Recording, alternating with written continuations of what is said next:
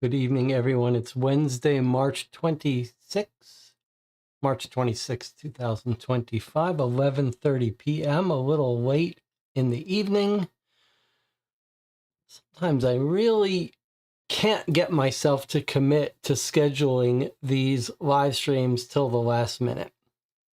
But here we are with a reasonable group, and we're going to decide what to play. You guys can decide what we play tonight. I've got a bunch of games in front of me, mostly games that are a little bit puzzly. Got one classic cold case game. You know the drill. When we play these unscheduled streams, I try not to have us play games that people have been waiting for us to play. We sort of play from the catalog of games that there are multiple in the series. So let me go over what I have in front of me here. If you really wanted to, we could get out one of the other cold case games, but we've got the last game in the Think Fun cold case series. They tend to be a little bit shorter, more affordable cold case games. Then we have 3 boxes, very recent, from Deadbolt Mystery Society. This was sent to me by a viewer, but I believe these 2 I purchased recently, that they're out of subscription, and this is the most recent Deadbolt Mystery Society crate, which is a weird thing. It's very light. There's very little in it. I've never played one of these crates, so I don't know what they are, really. I assume it's a little bit of a mystery, but how it differs from a normal Deadbolt Mystery Society, I don't know. And I believe this one is out of the subscription. Otherwise, why would I have it? Why would I have ordered it? I believe these 2 got ordered together. Then we have the first of 3 little boxes from the 50 Clues sort of, it looks like apocalyptic world sci-fi. These are pretty dark. The first set we played, the first trilogy of 3 we played, I really enjoyed. Puzzle games with some narrative, but particularly sort of adult themed.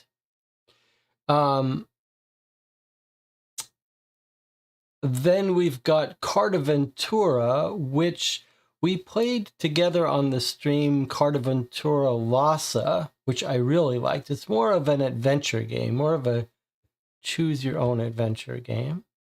Then we have from one of the several puzzle small card-based games, we have a random deckscape, and I have a bunch of deckscapes we could play.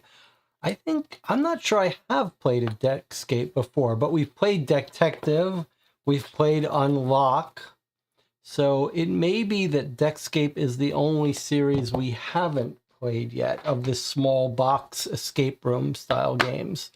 So we could play one of those. We could play the last side quest game I have. If you remember, we played the 7C, which I really liked, and Nemesis, which I didn't really like.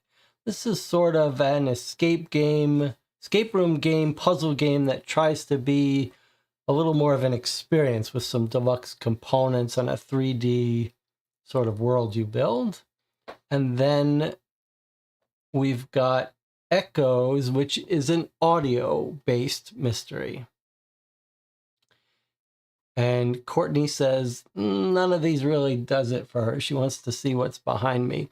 All right, so we got some other, all of the cold case games are off. You can't see them, but all right. DJ Moneycut says, let me check in with the chat. Since we're starting late, I would vote for something on the shorter side.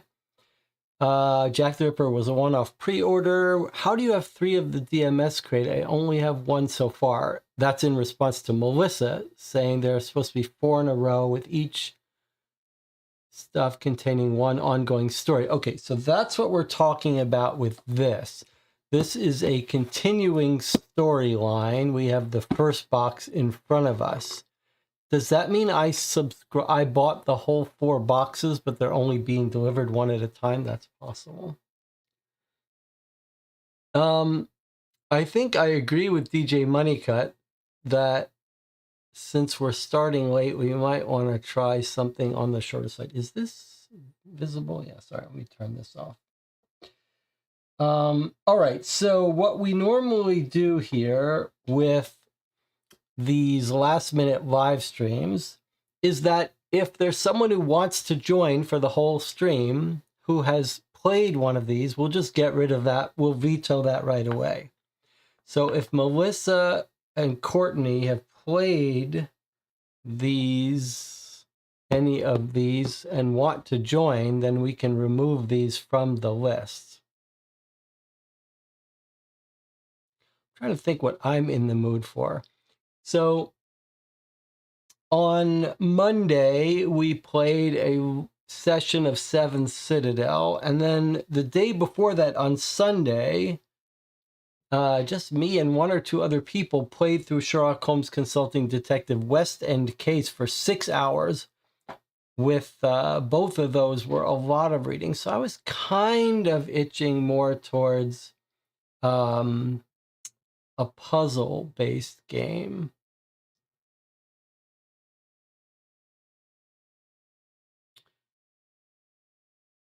Courtney says, I've almost played them out. Courtney, have you played Jack the Ripper yet? Surely you haven't played this one, because this one I had to order from Sweden because for some reason it's not available in the US. And surely you haven't played all the Deckscapes.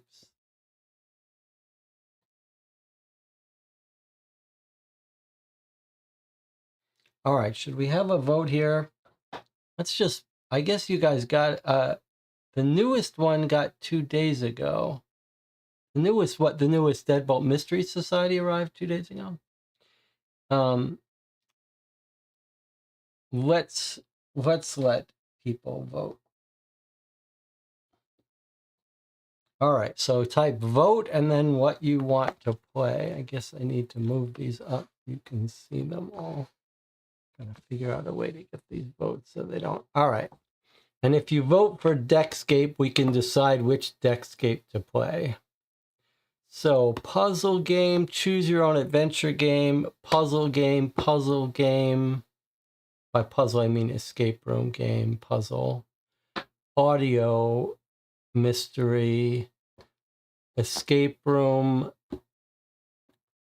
I don't know, escape room. I don't know if we want to, maybe this one we should take off the list since it's a continuing series of 4. That would be better to plan that out for people who want to play it.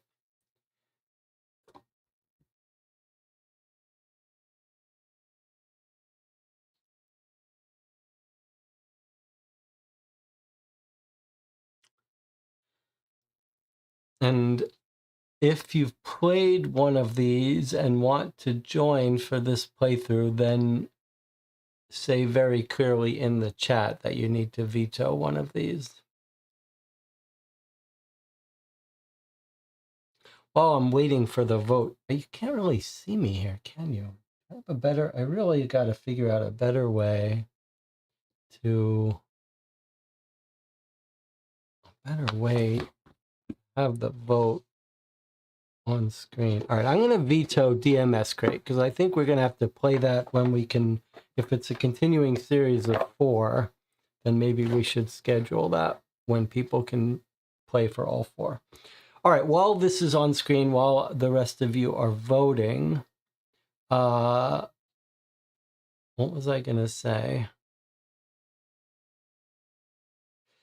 I do want to thank the new Patreon supporter of the channel. And I want to remind you all that we have a sort of agreement here, a compact. And that is, I won't put any ads on this channel. I'm not going to be having any relationships with any developers. And in return, you're going to not mind if I mention the Patreon occasionally. And you have one other obligation that I haven't talked about enough, which is if you play a game with me, if you sit through the whole game with me, I really would appreciate it if you'd share your thoughts on the game, either in the chat while we're playing or when we get to the review section, or if you post as a comment on the video. So if you watch these videos after we play them live, I really do want to hear your thoughts on the game. All right, so we've got 3 votes for No Sign of Life. That's the 50 Clues game. 2 votes for Side Quest Frostpunk. Has anyone played Frostpunk, the board game? All of the side quests, if you don't know, are puzzle escape room games set in the world of a board game or a game of a tabletop game of some sort. 4 votes for No Sign of Life. Okay. Looks like we're going to play No Sign of Life. The rare, unusual vision of one man, quite dark. We're told that I'm told that this series might be more difficult and less horror-y, less adult than the previous series. Okay. Derek, if you want to vote, you got to type vote first before you say what you're voting for. But it looks like we're going to play No Sign of Life. Now, remember, this is a 3-part game. This box is part 1. So, yeah, it's not a bad... It wouldn't be a bad choice for us to play because I could use the help if it really is harder. All right, I guess we're going to play No Sign of Life. Got 2 votes for side, unless everyone else wants to move to a different one. All right, we're going to play No Sign of Life. That's it. The chat has spoken. All right, No Sign of Life. Let's clear the space here. Now, okay, so if you haven't seen my playthrough of the other 3 games, other 3 boxes in this 50 clue series. So there's actually 9 boxes in the series, in the total series of 50 clues. And they're each in 3 trilogy. There's 3 trilogies, so 3 in each. Where can we put this so you can see this? Okay, 3 in each. That's not gonna. 3 in each set. There's the Maria trilogy. Is that what it's called? Anyway, we've played the first set of 3 boxes. We play them in these late night streams like this one.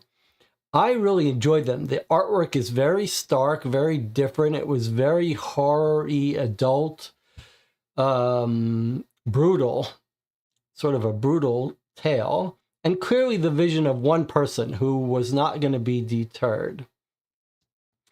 The first 2 sets, the first 2 little trilogies were connected. They were a connected storyline. So actually 6 boxes, really, when you think about it, 6 boxes in this connected storyline. There is an app that gets used to solve the puzzles and advance it and score it. I did review it. I quite liked it. But I'm very curious to see how this one is different. And it's very odd that this one's not available in America. I actually had to order it from Sweden and have it shipped to me.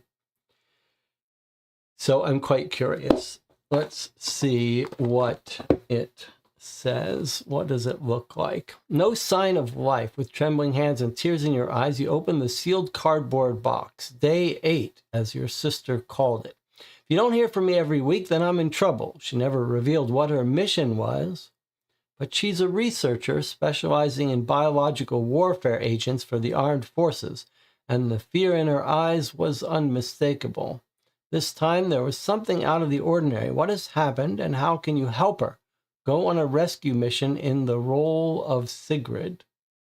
So I think we got a zombie story on our hands. Short video, and you're ready to play 50 clues. Okay, so remember, this is part 1 of this trilogy.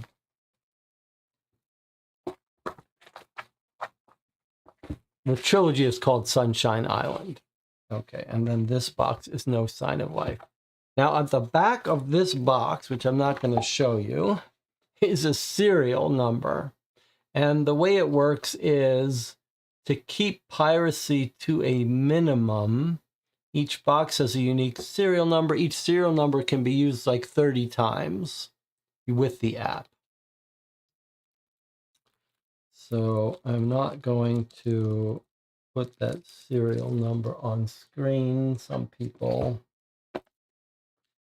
obviously don't like anything like that. That can't be passed around, but 30 times seems pretty generous. Hard to imagine that this is going to be resold 30 times, traded 30 times. But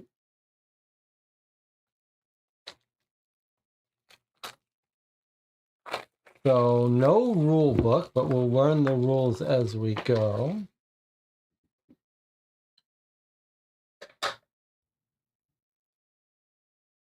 And we'll need to start up that app pretty soon. And maybe we do want the, let's see, start here, don't shuffle, turn this card over. Let me see if I'll turn on this green screen for when we want close-ups. Okay.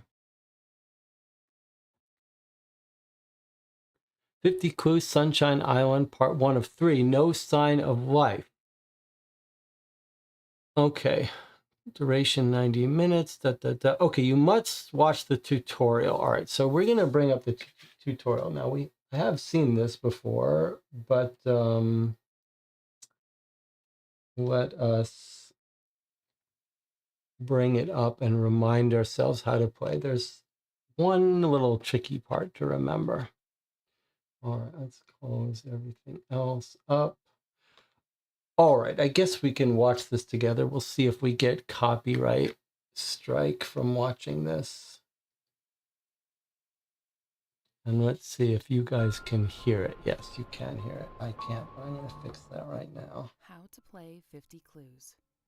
This guide shows the demo game, the heavy suitcase, which means it does not reveal the puzzles from the actual game. Before you get started, you will need some decent lighting, paper and pencil, a smartphone or other internet device, a clues game. Why can't I Take hear your deck this? of cards and There we check go. that all the cards are in the right order and upside down with one at the top. Then turn the top card over. Go to 50clues.com and find I the can game hear you it's have in front quite of you. To quiet, start the but I game, can't fix enter the that. serial number you find on the inside of the lid or in a similar place. Enter the serial number and press start. Card 2 is a reference card showing how different types of information on the cards should be interpreted. Card 3 is the backstory. Read the text out loud so that everyone can follow. I read, imagine that you are a female police investigator who arrested a young, deranged woman under suspicious circumstances. A boy disappeared a few months earlier, and the arrested person was in possession of a photo of the boy and a strange map of the local forest. She does not say much, so you have entered the forest with your dog to search. It says to look at cards 4, 5, and 6, so I do. Card 4 is a photo of you and your police dog. Card 5 is the mysterious map that the suspect was in possession of. Card 6 is another note from the suspect, as well as a photo of the missing boy. You regularly get clues you cannot use until later in the game, so it is important to focus on what the next logical step in the story may be. The first thing I notice is that there are numbers in the upper right-hand corner of card 4. The numbers mean that the respective cards will not be used anymore, so discard cards 1 and 3. Then I notice a black box with a number by my right pocket. Black markings can be entered into the black box on the screen. I enter 042 and submit the code. The screen responds that I can look at card 7. So I take card 7 from the deck and see that it looks like a map of the forest. But what is this? There's a hidden number in the background, the number 8. Numbers which look like this one, with a thin line around them, mean that you are allowed to take the card directly from the deck. Thin line, So I white. take card number 8. We take the card. This is the other half of the map. The red arrows indicate that cards 7 and 8 should be connected at that point. Okay, so far so good. I now have to solve the mystery. Red boxes with numbers can be combined with other red boxes via the app. This means, for example, that I can explore a place in the woods with my dog by combining the dog and a place in the forest. The question is, Red numbers you where combine. does it make sense to look? If you combine things that do not make sense or examine things that do not lead to anything, you score fewer points. So do not just enter everything into the app without thinking first. As a rule, it does not matter if you spend a long time figuring something out, but every once in a while, a clock will appear in the app, and then you need to move fast. There is something odd about the suspect's map and my own. Her map has been reversed and has some strange markings and symbols.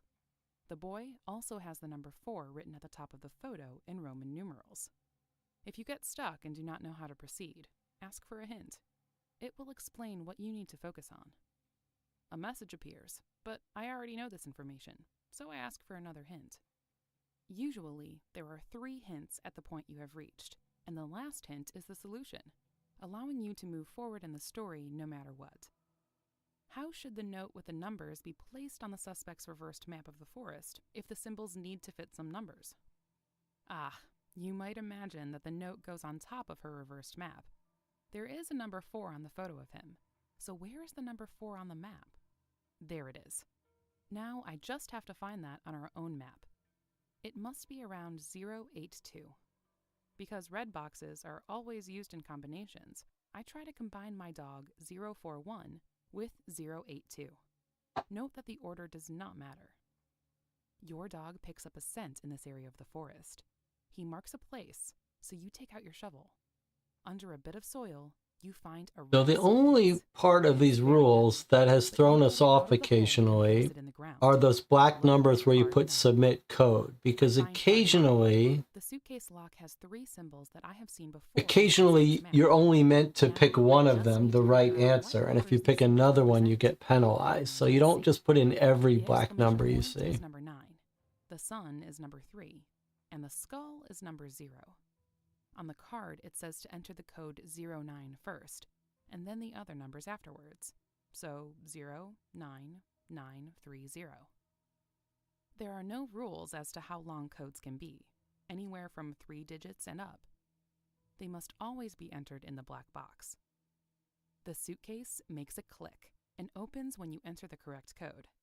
You gently open the lid, and a stench of decay hits your nostrils. Being pregnant, you are extra sensitive and feel sick. Your worst fears are realized when you look under a lot of tinfoil and strange lead sheets. You recognize the missing boy. That's it. Okay, Now you're ready there's to our play 50 tutorial. Clues. Enjoy. I apologize for the low volume. It's at max volume. There's nothing more I can do about it. Okay, so we're going to click start playing now, and there we go. So there you can see the 3 sets. So we've played this middle set, Pendulum of the Dead, White Sleep, and Fate of Leopold. I believe that's the first set. I'm not sure why they're in this order, but I could be wrong. We haven't played this bottom set, and today we're playing this set here. Okay, so start playing No Sign of Life. All right, start new game. Enter serial number. Okay, here's the part I'm going to take you off view of. While I put this in. In fact, let me get my keyboard here so we can do this a little more easily.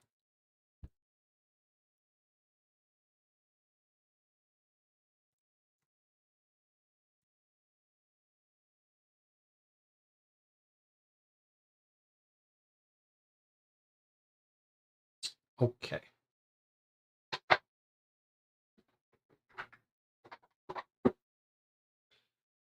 All right, we're ready to play. Maybe we'll just rotate this up.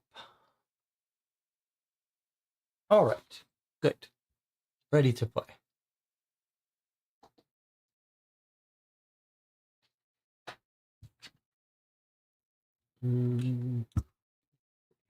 What's the best way to do this? All right, we don't need audio.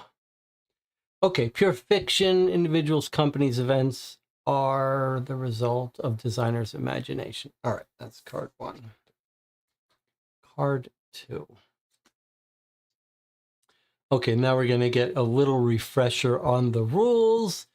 If thin little faint numbers, that's a hidden card. We go grab that card right away. If it's got numbers up here, we can get rid of those cards from our workspace. Red numbers are always to be combined.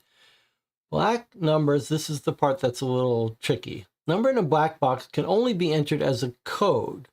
It means you investigate or do something with it. Codes can also consist of the card number followed by a code that you find. How this works will appear from the individual card, but you don't just type in every time you see a black number. All right, so next card. Your sister Grow, that's an odd name, was supposed to call and report that everything was okay. That was the agreement. Every Sunday, like every other Sunday for the past 6 months. Now it's Monday and you fear the worst. Grow is a microbiologist specializing in biological warfare agents and is on a secret mission for the Danish armed forces. Over the past week, all traffic to and from Bornholm has been stopped, and the Danish Navy has blockaded the island. You suspect Grow's failure to make contact is connected to this. She left a cardboard box with a short message before she left. During my mission, if you don't hear from me for 8 days, open this box. No one else can know. Okay.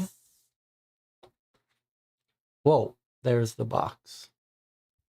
So she said, After 8 days, you can open it. No one else can know. The day 8 box, as Grow like to call it, you tear it open.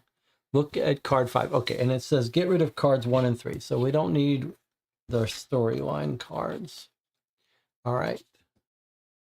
Card 5. Let's see if we can get these. Maybe we'll show them on this view.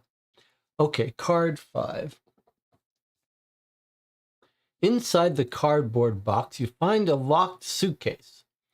Grow must be getting paranoid. Enter the code 505, followed by the 4-digit combination of the lock.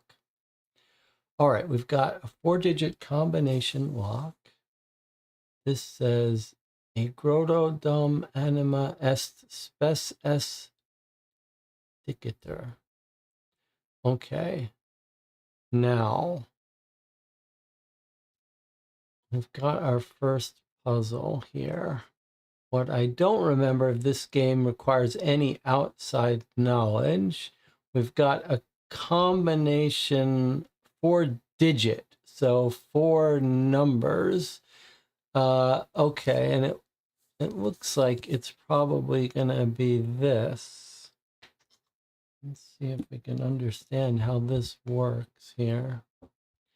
Do you think it's going to be like this, that the 4 digits are going to be digit 1, 2, 3, 4, like in that vertical order? And so the first digit is going to be a 3, the second digit is going to be a 3, the third digit is a 6, and the fourth digit is a 2. Assuming that is a 3 there. All the rest of the numbers are unique, so maybe that's supposed to be an 8. 1, 2, 3, 4, 5, 6, 7. That must be an 8, even though it sure looks like a 3. 9. Okay, so is our code 8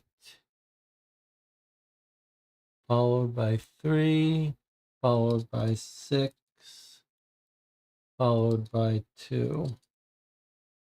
Does that seem like it's most likely?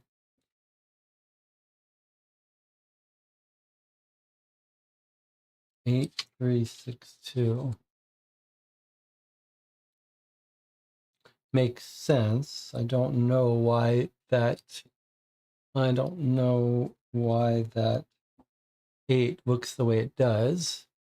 A reminder that if you shouldn't jump ahead, if you know the answers, don't give them, but you can guess. If you think you figure out a puzzle before me, which will happen quite frequently, don't shout out the answer, just say, I think I figured it out. And then that way everyone has a chance to work on it. And do try to make clear statements like, yes, that is an 8. We do have a new microscope now if we ever need to zoom up. Okay, but is everyone think that that's likely what the order of the digits are? Seems like that's a natural order. Although you could imagine that these arrows mean it should be done in this order. Backwards. What do you think? I mean, we've got these up arrows. Is there any chance that it's supposed to be put in reverse? We can find out. We'll try it and find out. Okay, so 05 first. So 05. And then either 8362 or 2638. Does anyone have a guess before we put it in whether these arrows are telling us the direction? I think that I might guess that they are telling us the direction. Or the length of the strip, you think?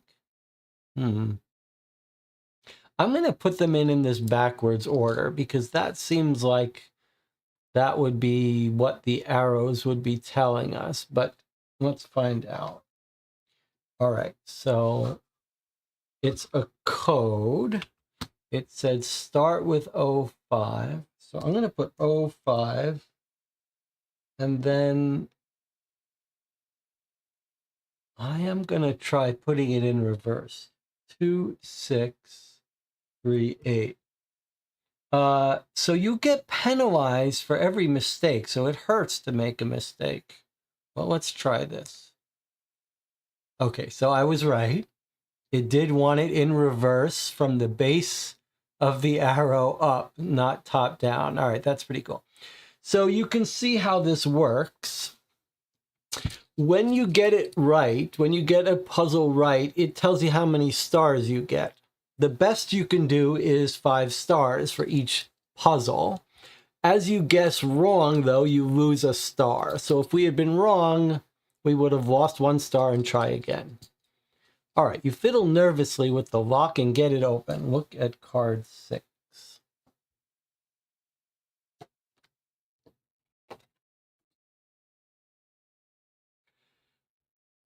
You open the suitcase and find a gas mask and other strange items inside. On the inside of the lid, an email address has been written. Enter the code 6 followed by the letters that make up the password. All right, so before we continue, it says to get rid of card 4.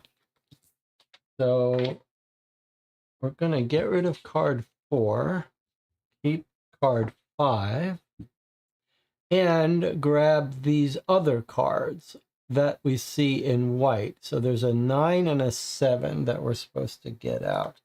Here's our 7.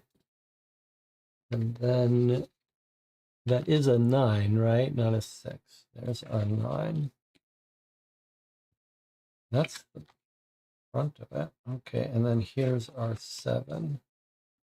So these are the 2 items that are in that briefcase.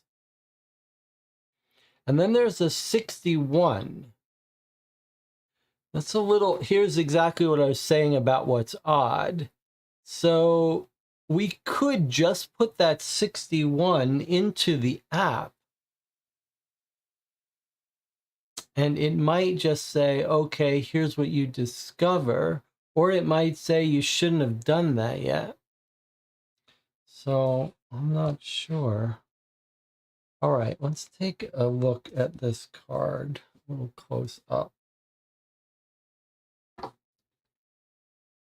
So it says there's an email there. It looks like Mayday at something. And then it wants to know the password for that. You try to log into the account. Enter the code 6 followed by the letters that make up the password. So you might guess that that top sequence is the password. 4.2, 5.2, 1.5, 7.712. So those could be just letters. Like the 4th letter is a D, the 2nd letter is a B. That doesn't seem right. But if it's a password, it might not even spell out anything. But we might not even have enough to solve this yet. So let's take a look at the other cards we've got. Among other things, there's a cardboard disc. No text or anything, just 2 neatly cut holes. Okay, so this looks like a grill that you would use to reveal some encrypted message. Like you'd spin it and see what you could see through it. But we don't have anything to put this on yet. And then here is a map of some sort. Paper with the floor plan and a red line. And that's the front. Whoa, that's the back. Back of the paper is filled with numbers and shapes. Ouch.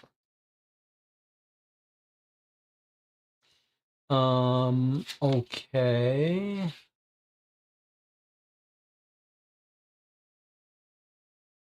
This looks like a key, like you would put a key in a lock, like the tooth map of it. Does this overlay with this somehow? So shapes we've got. And a weird one here. Do they map to anything? Not really.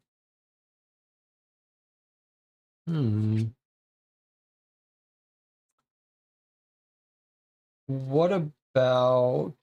All right, so rather than try to solve it, let's do our thinking system. Rather than try to solve this, let's look at the ranges. Let's try to brainstorm here. We've got 1, 2, 3, 4, 5. In fact, I wonder if this isn't a book code with word number, letter number. Let's just look at this for a second. So, is it possible that this is fourth word, second letter, fifth word, second letter, first word, fifth letter, seventh word, seventh letter? That's where it's going to break if it's going to break. So let's look. Seventh word. 1, 2, 3, 4, 5, 6, 7. 1, 2, 3, 4, 5, 6, 7. So there are enough letters in each word. Let's see if that makes sense. Fourth word, second letter is an E. Let's see if I can put it so we can see everything. Okay, fourth word, second letter is an E. Fifth word, second, sorry, I did first word, that's not right. Fourth word, 1, 2, 3, 4. Fourth word, second letter is an S. Fifth word, second letter is a P. First word, fifth letter is an O. So far, it's looking good. Seventh word, seventh letter is an R. First word, second letter is an E. I think that's it then. Okay, so we've got a book code, and that's clearly the answer, which is nice because this was scaring me that we were going to have to do some more elaborate deciphering on this. But now it's clear these work together for this. Okay, so that's going to be the email code. So I think we're ready to put that in right now.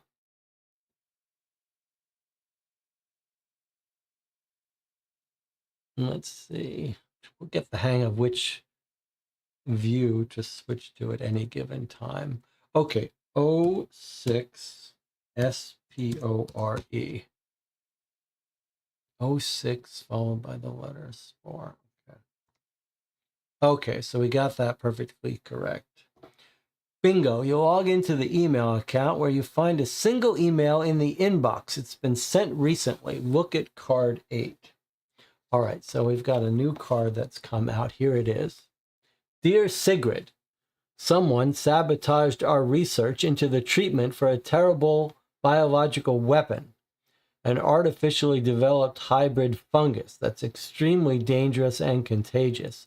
2 colleagues have been infected, and I fear for myself.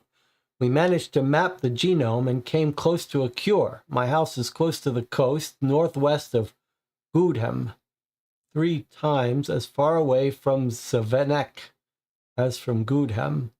Say hi to Mom and Dad. Hugs from Grow. Okay. With the password, you log into the account and read the email. Grow wrote a few days ago. You pack a bag and head for the harbor. Maybe the ferry is sailing after all. Look at card 8. Okay, and it tells us to get rid of card 5, which was this one, but not this one, so we keep this. We still haven't used this number, let's remember. It's looking more like we should just put it into the app. But okay, look at card 10. Okay, there's the harbor. Unfortunately, all ferry services to Bornholm have been suspended. You spot a boat in the harbor with a full tank. that can get you there in a hurry. The starter key is missing, so you break into the boat center to find it. Look at card 11. Okay. A key cabinet in the boat center. Enter the code 11 followed by the 3 digits to open it. Okay, and then the V has been crossed out on this. Boy, that's weird. Okay, let's take a look at these cards now. And when I looked at this, I remarked that this looks like a key pattern, key tooth pattern, but I'm not sure how that would help us get into this lockbox. But we're done with 4. Let's see. What are we looking at here? Kind of weird.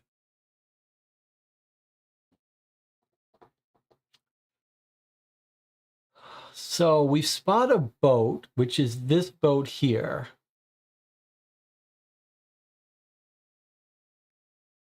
It's got a full tank. The starter key's missing, so we're going to try to find it. We've got the key lockbox where the key to this boat is stored, but we don't know the code to get in here. It's a 3-digit code. Why would that, thematically, why would that code be here? It shouldn't be on any of our things. But perhaps this boat pattern is going to tell us something. Let's take a look at what we've got here. No secret numbers. These boats look a little weird. Some are facing in, some are facing out. We've got a weird pattern to the marina, but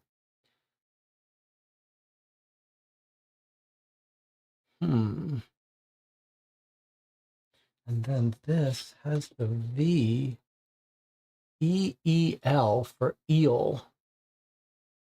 E-E-L, 3 letters for 3 codes. The E is the 5th letter, so and that's a problem though, because L is a double-digit letter.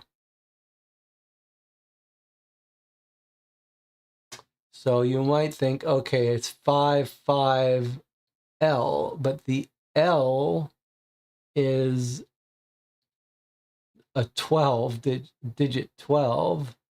So it's not so easy to map that into a single digit.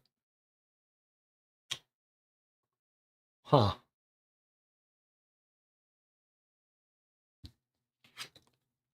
And I can't think of any reason. Is it? But is her note, is there any reason for her note to be telling us how to get into the boat? She says, my house is close to the coast northwest, 3 times as far away. Doesn't seem like she should be knowing what key we're going to be using. Why is it shaking? Is it the table or the camera?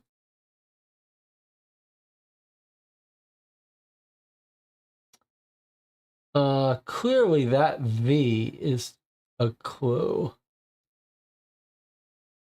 E-V-E-L, E-E-L.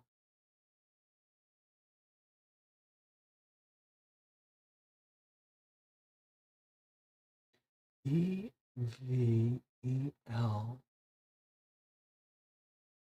With the V crossed out. Okay, before we try to solve this, before I look in the chat for any theories, it's an interesting thing. I mean, you could... Boy, I don't like this shaking. Is it the camera? Or is it the table? I think it's the camera. There's no reason for the camera to be shaking. All right, let's not get distracted. Let me put these in front of us for a second. So before we try to solve this, I wonder if we need to think about whether we should just put in the code. Okay, a bunch of people have ideas for this. Good. I'm not gonna be stubborn and resist them. But before we do that, I'm gonna put in this code because I don't know if it's gonna give us something. We're gonna learn a little bit about whether it's unhappy with me putting in this code early or not. So I'm gonna go in here, I'm gonna put in the code we see on this card, 061. Let's see what happens. It says, it's a bit early to put on the gas mask. It shouldn't be necessary yet, but okay. So this is the part that's a little weird about this game. It's now had us put on the gas mask. I didn't want to, I just wanted to grab it or look at it, but okay.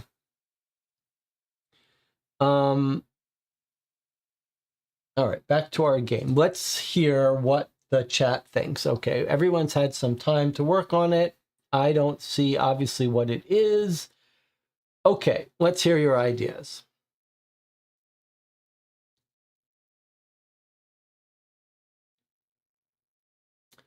Writing with a calculator.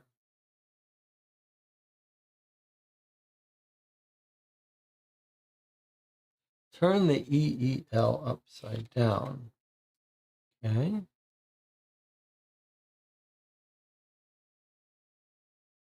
Seven, 3, 3. I like the upside down theory. 7, 3, 3. That's pretty, that makes sense to me. I think that's the right answer. 7, 3, 3. That's pretty clever. Mine was using the letters like you would enter them on a phone. That's a good idea too, actually. So Corsicant was saying, like, if you had a phone, A, B, and C are on one, then D, E, and F are on another letter, so you would find these. But I think this is pretty convincing, 733, because of the way that font is and because of the crossed out thing. All right, so let's try. Yes. Now, does that mean we think it's 733, or would we even put 337? Okay, I think 733 is the most likely. Let's give that a try. All right, code 11 followed by the numbers. So 11 and then 733. I think that seems right to me. Yeah, that was it. You open the key cabinet, look at card 12. Okay, well done to the group. Okay, it says get rid of card 11. Look at this weird key cabinet. All right, so we've got some shaker bottle at the top, 121, and then what's 122? Looks like a tablet, a phone, or a battery charger. Let's see. In the locker, you find a power bank and a large number of keys. On top of the locker is a bottle of isopropyl alcohol, which you also take. Enter the code 12, followed by the number of the key that matches the boat. Okay, this is cute. This is cute. So the trick now is to figure out which key belongs to the boat that we care about. And you can see the nature of this puzzle is very clever. It says boat 1 is out, 7, 6, and 7 are out, 17, 18, and 19 are out, and 42 are out. So that's the game here. The game is for us to figure out how the numbering works based on the boats that are out. So let's see. It looks to me like this is boat 1. 1, 2, 3, 4, 5, and then 6 and 7 are out. Okay. So then These are 8, 9, 10, 11, 12, 13, 14, 15, and 16. Okay, so where are those boats for us? 1, 2, 3, 4, 5, 6, 7. And then probably 8, 9, 10, 11, 12, 13, 14.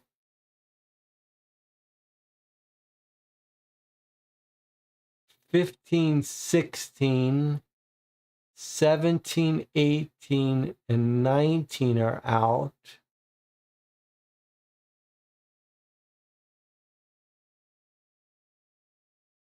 And that would be 20, 21, 22, 23, 24.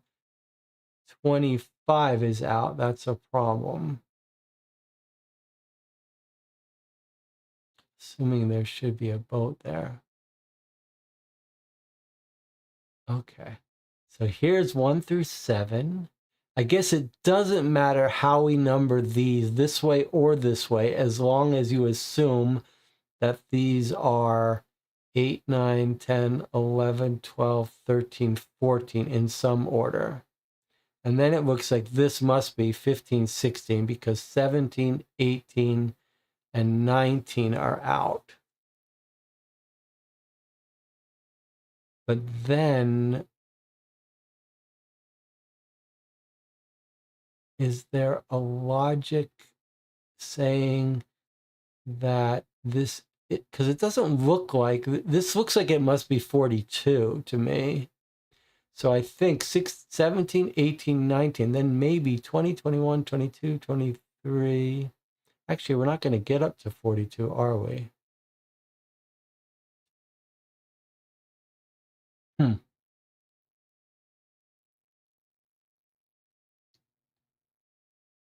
17, 18, 19. Maybe that's not right. Maybe it's going along the line. So 6, 7. What if it's going 8, 9, 10, 11, 12, 13? No, that doesn't work. 1 is out. 2, 3, 4, 5, 6, 7, 8, 9, 10, 11, 12, 13, 14.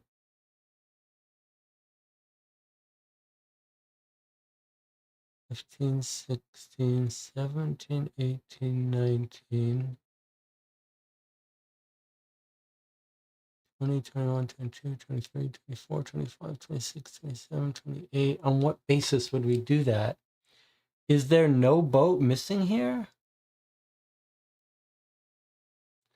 I like this puzzle. I like this puzzle a lot, but now let's think about it. So it's not necessarily 1, 2, 3, 4, 5, 6, 7. What if, can we do it a different way to get 6 and 1 and 6 and 7 out? It seems natural that this would be 1. Seems very natural that this would be 1. But you don't have to do it that way. But how do you get to 42? Maybe that's just...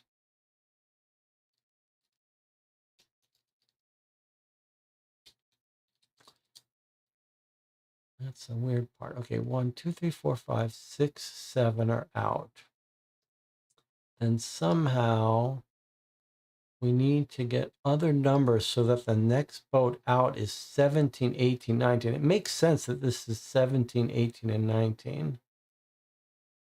So 6, 7, 8, 9, 10, 11, 12, 13, 14, 15, 16, 17, 18, 19. But then, all right, let's assume there's no boat missing here. Then we've got 17, 19, 20, 21, 22, 23, 24, 25, 26, 27, 28, 29, 30, 31, 32, 33, 34, 35, 36, 37, 38, 39, 40, 41, 42. Okay, good. There are 42. There are 42. So actually, this is going to be our last boat, our 42. Okay. So 6 and 7 are missing. Then we go up to 8, 9, 10, 11, 12, 13, 14, 15, 16. Then 17, 18, 19 are out. And now we have to get the numbering so that this is our last boat. So there's 19. And then the question is, what's the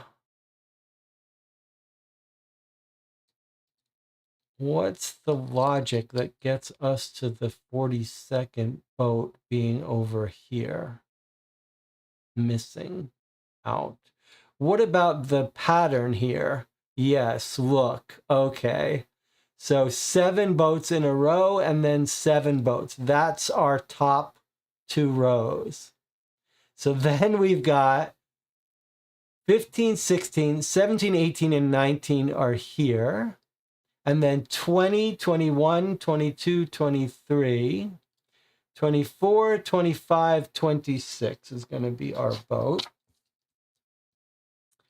Then 27, 28, 29, 30, 31. That's these 2 rows here. And then we've got 2 rows of 5. So whatever they are, 30, 31, 32, 33, 34, 35, 36, 37, 38, whatever this is, 42, 41, 40, 39, 38, 37, 36, 35, 34, 33. Okay, that's pretty beautiful. Okay, does anyone have a different answer than 26?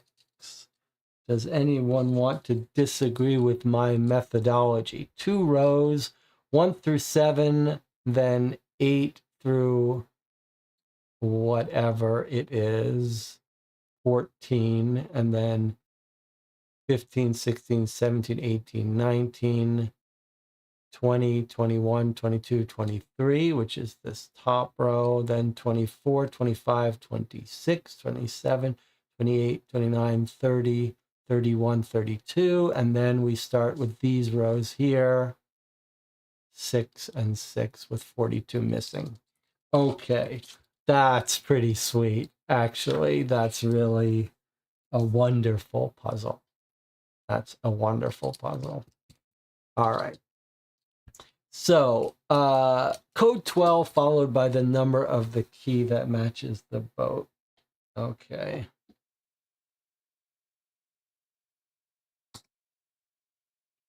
$12.26. Is this screen the best screen for you guys to follow that, or would it be better to go on this screen so you can see the tablet better? Okay, you grab the power bank, isopropyl alcohol, and key number 26 and head out to the boat. The key fits. Look at card 13. Okay, so now this is a good point, good time to remind you of how weird the system is here. So we've grabbed the power bank and we've grabbed the isopropyl alcohol. But the way this game works is it hasn't given us separate cards for them the way many games would. It just wants us to hold on to this card. And if we need to refer to the power bank, this card will remind us that it's number 122 and 121. So that's weird. But let's just remember that. We've picked up the isopropyl alcohol and we've picked up the power bank. All right, now it wants us to look at card 13. Okay, so here we are in our boat. We've got a light bordered box 14, so we're allowed to go grab that. To find Bornholm, you'll need to be able to access the navigation system. Enter the code 13 followed by the 4-digit PIN. Okay, so we need the location of Bornholm, but we've also picked up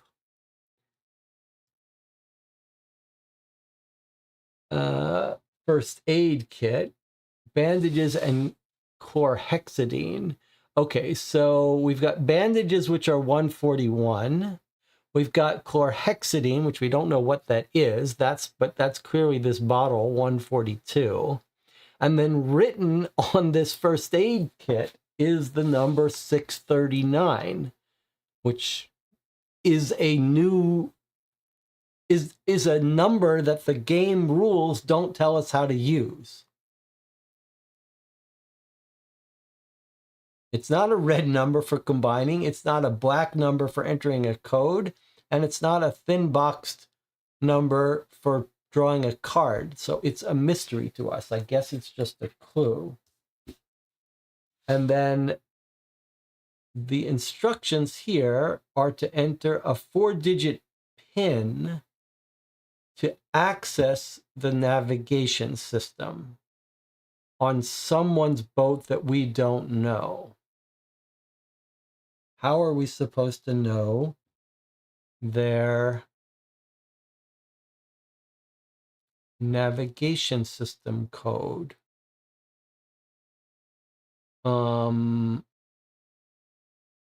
I mean, if we could check the screen for fingerprints, do we need to plug it in or something? We've still got all of these cards in front of us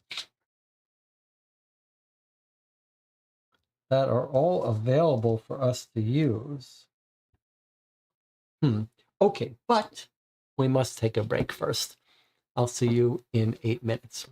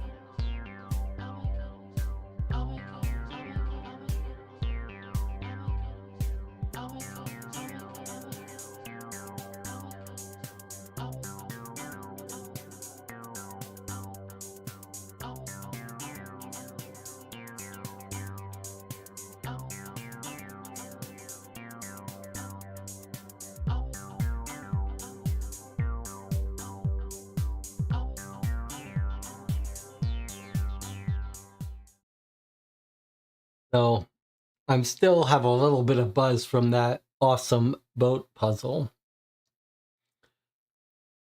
What is everyone drinking today? Last time we played, there was a lot of water drinkers. I've got my coffee here, my Mexican Chiapas coffee from Mad Goat. I've got my Christmas tea.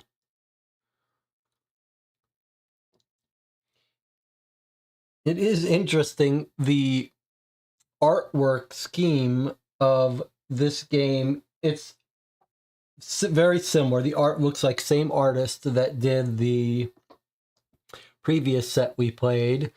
Although these all have this little green tinge.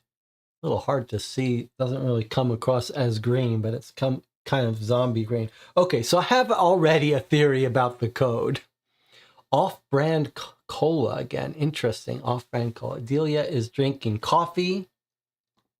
Let's see here. Strawberry milk, huh? Is that the Nesquik Rabbit strawberry milk? Strawberry milk. Now there is a specialty drink. Okay, so I have a theory about the code. It doesn't make sense that we know the code. We've just stolen this from a boat, but something certainly jumps out at me. What makes sense for the code to activate the navigation computer? I think maybe this is a thing where you shouldn't be overthinking it. There's a first aid box in the boat. You could imagine the boat owner would have trouble remembering the code to turn on the nav computer. So here it is, 639. But it's a 4-digit pin, so that's not right. But I think the cards reveal to us what the answer should be then. Anyone want to guess what I'm thinking? Corsican says, I feel like I should get some more exotic drinks for these streams. I think so. I think so. All right, so it's the ×2. Yes, I think that's exactly right. I think the code to turn on the nav computer is going to be 639 times 2, which is what? 1278?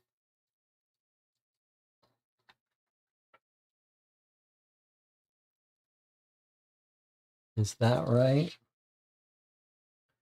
1200 plus 80 minus 2, 1278. Okay, so I think that's going to be our answer here. Let's give it a try. We want this screen here. All right, so it should clear that number after you get it correct. Okay, the code 13 followed by the 4-digit pin, which we think is 1278, which is 639 times 2. I really like this thing where you're punished by making mistakes, because I'm inclined to just hit go, try it. But this makes me a little nervous every time I click submit. Like, is my math wrong? Are we going to get punished, lose a star? Okay, that's it. Perfect. You log on to the navigation system and enter a destination on Bornholm, where you should be able to sneak ashore. All of these are going to be real places, but they're totally alien to me. We're in Europe somewhere. Denmark. It's all where the author lives, but it's all a mystery to me. Okay, so we got this right, and now we're told to get card 15. The Bornholm ferry is anchored in the dark a few kilometers off the coast. This is the right card, right? Card 15, yeah. Okay. Elongated sacks are thrown overboard from the deck, body bags. Okay, so we have... What have we done here? We've gotten ourselves to Bornholm, but before we sneak ashore, we've encountered the ferry.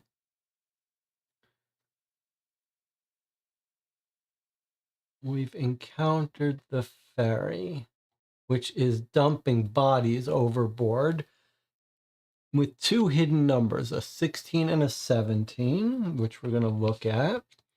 But we can now get rid of card 10.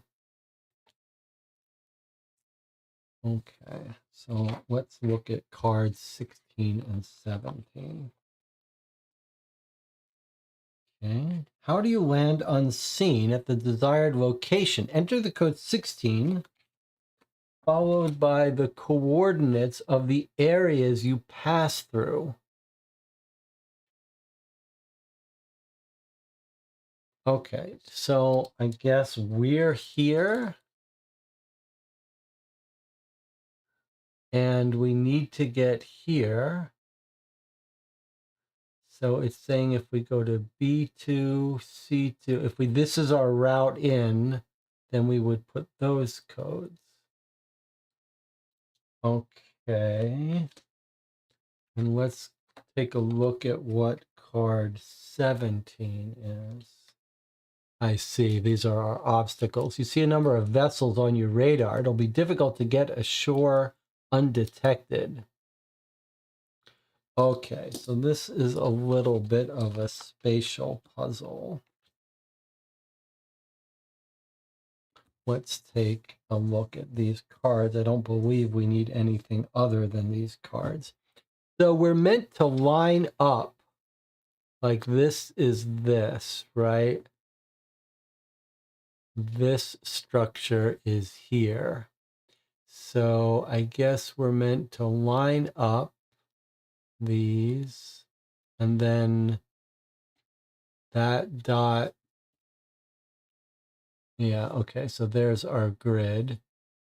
And this dot corresponds to this dot, although the squares are larger here than they are here. So it's not a direct, we don't have to get this, we don't have to put these on top of each other. We're just going to count grids. So you can't hit this. So I don't think we can go to the left of these and go around. It looks like this is our path. Here, here, here, here, and here. This is where we're landing, right? To the right of this. So we're meant to land here. So this is our path here, like this. And then hit this one. Or this one is probably our last spot. Okay, so let me bring this so I can actually see this here.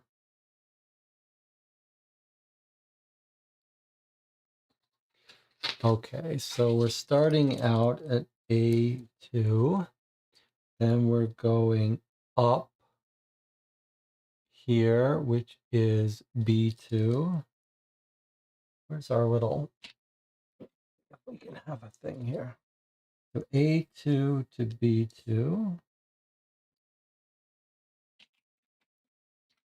This is overkill, but it's always fun to overkill this. Okay, then we're going to go right one. Brings us there. That gets us to B3. Then we're going north one. Okay, that brings us to C3. Then we're going east one, which brings us to C4. And then we're going north one, which brings us finally to D4. Any disagreement with that? Seems fairly straightforward. Okay, the rules say code 16 followed by the coordinates, ... All right, so according to my thing, and someone can stop me if they disagree, code 16, and then we've got, we don't start with where we are, so we start with B2, B3, C3, C4, D4.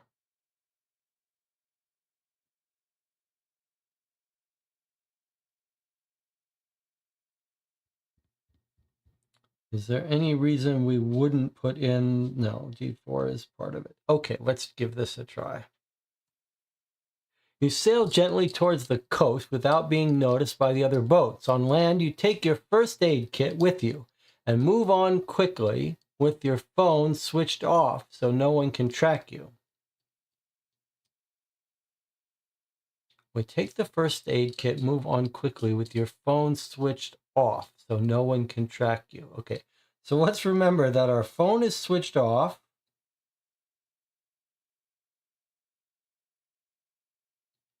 We have the isopropyl alcohol. We're wearing the gas mask.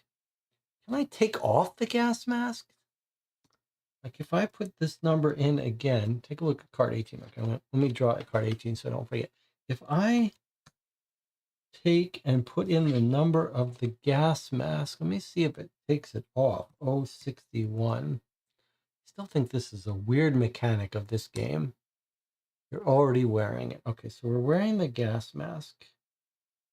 Now, I just want to remind you that we have not used this.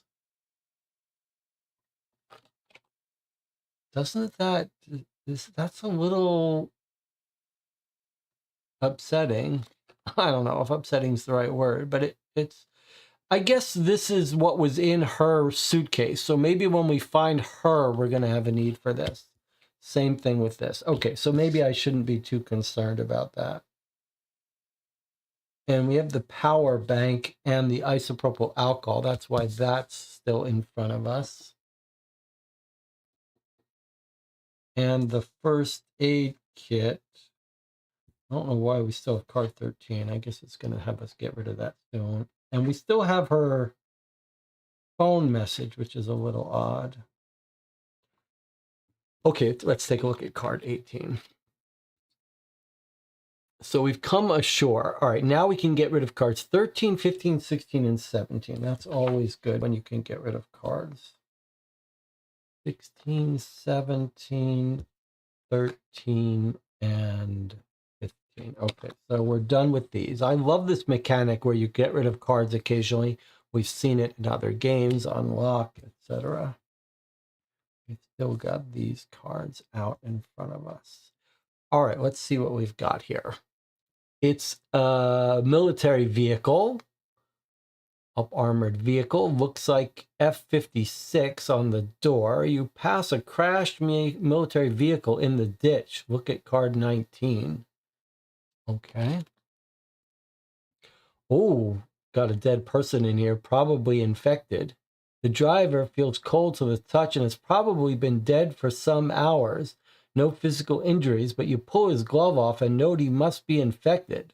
It's a nice outfit, though, if you want to sneak around the island looking like a soldier. Huh. Let's see. So have we got a little choose your own adventure element here where we could steal this guy's outfit if we wanted to? But are we going to infect ourselves if we do? Huh. How would we even do it if we wanted to wear it? Like you can't just type in the number 191. We'd have to combine it with another red number. And we don't know what number that would be. So, we could disinfect it. We could disinfect it with the alcohol or the chlorhexidrine. Interesting.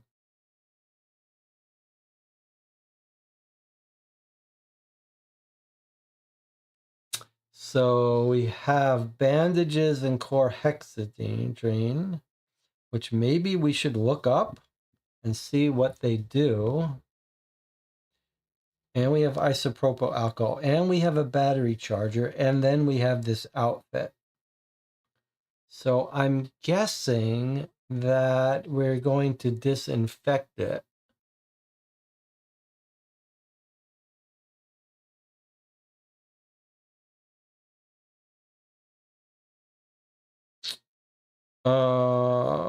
So only the website told us that that was what was in the med kit, chlorhexidrine. Is that right? It's kind of weird that it's not in front of us. Like if we wanted to search for it.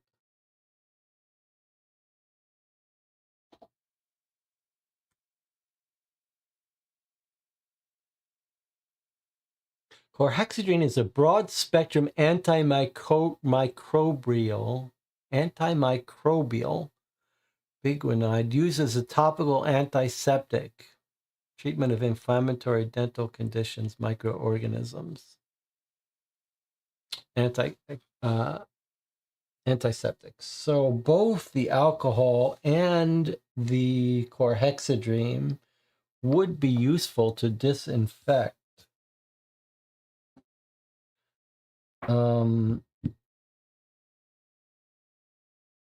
It seems like that's what we should do. Shall we try it? It doesn't kill spores.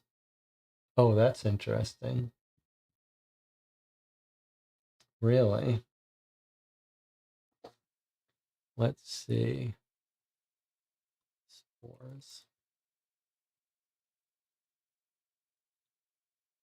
Chlorhexidrine is a broad-spectrum antiseptic disinfectant that inhibits bacterial spore outgrowth, but not germination, meaning it doesn't kill spores outright, but prevents them from developing into active bacteria. I don't know if we can trust this AI, but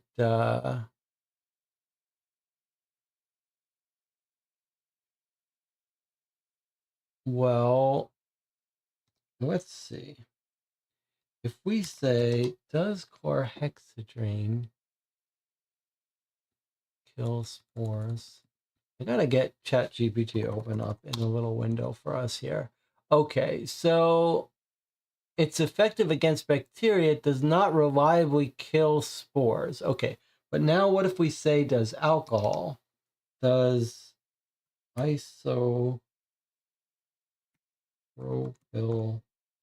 alcohol kill spores?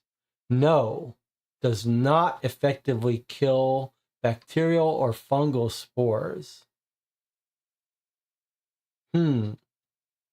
Well, we still got chlorhexidrine then is the best thing against it, but not guaranteed. We're wearing our gas mask. I don't think there's anything else for us to do but to grab that. And I still think it says chlorhexidrine is the best shot against it, better than the alcohol. So I think we're going to have to try it. Unless you can think of any other thing we can do here. Like, there's no other number on this van, so there's nothing else for us to do here. Unless you think the power bank. I mean, there's nothing else for us to do. All right, I'm going to do it. I'm combining the chlorhexidrine with this outfit.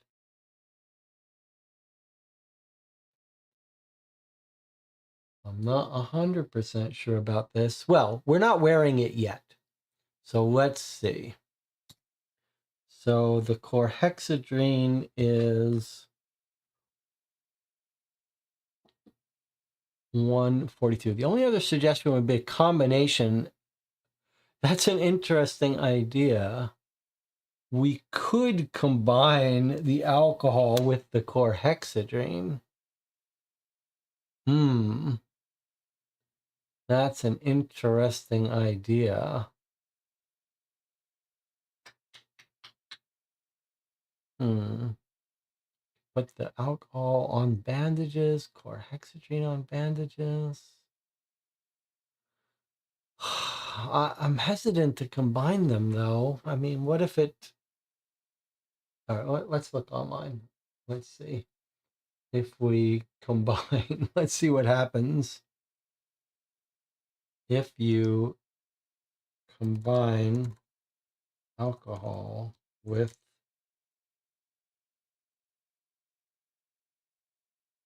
chlorhexidrine. This is like the thing that's going to get me reported to the police. Combining alcohol with chlorhexidrine, particularly in a 2%, is a common and effective method for skin antiseptic, especially before surgical procedures. Synergistic effect in both agents.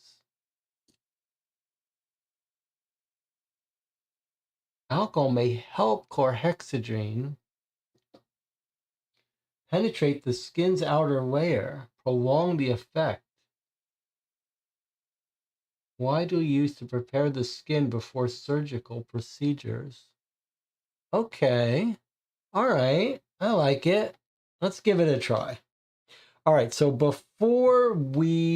it seems like they're commonly used together. I don't know why we're supposed to have known that without looking it up. Maybe you're allowed to look things up, but let's try it. We're going to combine the alcohol with the chlorhexidrine and see what happens. No, it doesn't like that. Well, it was a great idea. It was a great idea, but it doesn't want it. All right, given that it doesn't want it, it seems to me that chlorhexidrine is the way to go. So that was a great idea, though. All right, so we're going to use chlorhexidrine on this outfit. Maybe we can use them both. Let's see what happens. You pull the suit. Oh, we only got 4 stars. Why is that? You pull the suit off the dead soldier and rinse it well with chlorhexidrine or hexidine from your first aid kit. This should remove any residual disease, if any is left. So do you think we got punished for trying to use the alcohol combined? Is that what punished us? It knows where we are. I think that's what punished us. Doesn't seem like it should have, but we didn't do anything negative. Either that or it preferred us to use alcohol. I think it punished us for us trying to combine them, which seems very unfair. Okay, look at cards 21, 22, and 23.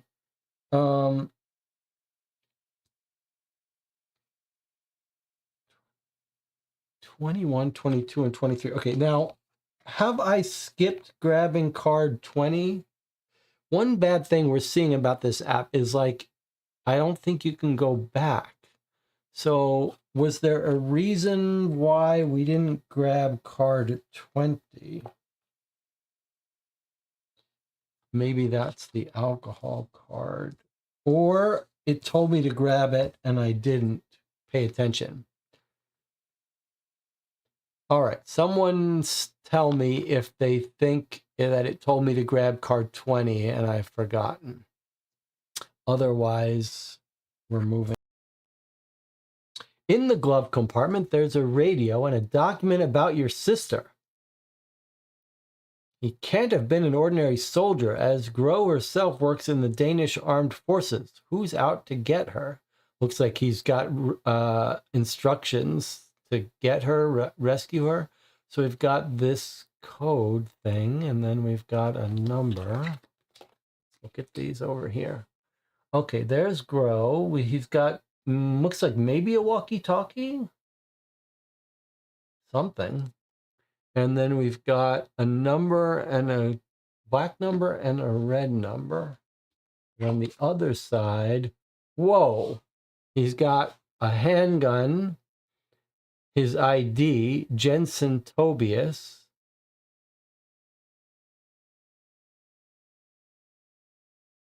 Like he was an ordinary soldier. That can't be right. And he's got a knife. And he's got his ID written twice. It looks like it's made to be torn off when he dies. Like you leave one copy on the body and one copy you tear off.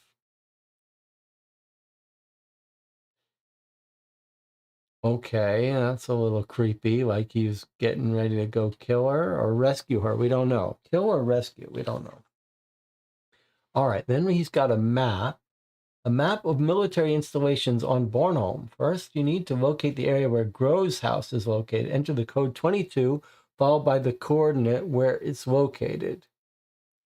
Okay, so this is a matter of us figuring out where she is based on her description of her house, which she gave us. And it's double-sided. Okay. So I think we're going to be using these instructions to figure out which grid she's at. Fine. And then here's the other part of that map, more potential places. And map of the town where your sister's house is located. Once you have found the town on the back, you can locate the house here. Okay. So the arrows mean they go together. So it's a two-part puzzle. First, we find the town she lives at, and then we combine these and find the house she's in with grid coordinates.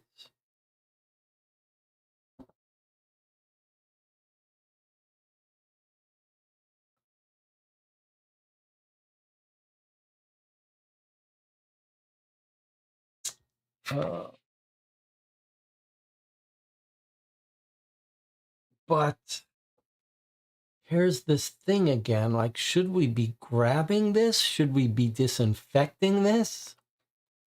Should we be disinfecting these things?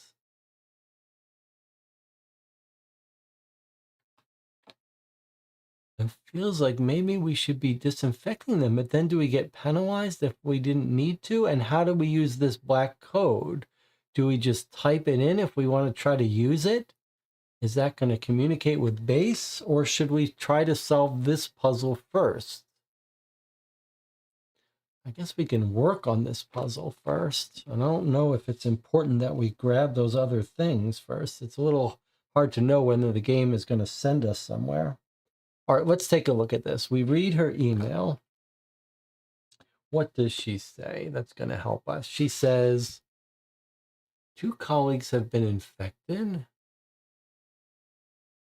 My house is close to the coast, northwest of Gudhem, 3 times as far away from Savnecki as Gudhelm. Close to the coast, northwest of Gudhelm. Okay, let me see if I can't keep these on screen at the same time. Maybe we'll do it this way. Okay.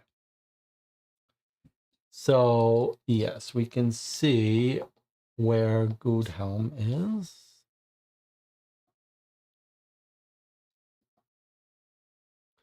Okay, so there's Gudhelm. She says close to the coast, northwest of Gudhelm. Northwest of Gudhelm. Well, that means she's got to be here or, let's see, there's north. Okay, fine.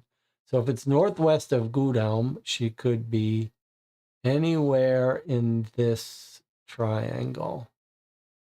If red dots are the only place she could be, then she's got to be here. And I don't know why we should assume red dots are the only place she could be. But northwest of Gudhelm looks like it's any place in these 3 places. Whether, okay. A, B, and where are these numbers? 4, 3, 2, 1. Okay, so she could be in grid B1, B2. If it can be anywhere, then theoretically she could be here in B3 or here in C3, unless it's only these dots, in which case she could only be in B2 or B1. Close to the coast. That sounds like she could be here or here. Then she says 3 times as far away from Svanek as from Gudheim. 3 times as far away from Svanek as from Gudheim. Okay, let's assume it's only the dots just for fun. So if she's here,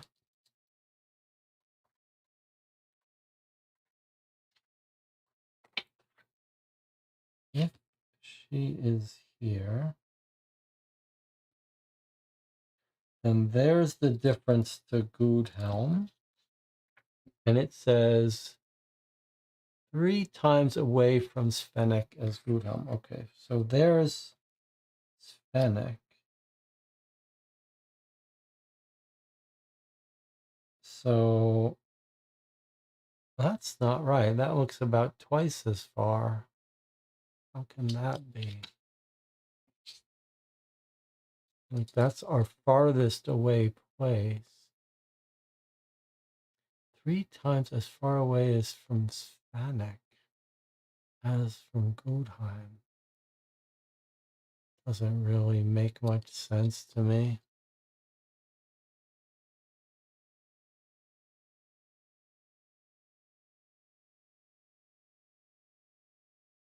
Close to the coast, northwest of Gudheim. Northwest of Gudheim, that means this way. 3 times as far from here as from here.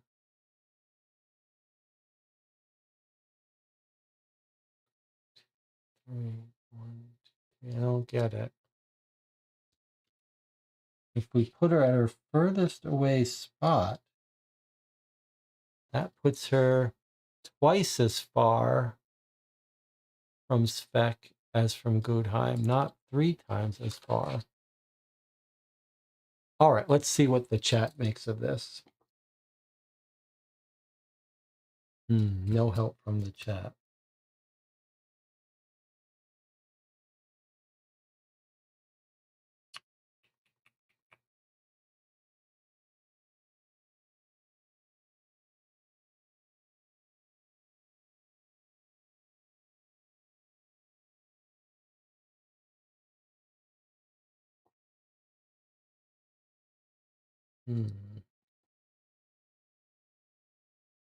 Stacy says, I had a hard time with this one. Really? Stacy has played this? I would have bet we found the one game Stacy hasn't played. Stacy has played so many of these games. And somehow Stacy has played this game that you can only get from Switzerland, from Sweden. All right, let's think this through. So if we go the furthest northwest of Gudhelm, we can't make this 3 times this thing work. Is it possible that this text is oddly translated to English? And what it means is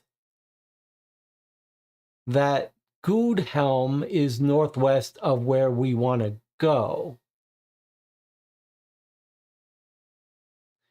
In which case, what? We could be...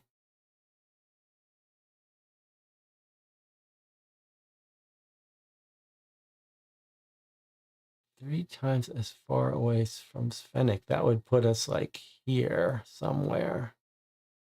That would put us right in this Gudhelm place.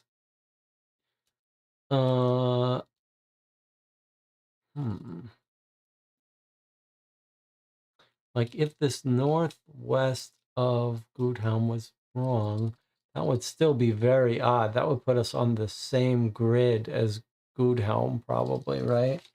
Like if you said that that text was wrong and you said that this is here, you'd be looking for a place right about here where this is 1, 2, 3. That would have us somewhere in here where we're 1 away from this.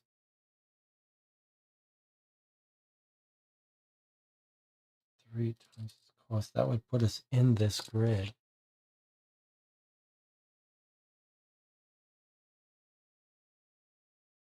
Let's see what chat thinks. Stacy says, I've only played halfway through. I stopped here. Hassel is 3 times from Svenek. farther from Svenek is 2 times from Gunheim, or so it appears to me.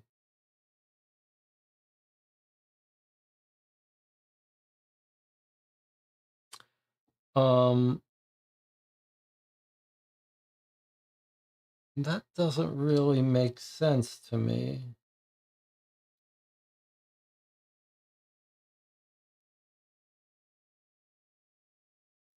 I mean, I don't see how that could be following instructions. My house is close to the coast, northwest of Gudheim, 3 times as far away from Svenek as Gudheim. Is this time to use this?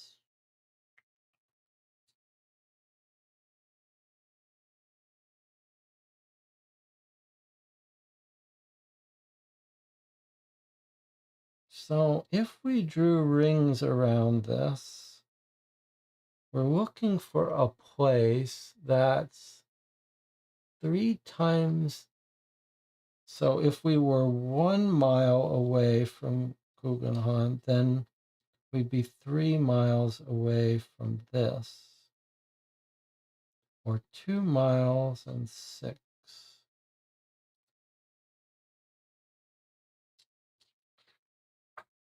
Well, how do we make sense of this northwest thing?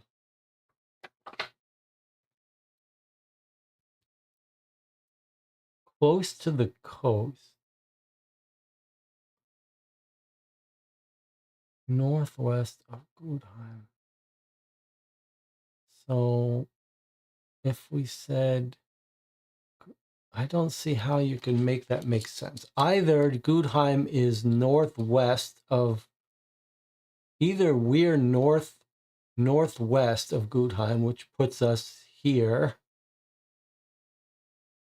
or it's bad English and it means Gudheim is northwest of us. I don't see how you could get yourself anywhere over here following those instructions.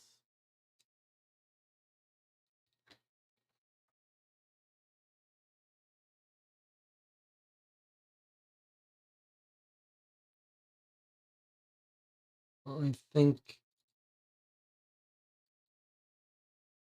it puts us here.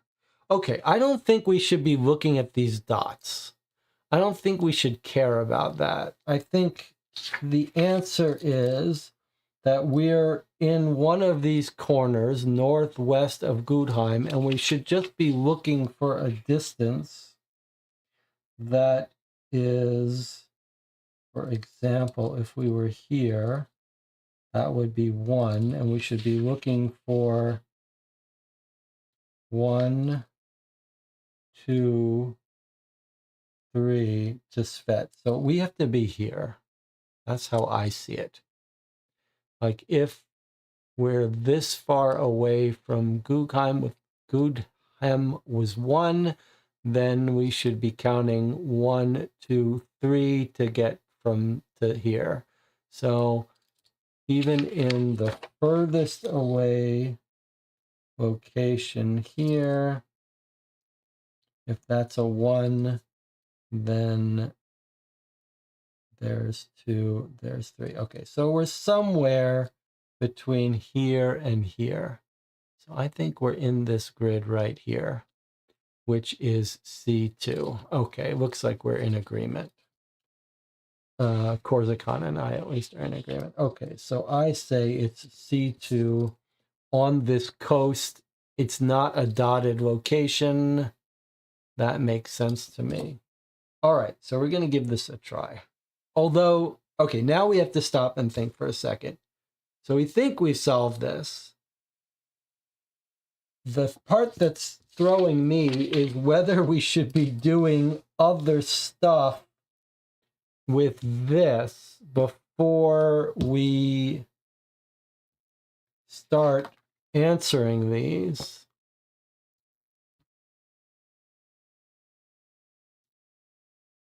I mean, he's gloved up, so Should we be doing this stuff first?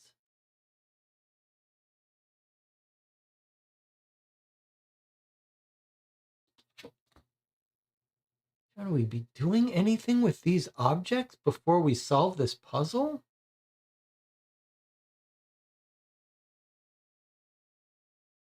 I'm just afraid it's going to have us drive into this car. Maybe we just have these items. But I'm afraid to use this thing to alert them that we're coming. So I guess I don't want to do that card. We're just going to enter the code here and see if we get in trouble. All right. So code 22 followed by the coordinates C2.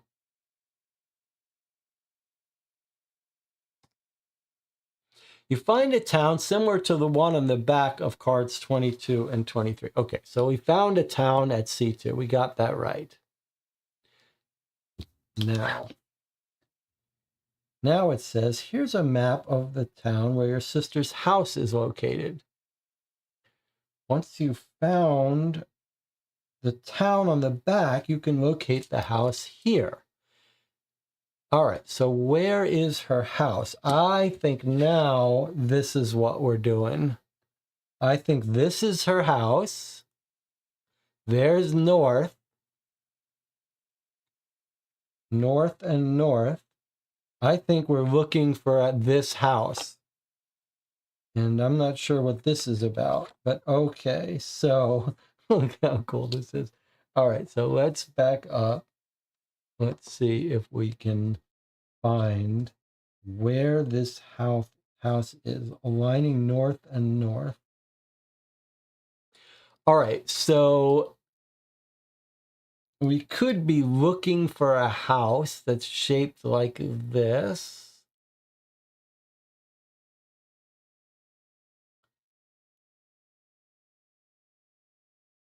We want the grid of it. And then could this also be, could these be clues?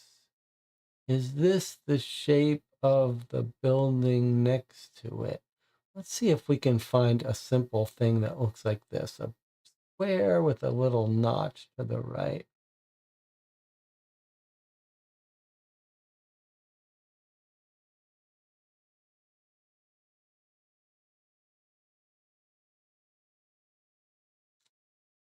There's one that matches it. Not sure what this would be though. Okay, so there's a candidate. What else? Are there any other candidates?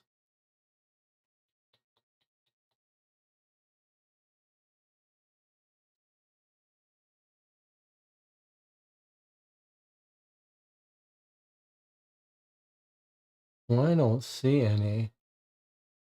I think that's our house right there.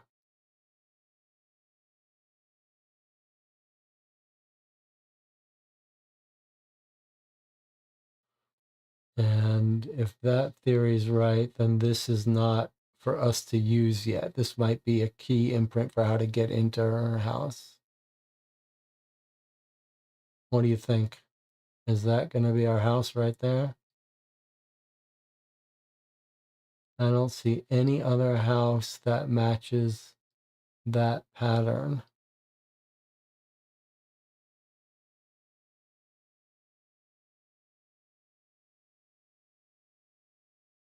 What do you think?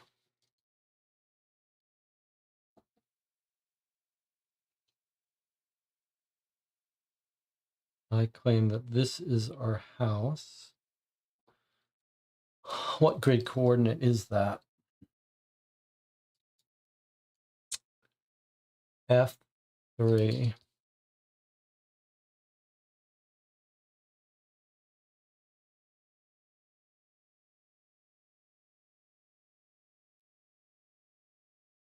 Anyone disagree?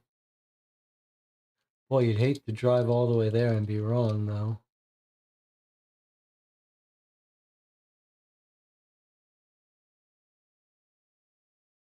So we're driving in this car, so we still have the gun, the knife. I just hate to not pick those things up if we need to. I wonder if we should disinfect them. Okay, no one is chiming in, so I'm just going to go for this guess here. I think that we're supposed to go to F3. 23 followed by the coordinate, which I claim is F3. Here we go. Yes. You find the right house, look at card 20. Okay, so now we're being sent to card 20. So we didn't miss it. It just came later.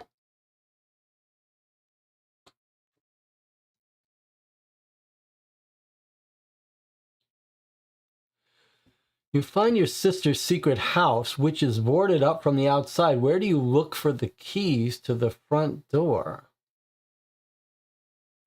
Okay, and it wants us to get rid of card 19, which was this guy slumped over his chair. All right, so we've got, this is what I was saying before. This is the first time we've seen this, where there's lots of numbers, and if you enter, you're choosing where to search, and if you enter the wrong one, only one of these is right. If you enter the wrong one, you get penalized a star. Okay, so I think this is where this is coming in. Now, what's this? Is this a picture of one of these flower beds?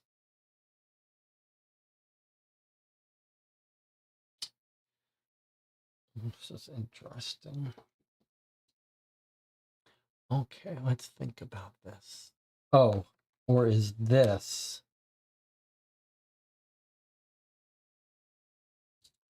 One, two, three, four, five locations. 1, 2, 3, 4, 5 locations. Got an X. Oh, that's just the boarded up door. Huh. What if you trace this? 0, 1, 2, 3, 4, 5, 4, 5, 6, 7, 8, 9. Doesn't look like it's anything, does it? 1, 2, 3, 6, 7, 8, 9. Doesn't seem like it's anything.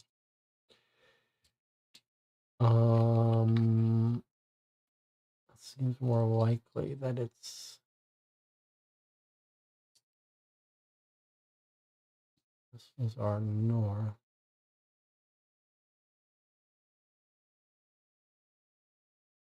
Huh. Could this X be the location? Is this our front door? And is this window 1, window 2, window 3? 1, 2, 3. There should be 4 windows. 1, 2, 3, 4 windows. I think this is what it is. It's right there.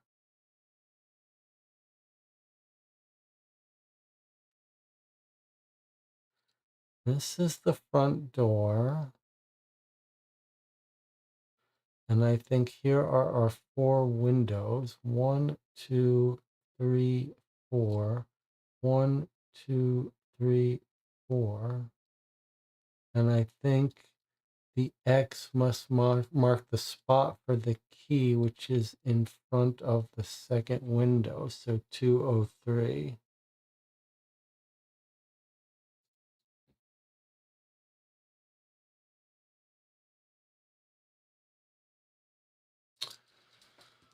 Okay, that's my best guess. 203. That X marks the spot for the key. Does that make sense with the rest of the house here? That this is the door in, and that somehow we can't see, but there's an extension of the house this way, and this is the main square of the house. I think that makes sense. It's offset this way, door is offset this way. There's no back door. Okay.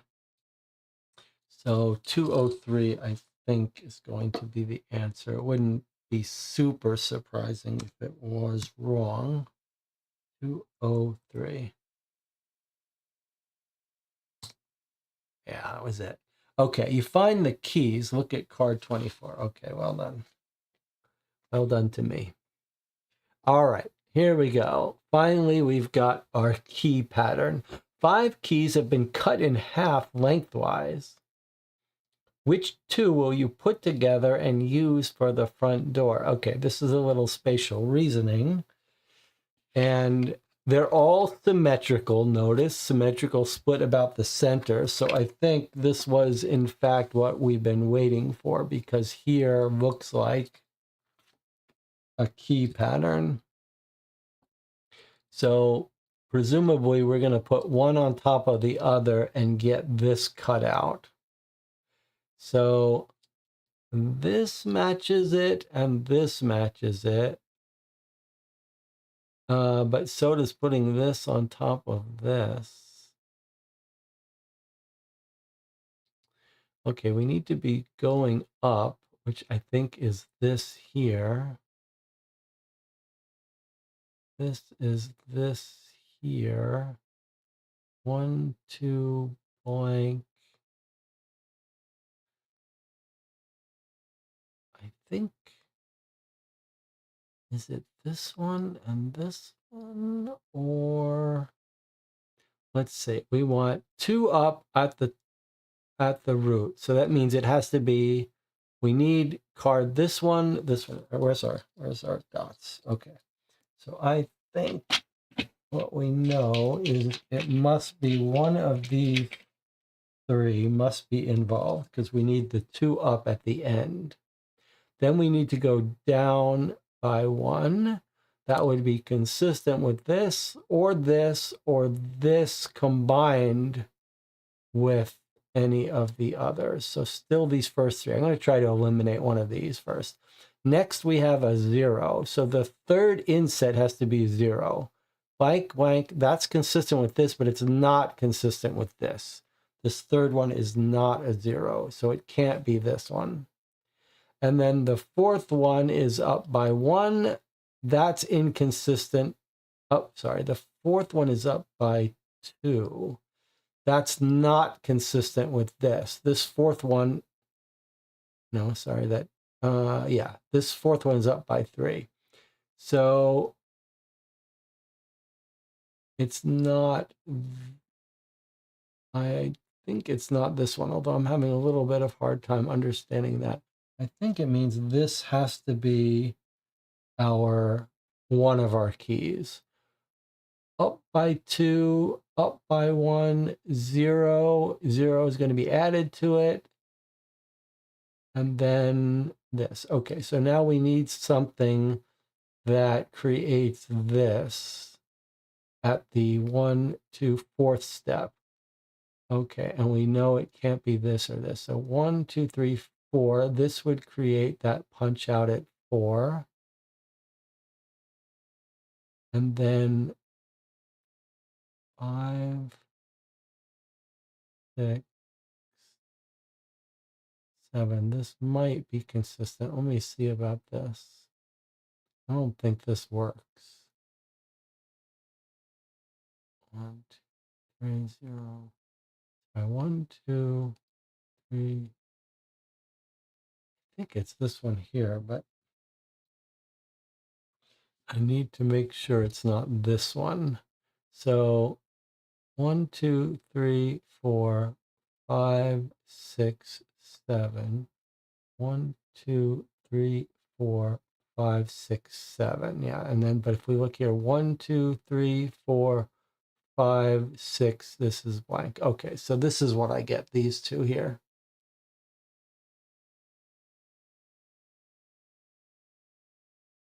Does anyone have a different answer than me.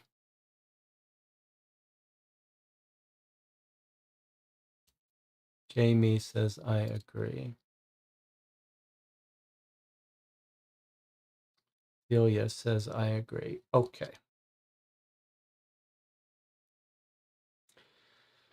All right. So given that everyone agrees with me, we're saying it's 243 plus 245, which creates this pattern. All right. So let's go in here. 240, 243, 245. Oh, I see it all. Okay, there we go. 243 and 245 gives us our pattern. All right, let's see. Yes, you put the two right halves together and unlock the front door. Look at card 25. Okay, so far we're doing well. Oh, we're in her house. Okay. We get rid of card 24, which was the lock keys pattern.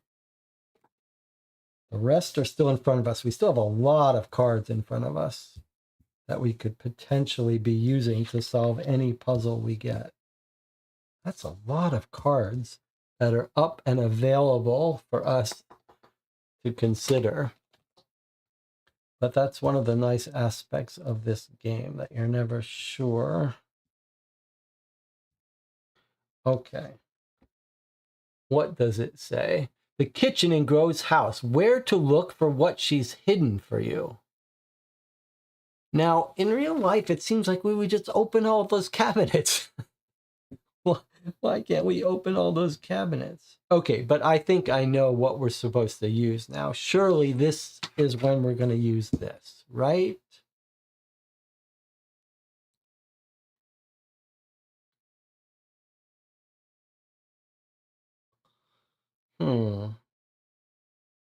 But how would you use this?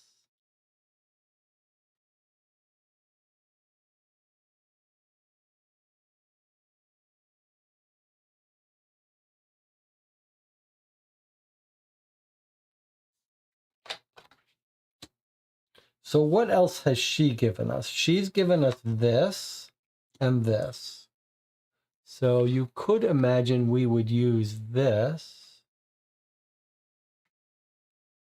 Or you could imagine this.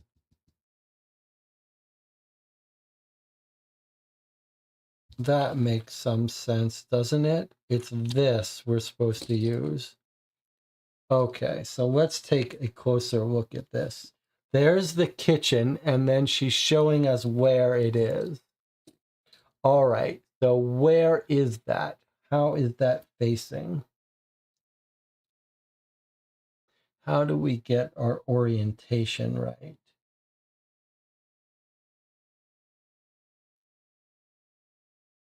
Is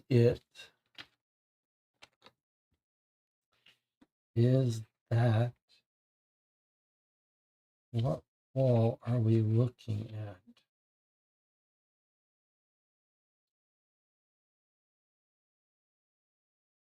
So we've got our windows here. So are those these windows? No, because we're in the kitchen.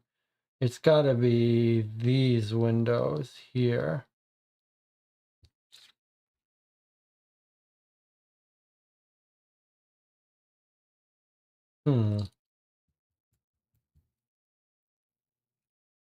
Surely this is it, but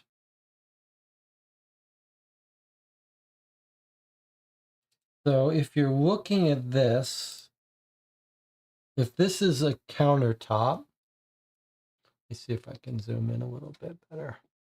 Okay.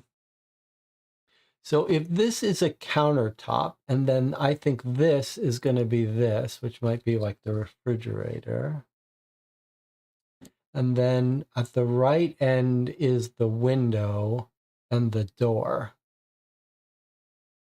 Not door, but there's this window I claim is this window. So I claim that this has got to be here. Then how would you know whether it was 253 or 252?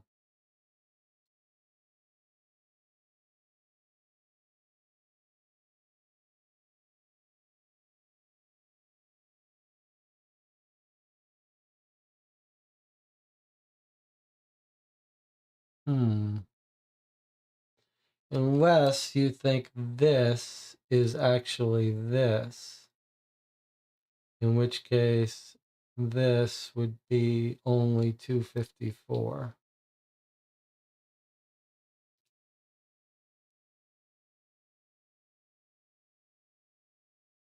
But this seems to be jutting out. It's not really consistent with either this or this.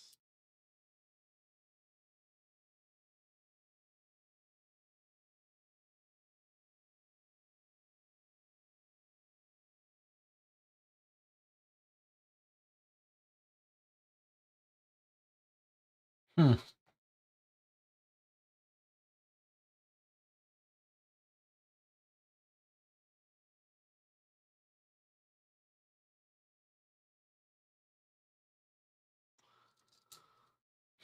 Sure seems like that arrow is telling us where it is, which one it is. But I have a hard time reconciling this with this. Is it a down arrow with a line under it? It is. It absolutely is got a line. I mean, it's an arrow with a line. But I don't know how to claim whether it's a down arrow.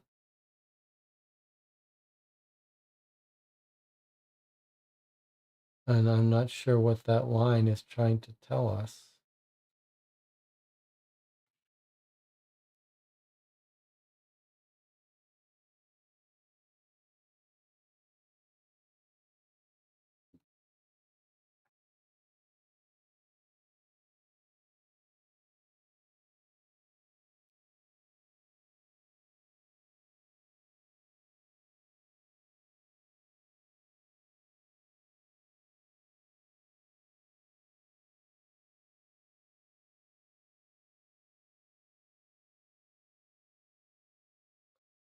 I mean, I guess if I had to guess, I would guess it means that we should be looking in 254 and that this area has to be this area. Don't love it though.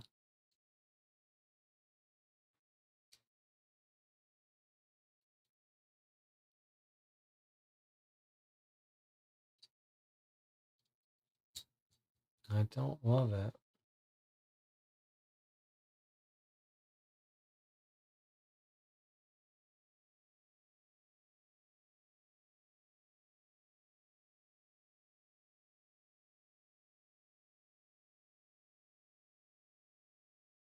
I do think that this is what we're looking at here, though, don't you?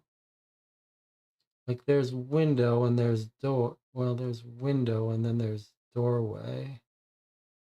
And this is outside clearly. So it seems like that is definitely there.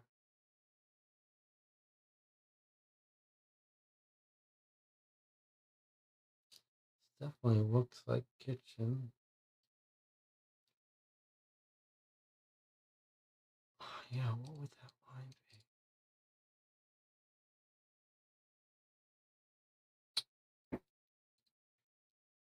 What about the other side? Yeah, the other side is this.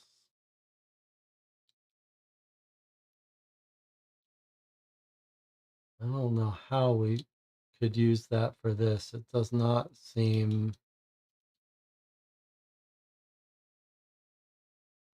Doesn't seem like we're ready for this here. I think this is for something else.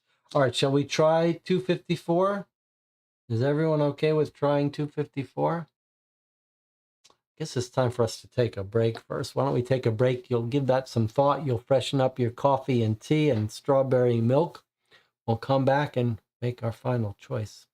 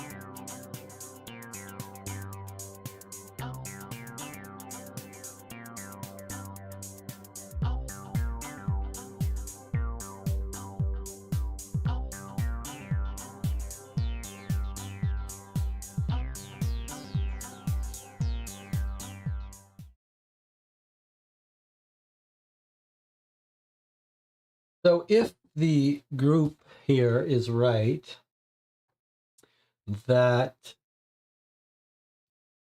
this is trying, that this is trying to tell us, as you're in the kitchen, that it's a down arrow, then I guess that brings into question the second part of this, which is it more likely than not that it's talking about this location? That's the part I'm sort of struggling with. Like, okay, this looks like it's countertop. So if this whole thing is countertop, it would suggest that, okay, countertop, it means we're here. On the other hand, like, what is this? Is this not a pillar? That means this? And so would this be this? Like, if you're right that it means lower, then it could be this one.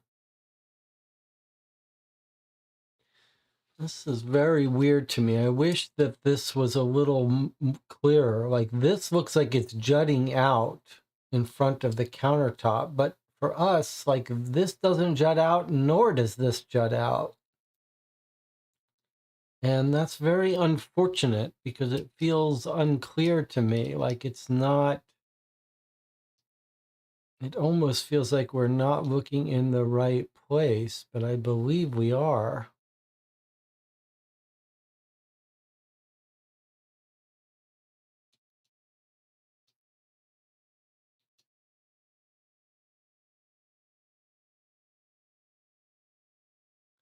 My biggest confusion, says Corsican, is if you align the map with the orientation of the room. Well, I don't know how you can decide that. That doesn't seem right to me. We don't, you could be anywhere in the house. So we don't know north from south from east. But if this is the kitchen, then you must be here looking at this. That must be our view, where to the right is out the window into a yard. And that's the only thing that seems consistent, that we are standing here looking this way. We're actually looking directly north from standing here. So to our right is the window. This is clearly a kitchen. I don't see any other place you could be standing where to your right would be window and counter. Like, this is clearly counter. You can't be in this room. Next to the window is a second tower of cabinets. Here, you think? I don't think so, but who knows? It doesn't, the diagram could show them there anyway. So I don't think that helps us at all.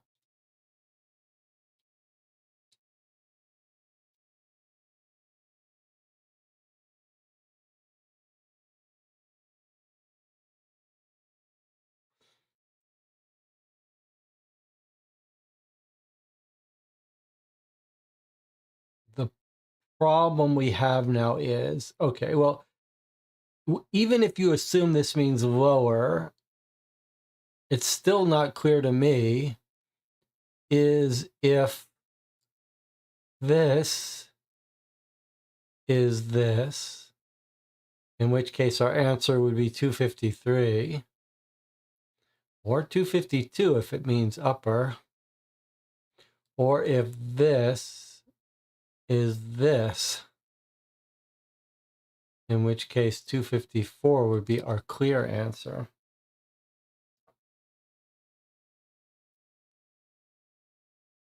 And why why one of these isn't jutting out like this is showing it, I don't know. I think you could make a case either way, that this diagram should show countertop as a different material than this stack of cabinets. Or you could say that this pillar here would be the one that would be drawn differently, and that this whole thing includes this.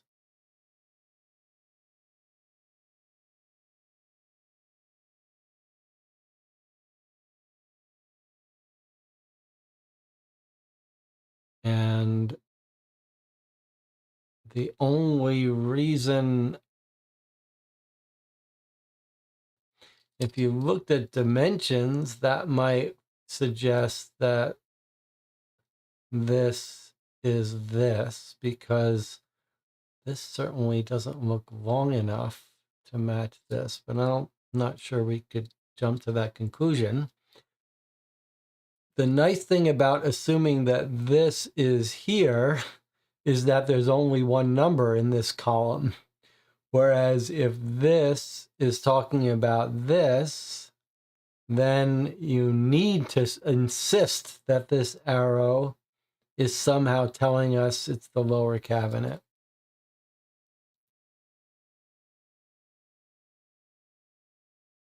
DJ says if it was 254, there would be no need for an arrow because there's nothing up high.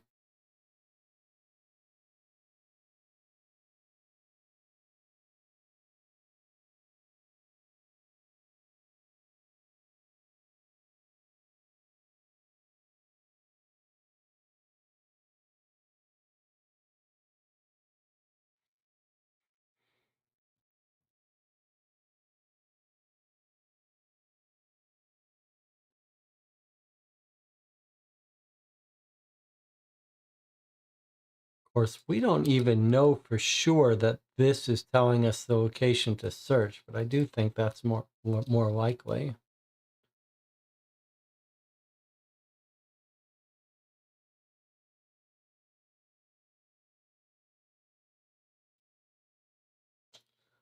I don't love this at all.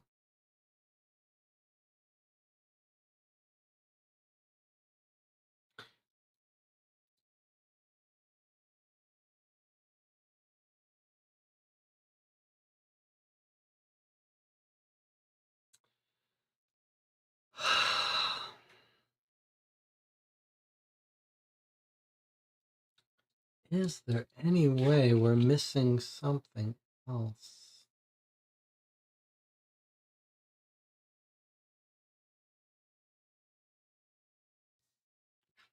All right, the group seems to think it's probably 253. I guess if I had to guess, I would agree with that. I'm not highly confident, though.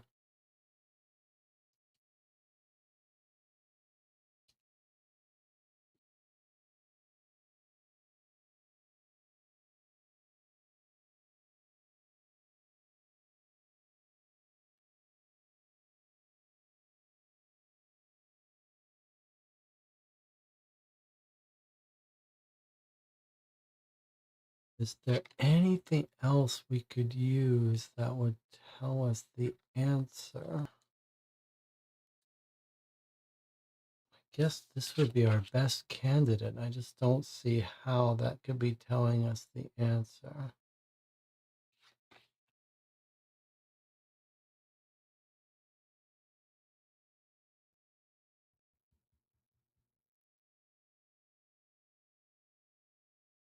I don't love this puzzle. Where are my bullets? I feel like I might have to use a bullet for this puzzle if we're wrong. Well, even if we're right. All right, shall we try it? Shall we try it? We can always ask for a hint if we need it, but okay, let's try it.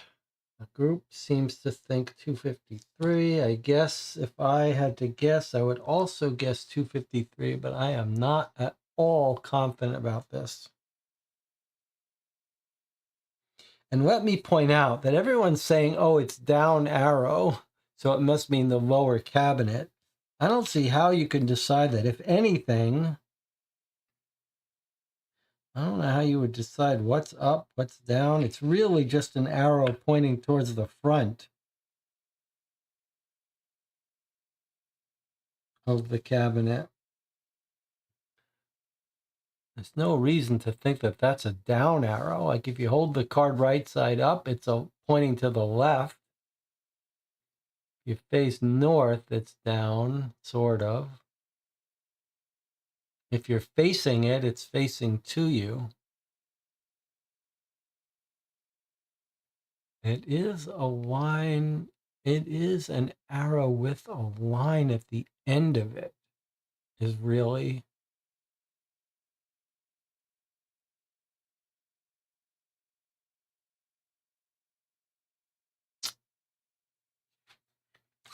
Boy, I don't love it. All right. Is the line black or red? It is red.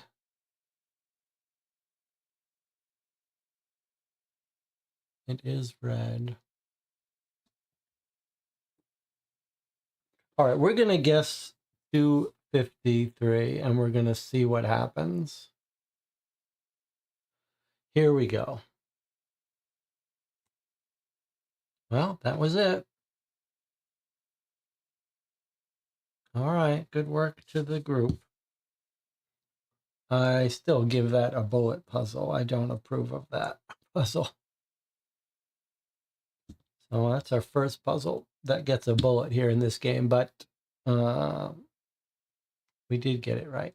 You find a safe. Look at card 26. All right, well, good work to the wisdom of the crowd there. Okay, here's our card 26. It's a safe. Now we're going to use the back of that card. Enter the code 26 followed by the safe code. Okay, well, now we recognize those symbols. We've been staring at them for a while.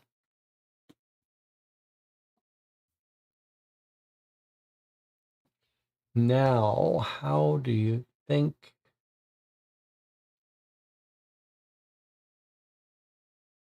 Probably we've got a 5-digit code, triangle, square, hexagon, triangle, circle.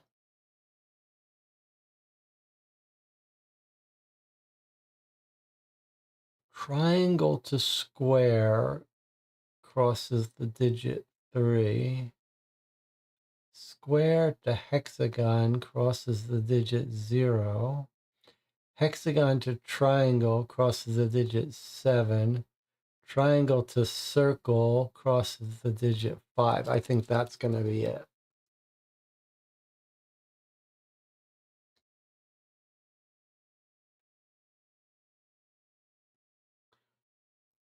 Triangle to square goes by a 3.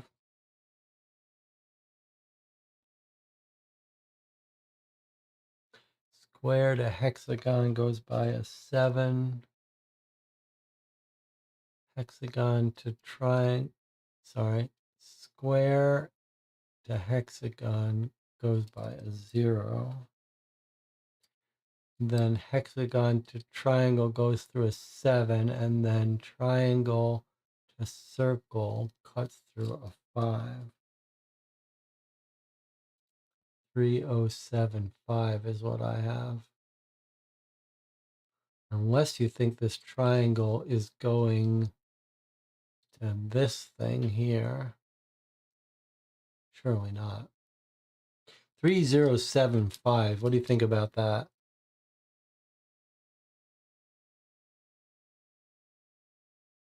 Three, 0, 7.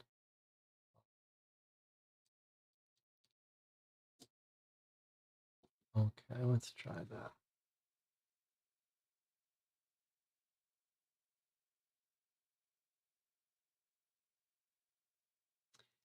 Okay, Delia says, it's probably the circle which has the cuts in it that we need to match on the symbols. I don't know what that means. So now I stop because I don't want to enter the wrong code. All right. You got an explanation for what you're trying to say?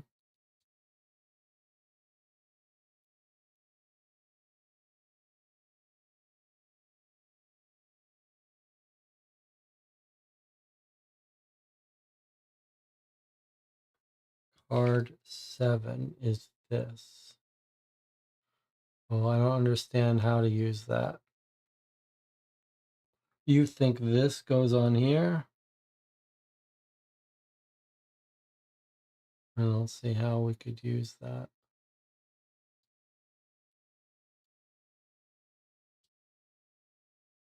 I'm going to go ahead and try this 3075. We'll see what happens.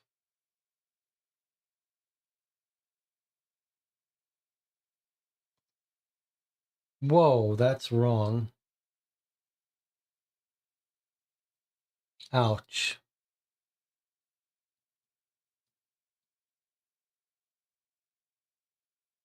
That hurt. Oh, 26 followed by the code. All right. 263075. Okay. That was right, but we lost a star because of that. I don't like that, but all right. All right, it was the right answer, though. You open the safe, look at cards 27, 28, and 29. Okay, well, that's unfortunate that I lost us a point. Okay. 27, 28, and 29, which tell us to get rid of card 9. Okay, we still got a lot of cards in front of us. And a full coded message. Okay, let's see, what do we got here? So that card has nothing on the other side, but this card looks like this. Okay, so this is going to be for decoding a message, probably for decoding this message. Double-sided. And then this one, enter the code 29 followed by the first word. Okay, you only have to decode the first word, I guess. And this we just solved. So it seems like we're done with that. All right, let's see if we can figure out what this is all about.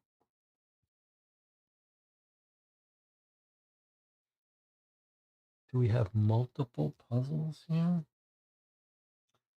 So a note from Gro's safe is just a this with a 5. No idea what that's about.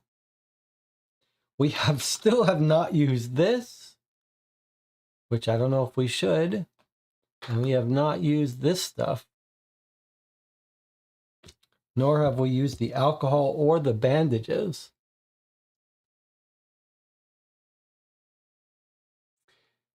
All right, so I don't know what this is about. 5 with a thing. It feels like we're not supposed to use that yet. And then this one is the message we have to decode. We only need to decode the first word.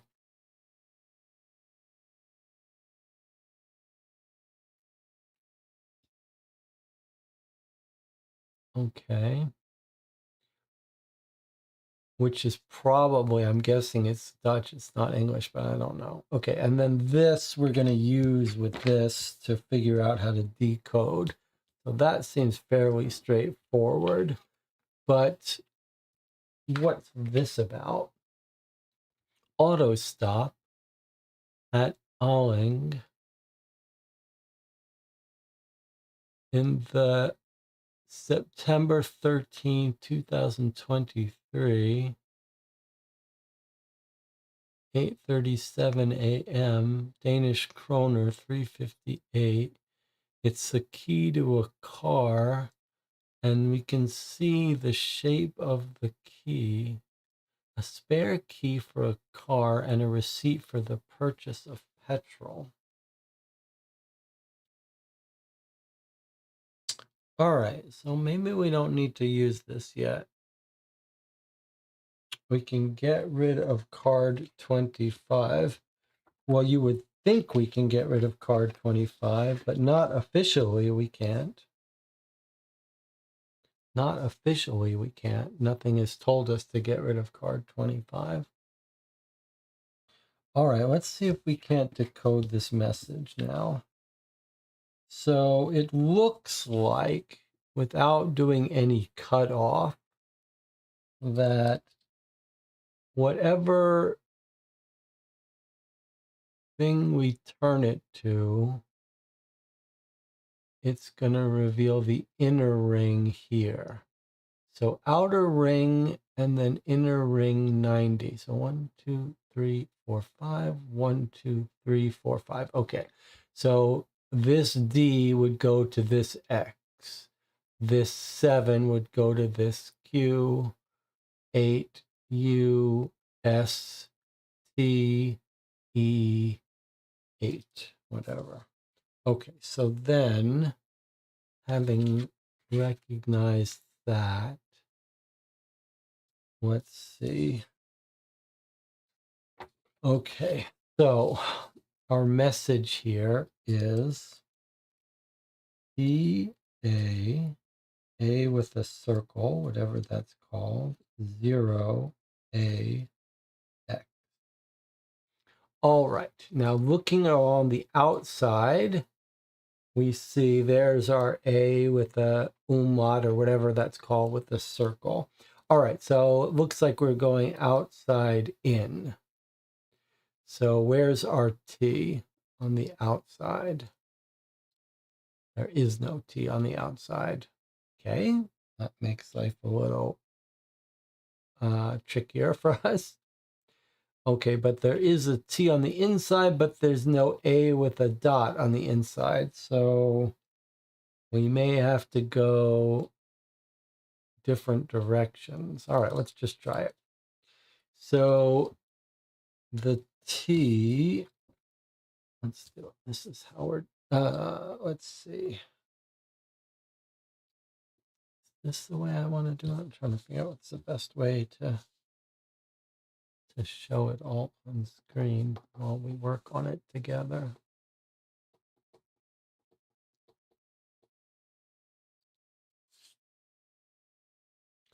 Okay, so that T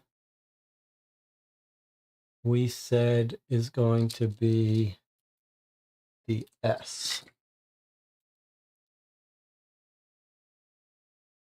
Right? In other words, if you rotate this D maps to the X. So by the time you get to the S, you get to the T. Well, that's how we went up that way. And now the A, we have to go again, same direction. No, the A, we have to go the other direction. So an A is on the outside, so it's going to go the other direction. All right, I'm trying to view this. All right, well, this is the stuff that spatial stuff that I'm bad at, but it feels like we're going to be able to do this. So the A is like as if this was up here. So that A is the second one here. So that should go to an I. And then the A with the circle, which is right there, we would align it like this. So here we had to go 1, 2, 3. So we go 1, 2, 3. We get to G.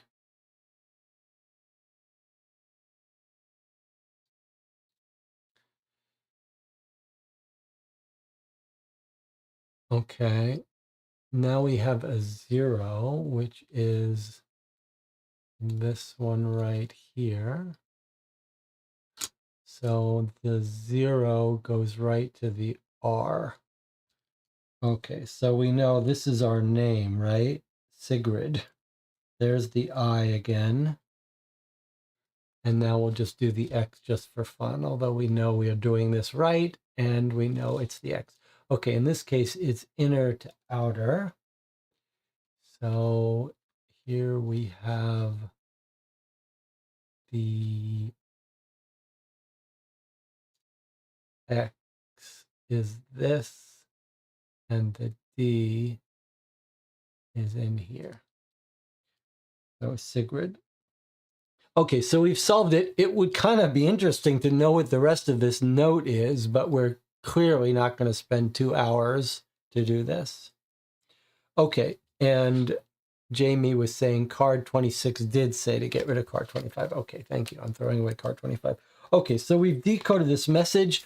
I don't want to decode this whole thing for the next hour. I'm hoping the app is going to give it to us when we solve this. That would be the right thing to do. Let's go in and put the first word here. So enter the code 29 followed by the first word. Okay, so let's put it in here. 29 Sigrid, which is our name. You managed to decode the letter. Look at card 30. Okay, so hopefully card 30 is going to tell us what this message says in English. Oh, very nice. Sigrid, Gaia is the secret producer of the hybrid fungus, releasing it on Bornholm and persuading the authorities to neutralize the island allows them to both eliminate our research results, blame the Danish armed forces, and secure customers around the world. You write down the decoded message on a piece of paper. Enter the code 301 after reading the message. Okay, interesting. All right, so we get rid of cards 6, 7.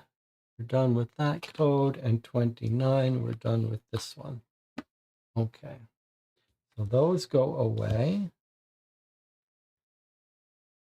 Gaia is the secret producer. So Gaia was the company she was working for.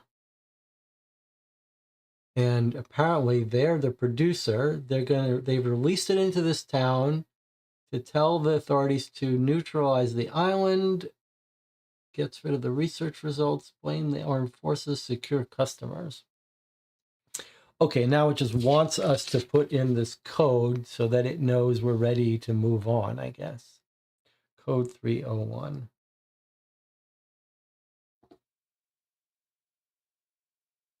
We still have not done anything with the gun or the alcohol. There's a hard knock on the door. Someone detected your presence in the house.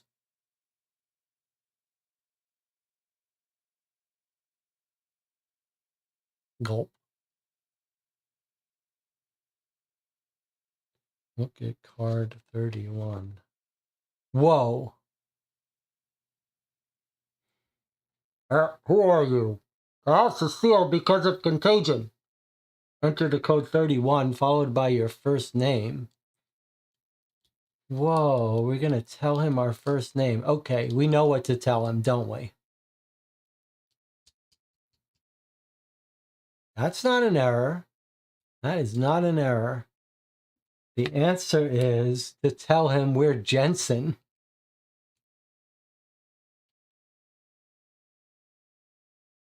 Yeah.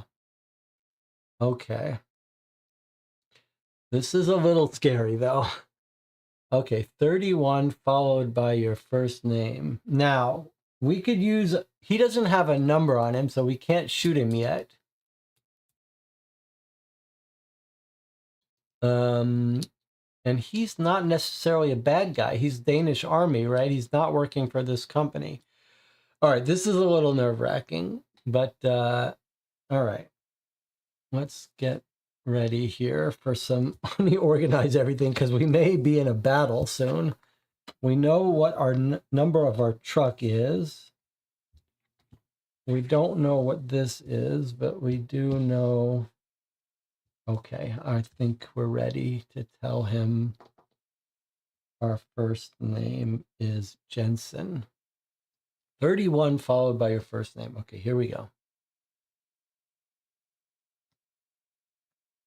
31 Jensen.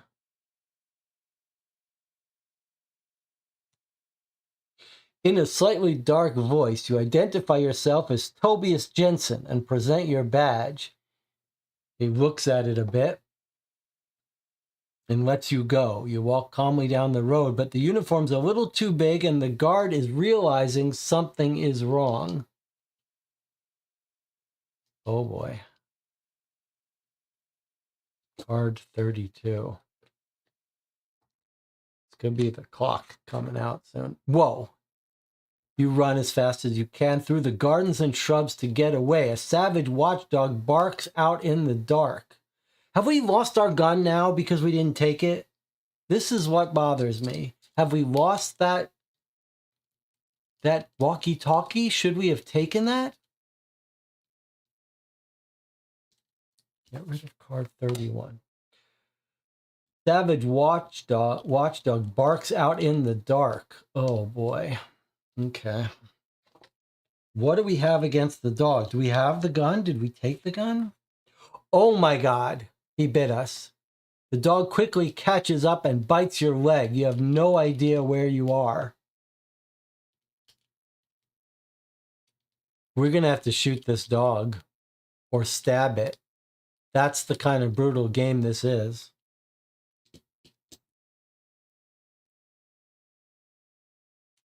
I really don't want to shoot this dog, but it's biting us.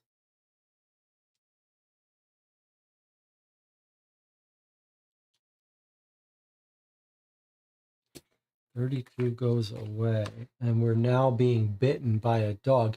You have no idea where you are. I think that doesn't mean like we're losing consciousness. I think it just means like we've been running in the dark. Is it a walkie-talkie or is it a stun gun? Now that is an interesting idea. But what kind of stun gun has all these numbers and screen? I mean, a stun gun doesn't have numbers and a screen.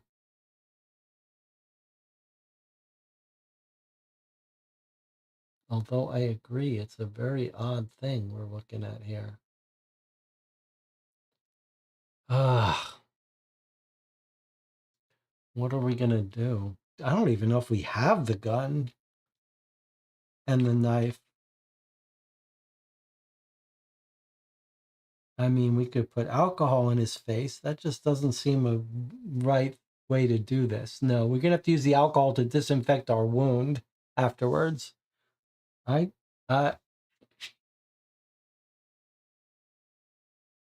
mean, I don't think this is a stun gun, right?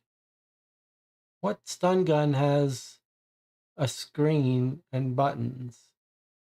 It says it's a radio, does it? Yes, a radio and a document. I'm afraid we're going to have to kill this dog. I mean, I don't see what else we could do. It's just a matter of whether we shoot him or stab him.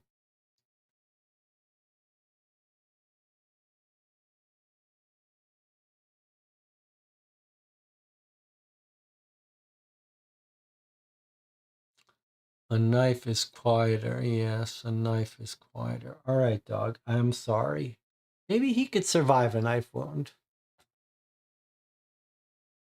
I'm not sure a dog would stop biting you. We don't even know if the gun is... If you stabbed a dog that was biting you, would it stop? I mean, you might have to stab it a lot. Right in the neck. All right, dog. Well, I mean, we don't have a choice here. We don't have a choice. It's life or death. It's life or death. I'm not going to let a dog kill me just because I don't want to stab it. I'm going to have to stab it. 211. And then, like, he shouldn't have bit us. I didn't want you to bite me. 211, 331. This is nothing compared to the first set of 3 games we played. All right, dog. I'm sorry. Everyone turn away if this is too much for you. You killed the dog.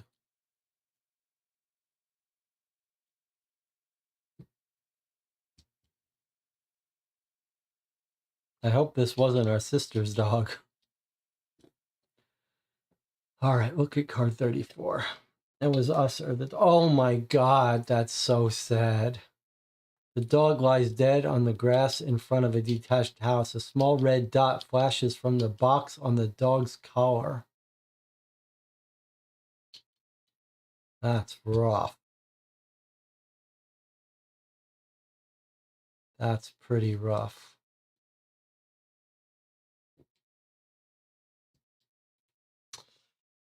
All right, well, we don't need the Jeep anymore.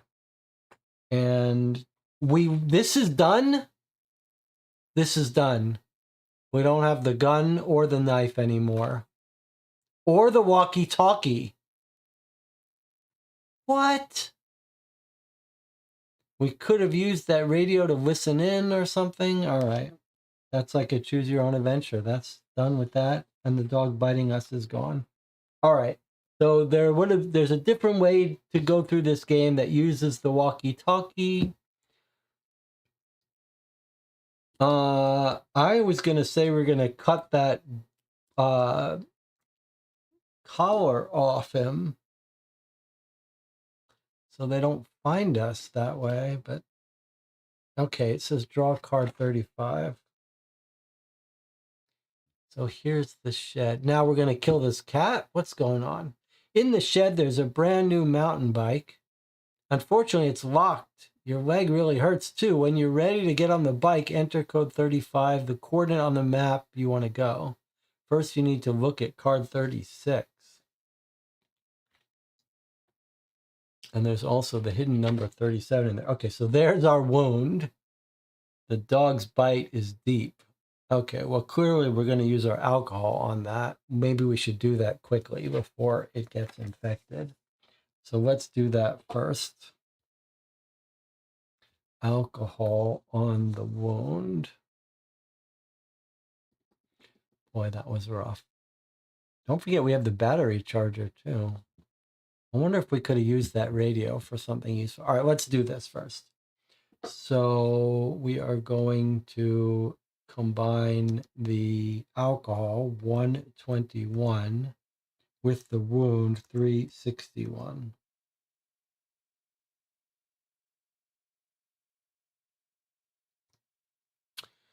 You have now cleaned the wound. Okay, so we've cleaned the wound. That's good.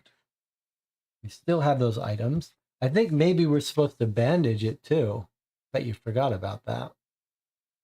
All right, I'm going to put a bandage on my wound here. 141 with 361. Should we use the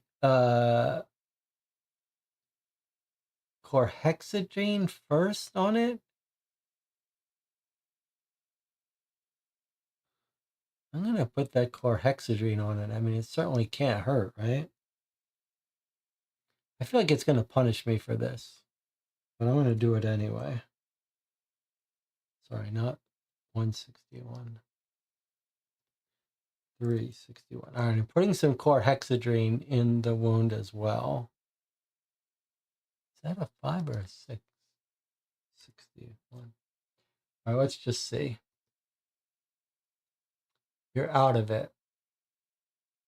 All right. Don't, and now it's going to punish me for that. All right, I don't care. 141. I didn't know I was out of it. 361. All right, let's bandage up the wound. Yeah, it did punish me. You stitch up the wound and apply a bandage. Okay. So we've done the best we can do to that wound that the dog gave us. And now we're back in game world with the dog and the bike. All right. Let's go draw the hidden card, 37. A birthday card, enter the code 37, followed by the 3 digits to unlock the bike.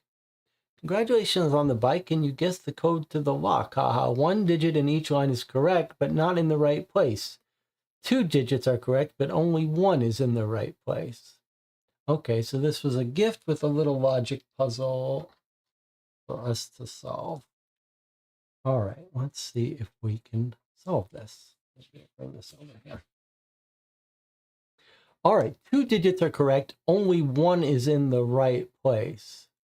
So we know that the last 3 digits are either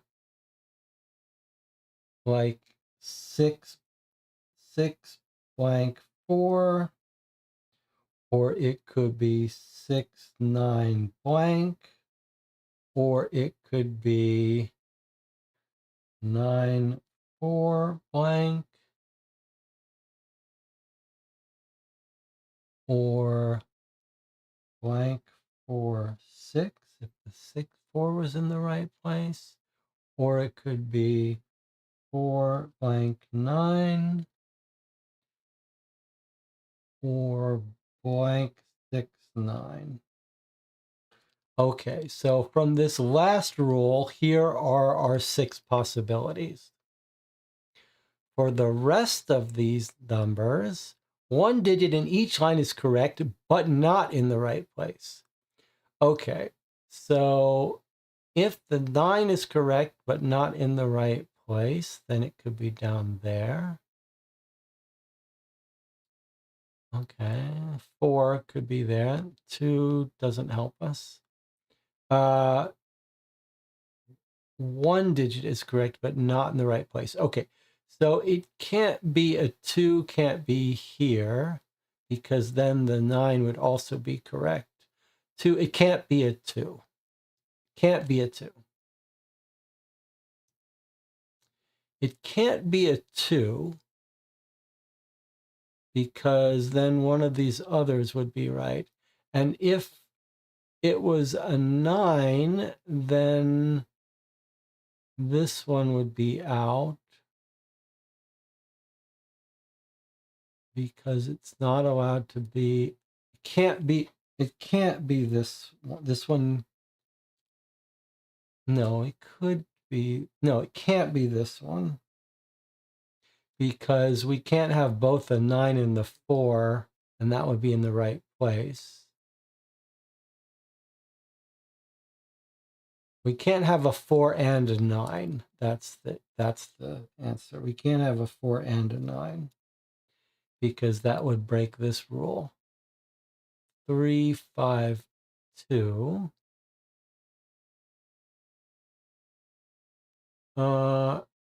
If 2 was the right answer, let me skip that for a second. 4 3 5. That would mean there's either a 3, a 5, or a 2. Okay.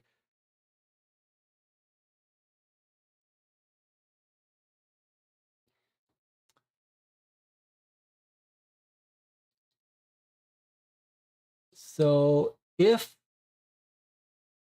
it can't be 9,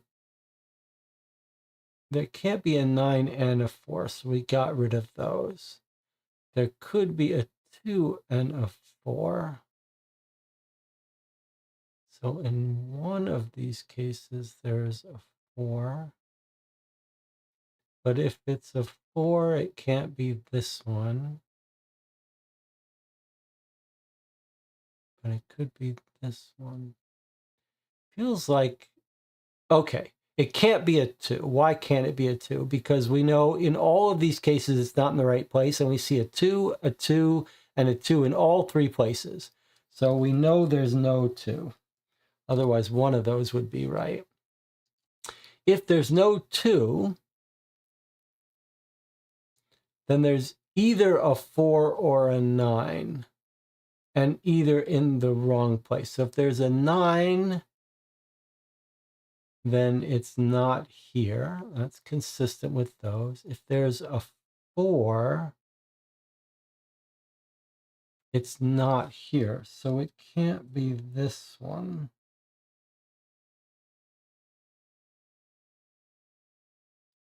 And there's no 2. What about, do we have the same thing happening anywhere else?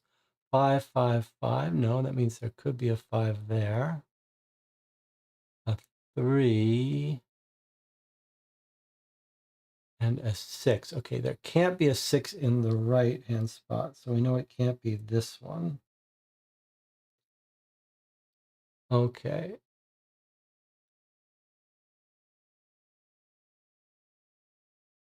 And it could be this one or this one. That means we've only got 2 choices here now.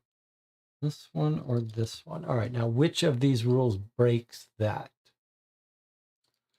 Okay, it's consistent with this.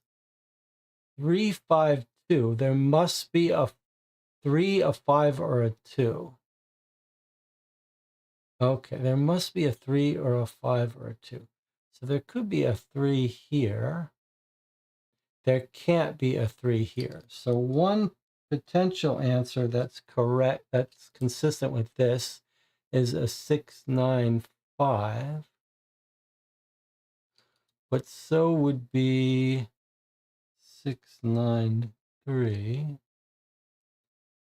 Can't be 6, 9, 2, though. But this one would be consistent with 5, 6, 9, or 2, 6, 9.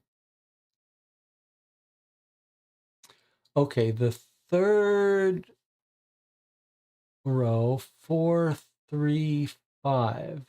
So we know it has to have a 4 or a 3 or a 5, but this has no 4 or 3 or 5.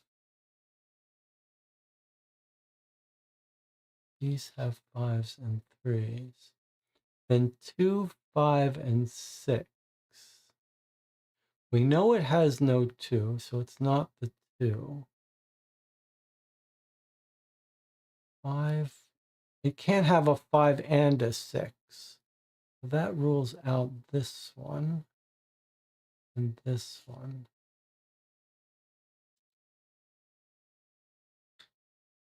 So I get 693. Let's see if that's consistent. Okay. 924 has one number that's correct, but in the wrong place. Yes. 352 has one number that's correct, the 3, but in a different place. Yes. 435 is only one number that's correct, the 3, but it's in the wrong place. 256 has one digit that's correct, but in the wrong place. And then here we've got 2 digits that are correct, the 6 and the 9, and only one is in the right place. That's the 6. So there's our answer, 693, and Delia agrees. All right, so let's unlock that bike. 37 plus the code.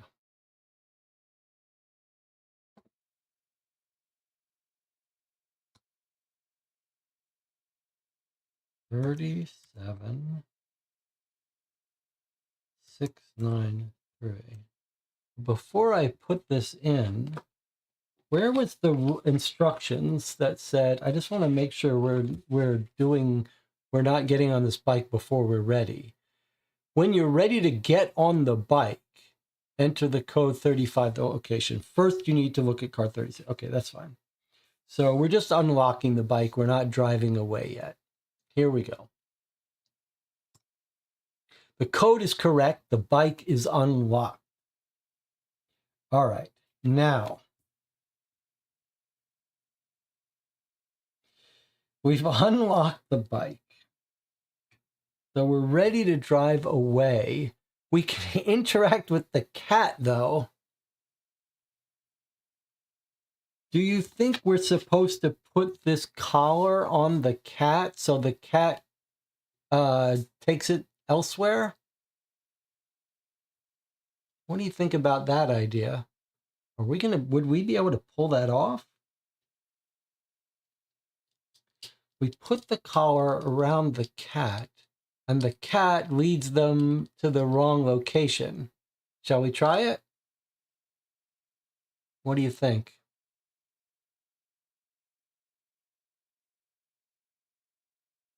How does the group feel about it? All right, everyone seems to say go for it.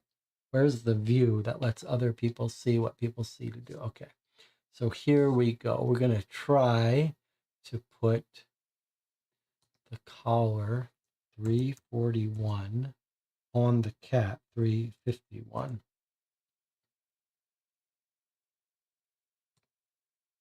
Yes, you lure the cat towards you and attach the box from the dog to the cat's collar. Then you scare it out of its wits with a bucket of water. It flees quickly. All right, well done. So they're off on a wild goose chase.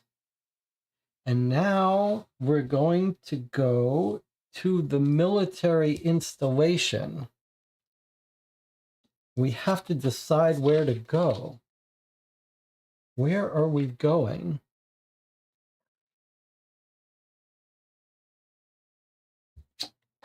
Where are we going?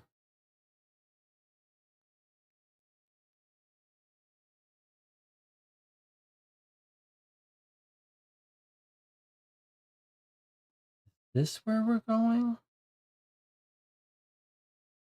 The coordinate on the map of the military installation. All right, so we still have this map.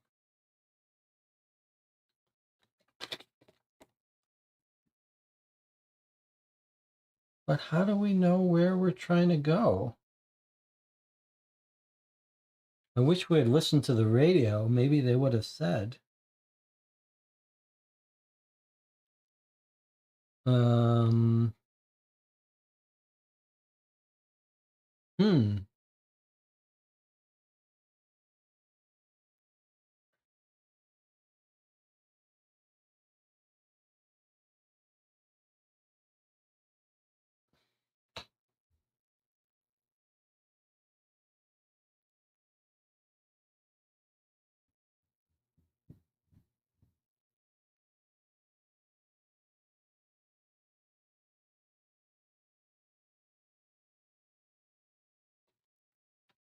Do you think it's going to be a building matching this shape?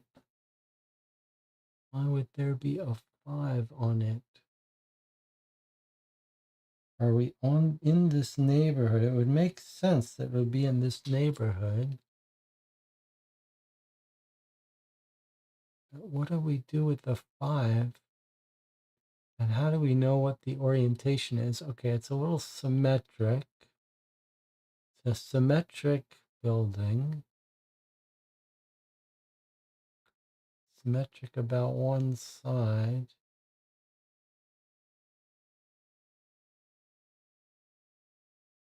With the 5, which I don't know how to make sense of that.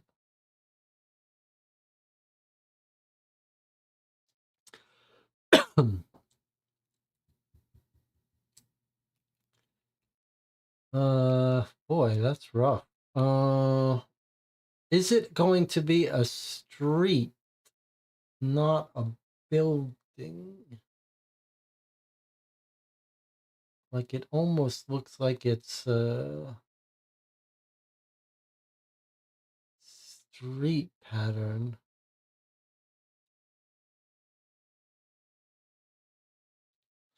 Unless you think there's something here for us to spot. I don't know now.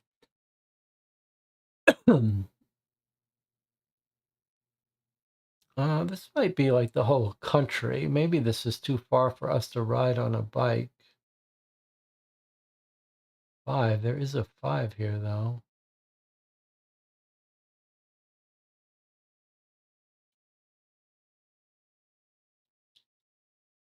What's 5? 5 is this whole.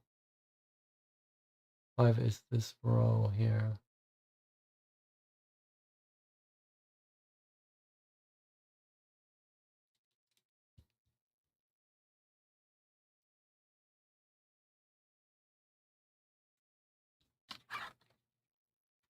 The red dots are military installations? You think so? How do you know?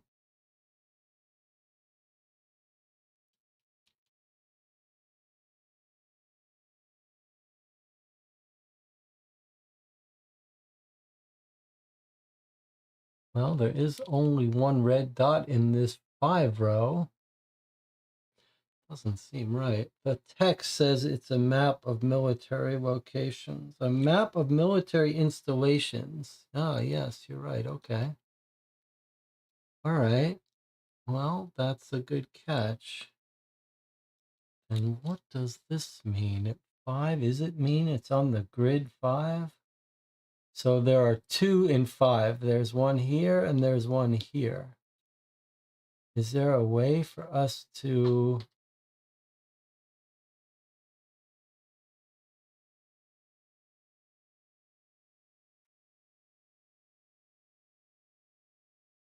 Is there a way for us to prefer one over the other? Boy, that's rough.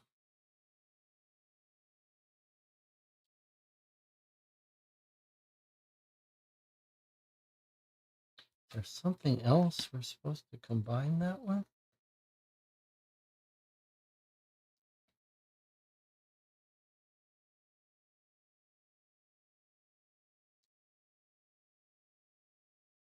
And is that 5 the same as our 5?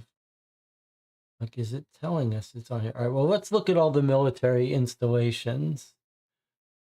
I don't know how we would make a use of that 5, though, if it wasn't something to lock us in here. And I'm not sure how we... I mean, there's 2 in 5 row. None of them look like this, though.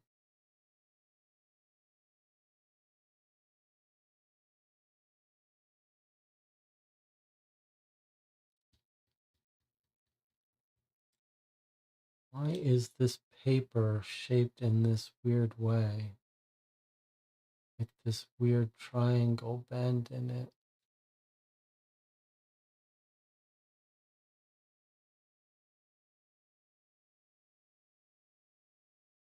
What a strange thing.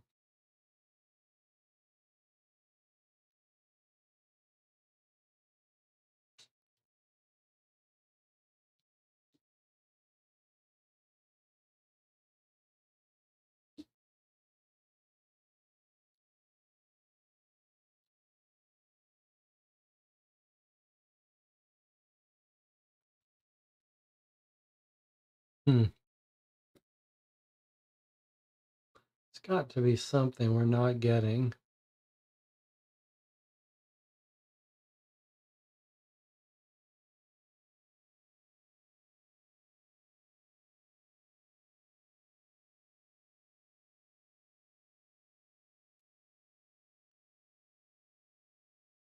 When you're ready to get on the bike, enter the code 35 followed by the coordinate on the map of the military installation you're cycling to.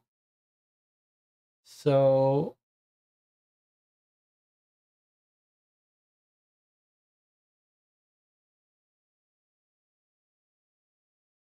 it's one of these red dots, but I don't understand how we're supposed to know which one.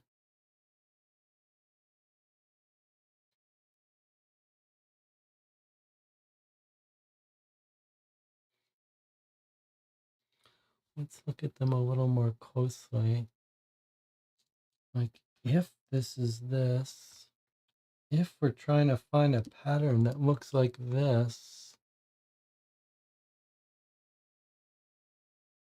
and we're looking at the red dots,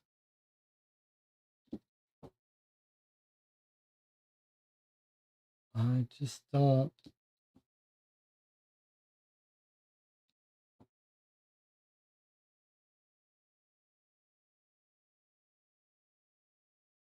I just don't see how any of these... I don't see how we would decide. If the 5 is all we have to go on, then this 5 looks as good as this 5, and vice versa.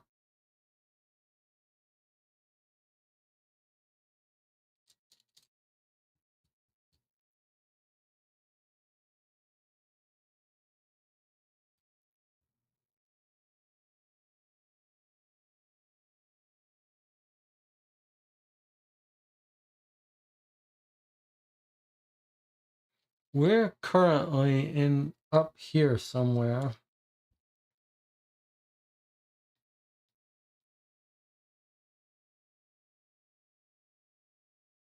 In some neighborhood up here.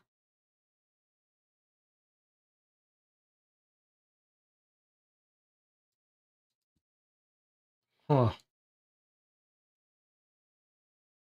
We don't have the radio. We can't radio for help.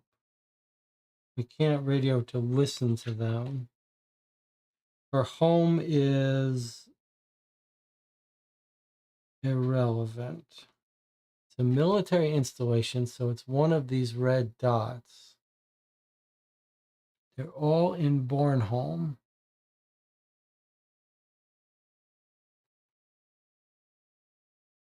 Gaia is the secret producer. And we're forced to throw away that guy's dog tags and all that.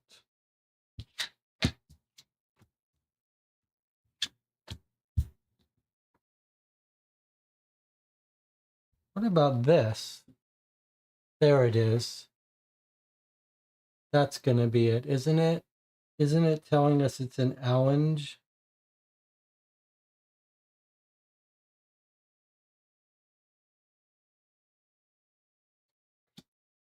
Is it telling us it's an Allenge?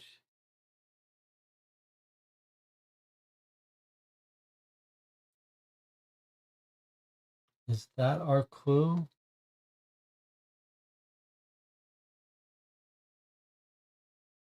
But I guess if she's gone, if that stop was from here to where we are in C2, it would make sense they would stop in Allenge to get petrol. All right, so I think this is where we're going,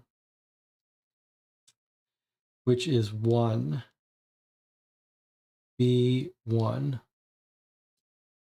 That's, I think that feels right. And the only thing is it ignores this, but that's okay. Nothing guarantees that that has any relevance to us. Okay, I think that's our answer then. Seems like the chat's in agreement. She stopped for gas in a Lynch on her way to or from the base up there. I like that. All right, so we're going to try that. We're going to not say Alinge because Alinge is B2, but really we want B1. 1, 2, 3, 4, and that's B. So B1. All right, let's give it a try. Let's give it a try. When we're ready, 35 followed by the coordinate. So 35 B1.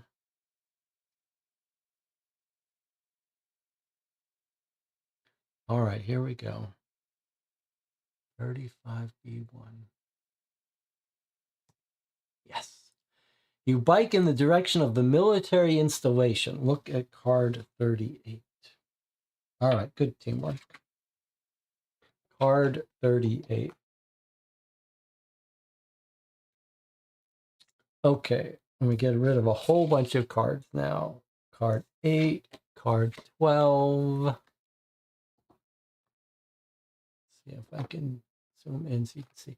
Okay, card 8, card 12, card 14, which I already have 14.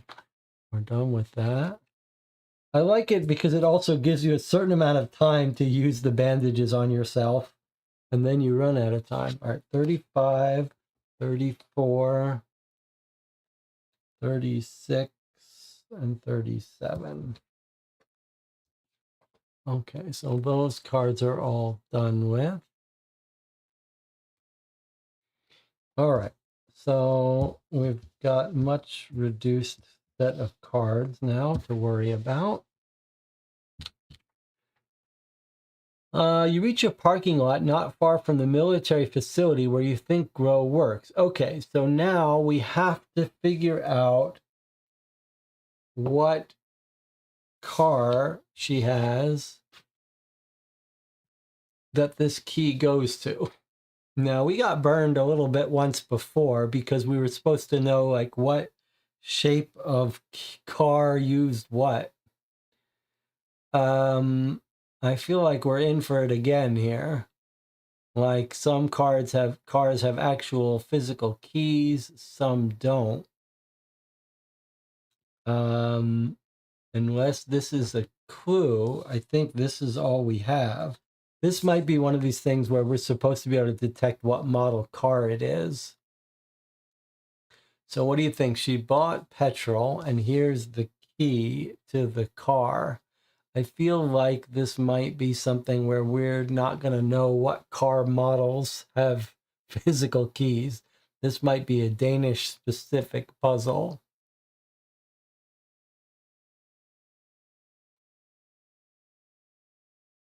Clearly, we're supposed to combine the key with the right car.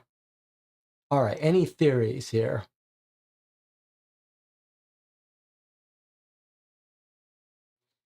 Can we zoom in? This might be time for me to get out my microscope.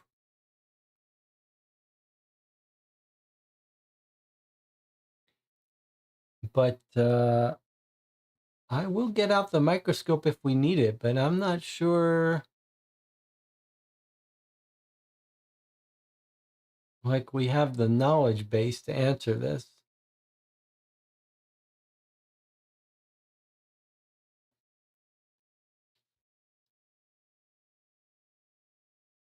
This is this is very similar to the other puzzle we had in the other game regarding a car and keys. Like it's almost identical of matching the car to the key. This might be a case where we're just going to have to get hints in the app. Because I'm not sure we're credentialed to figure this one out. This might be getting a bullet. All right, we've got people from Europe. It's it's 3 a.m. here in America. So we got to have some Europeans watching. But are there people from Denmark watching? Can you help us identify what car would take this key? Or is there something down in here that's telling us the model of the car? Or that it's petrol instead of diesel? Benzin, is this a car model? Should we look up Benzin and Disseret? Is that like the name of a car? The one on the right seems to have something different on the bumper. Yeah, it does seem to have something different on the bumper. Can I see that? Yeah, I don't know what we're supposed to notice from that. Let me, just for the fun of it, let me see if my system can work.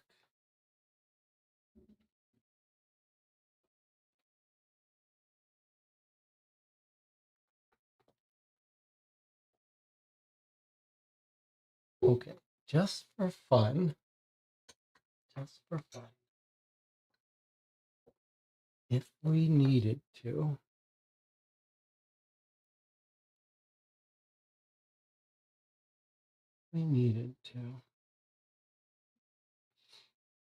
could we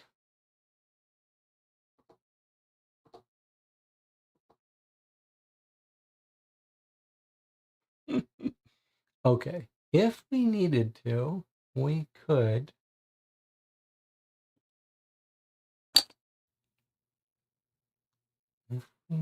now, we could examine this photo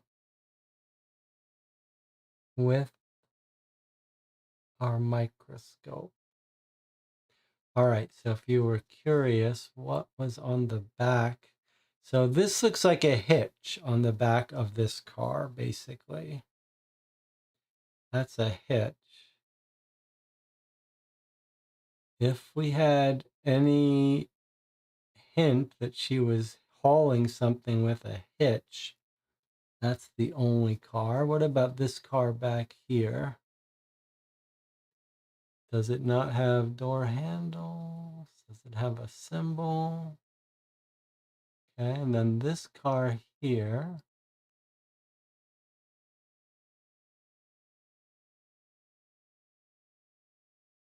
This car here.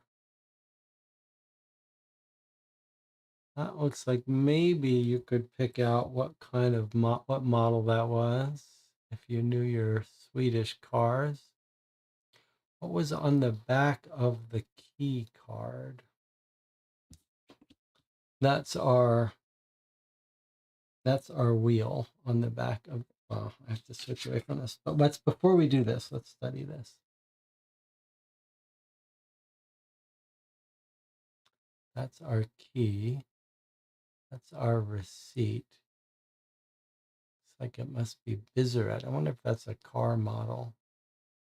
And what about the pattern here in the key? Any help that? Don't think so.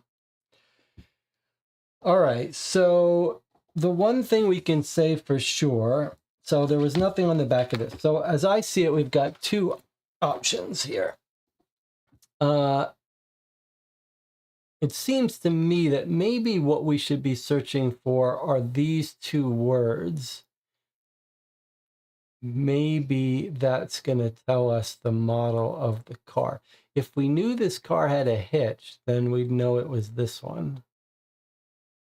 Although this car, you can't see if it has a hitch. Do we really have no Dutch, Danish people who can help us know what kind of car that goes to? I want to search. I'm going to search here and see if we can get a word here. So benzene is one of the words on that receipt. Benzene is a brand of car. Okay. Benzene is a brand of car. So that receipt is telling us that this is a Benzene. Okay. Now what about this other word that's down here, which looks like Bizarette car? No, okay. Benzene car. Benzene? Yeah, Benzene car. European online auction platform. Oh, maybe not.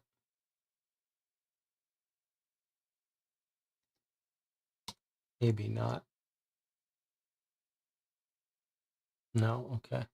Benzene in Europe means gasoline, regular for cars, not diesel. Okay.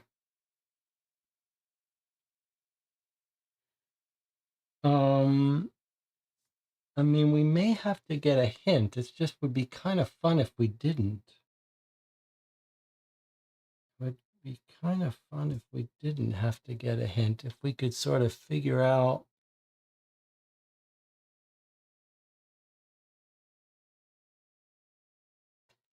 bought gasoline. I'm wondering if this isn't the end of a word.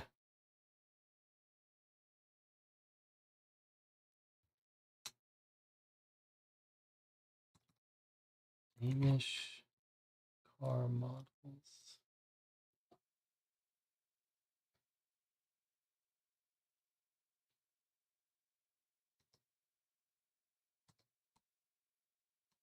Brown, black.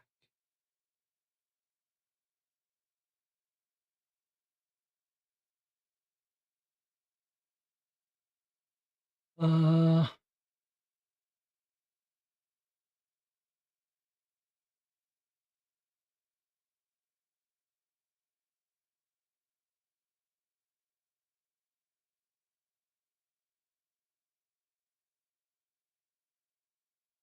R, B, round, black, circle.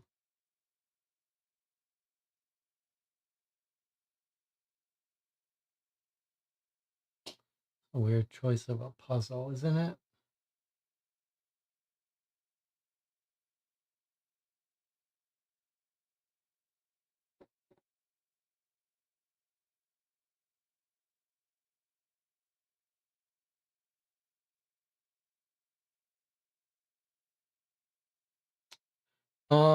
Hmm. Well, let's see. We got one other option. We're gonna have to give up soon, though.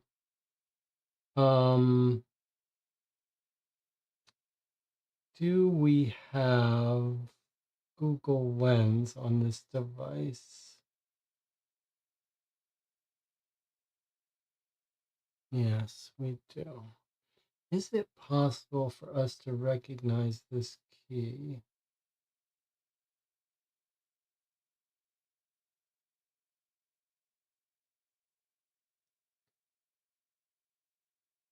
That did not help.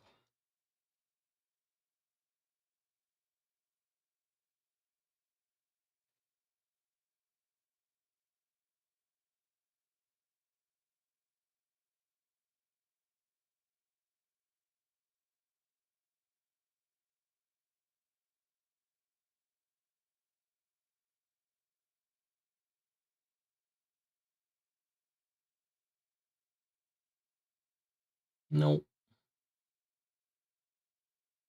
Fun idea.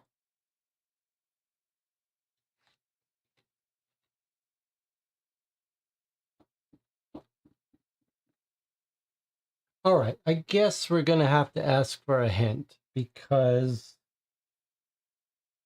I don't see how we otherwise use our brains to open that up. Should we assume it's a car boot key and therefore has to be that number 383 that seems to have a place to put in the car boot? All right, let's not spend an infinite time here. We're going to ask for a hint.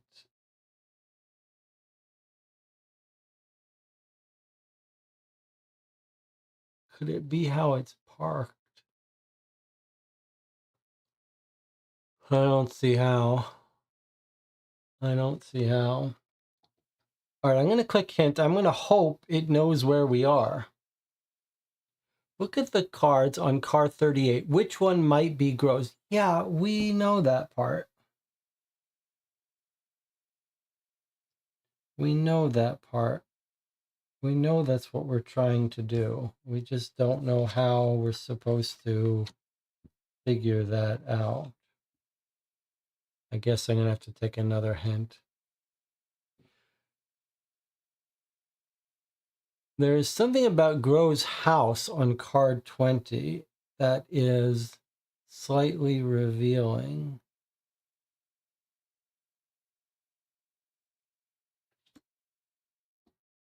Okay, well, there's the house. What's slightly revealing? Oh, there it is. She's got a hitch. That was it. We suspected that hitch might have something to do with it. And it was the only car with the hitch. Okay. That's not terrible. I mean, not great. It's not great. It's not great. But it is something that doesn't require us to know the brand. And we absolutely did notice that that was a hitch. In fact, we microscoped it.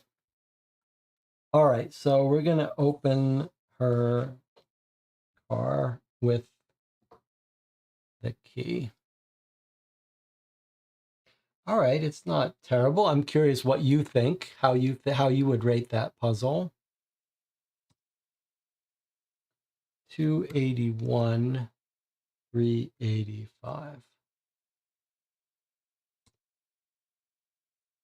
You open Grove's car. Hey, look at that. It wasn't a starred puzzle. So maybe they... Corsican says, I would rate it as not the best puzzle, but not too terrible. It is weird that there are no star assignments from that. Okay, look at card 40. Okay, there's our 5. In the glove compartment of Grove's car, you find some torn notes. Okay, we got this, and we got a jack, and what do you call that cross-shaped thing for changing tires? Lug wrench. Lug wrench, good. For taking the lugs off the wheels. You open the trunk, find a jack and a cross wrench, they call it here. And we see also the license plate down there, which looks like it's something 22805. Let's keep that in mind. Got lug wrench, we've got a car jack. We're told we can get rid of 28, 38, and 20. Okay. So we've got license plate, we've got car jack, we've got lug wrench, and we've got this, which clearly goes with this.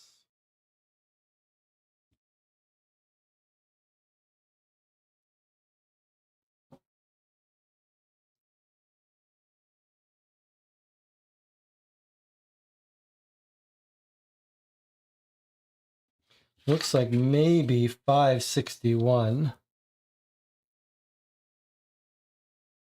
561.3. I think that's what this we're meant to figure out. Like if you line this up with this, it's not, it looks like it's 19, but it's not. I think it's 561, and then this 3 would go over here. So I think the code we're looking at here is 5613.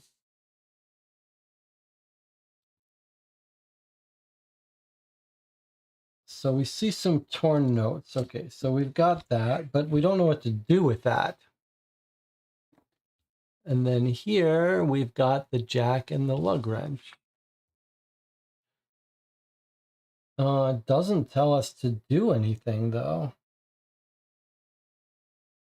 A little odd.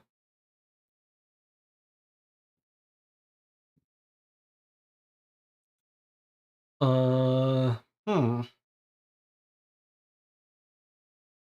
And we could combine the lug wrench and the jack. But why would we do that? And what do we do with these numbers? That doesn't really help us. Did I forget to draw a card? Oh, look at card 39. Thank you. Look at card 39. Okay, that's better. Okay. Oh, they're looking for us. You sneak up on the guards. They don't seem very attentive, but they regularly walk around the enclosure, so you'll have to divert their attention for a long time. I see a secret number there, 41, so let's go grab that. Mines, it's a warning on the fence that says mines. And with the 411 we could use. Okay.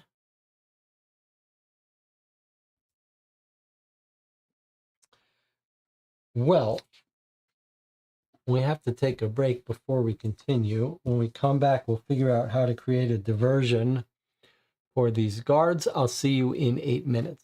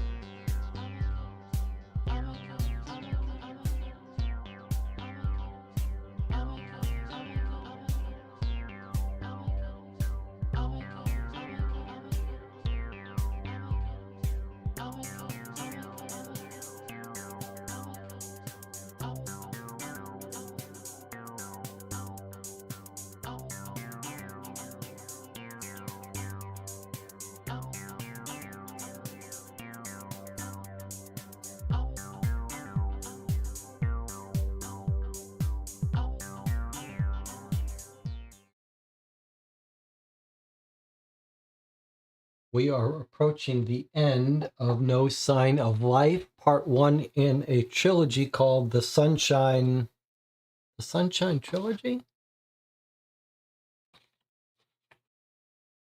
I just noticed something weird on the back of this box. It says 1,000 liters equals 1 meter cubed. Okay, so we've found the military base, and now we need to create a diversion. Sneak up on the guards. They don't seem very attentive. They regularly walk around. You'll have to divert their attention for a long time. And we see by the gate it says they're mines. So it seems like we're going to try to trigger some of these mines. We don't have many cards that are still in front of us, so there aren't that many objects to use. This card has numbers. Don't think we're ready to use those yet. So I think maybe, are we just going to throw something over the fence? Like throw the jack over the fence?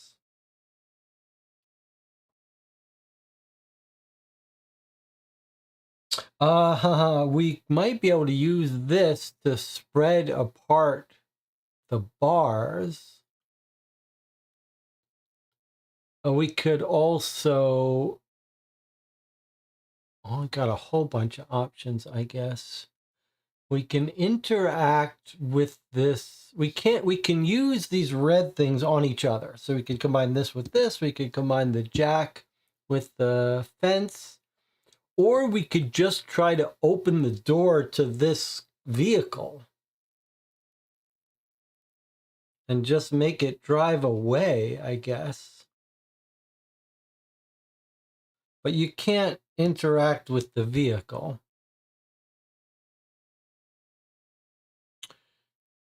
$22 and $23 we were told to get rid of. Is that right?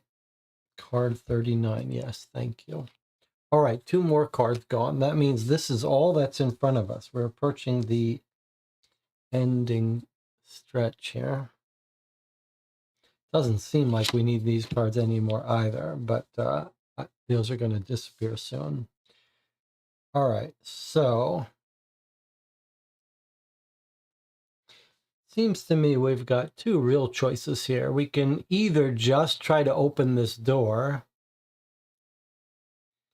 or we could try some interaction here.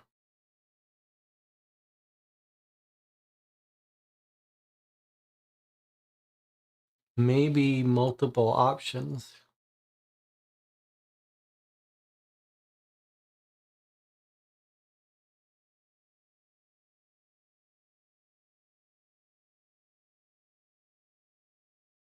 Any thoughts?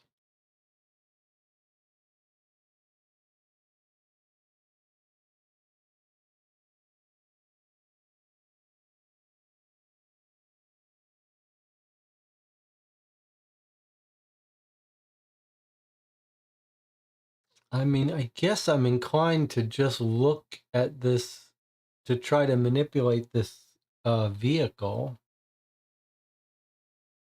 Maybe we'll get something from inside it.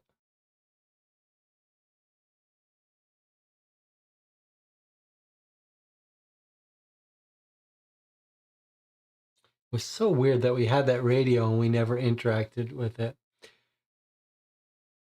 So another possibility, though, is that if we interact with this before we've distracted them, that they'll come over to us. And maybe we should do this first. And then go do this while they're distracted. That's tough. It's tough because of this weird black number rule, where you never know what it's going to have you do.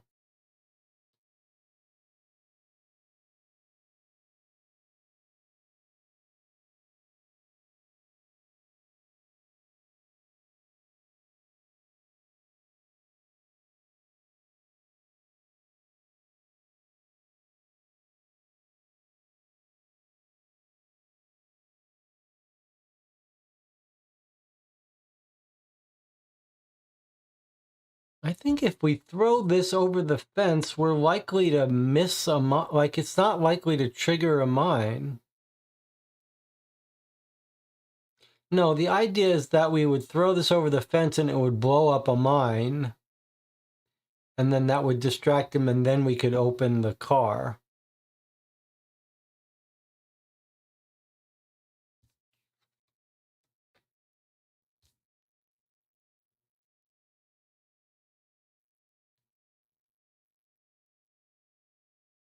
I think... Yeah, we don't know what will happen if I put this car number in, but I think that's what we're going to have to do, because the other stuff is too far-fetched. It's not like we can open a big enough hole to drive the car through, so I guess we're just going to try to interact with this car and see what happens. But it's not just looking at the car. The chat is saying, like, let's look at the car, but you don't really have a choice like that. You don't know what it's going to do when you try to interact with it. So I guess we're going to try to interact with the 351, but we don't know what's going to... Sorry, 391. We don't know what's going to happen. So here we go. You carefully sneak up to the guard's car as they're going around the enclosure. Look at card 43.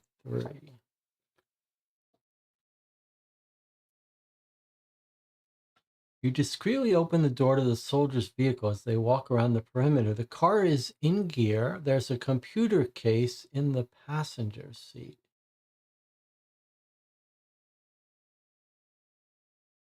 Okay, it's in gear. What are we looking at here?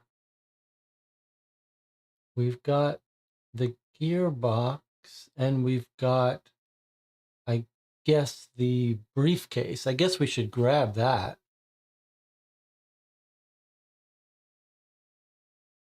Guess we should grab 432, right?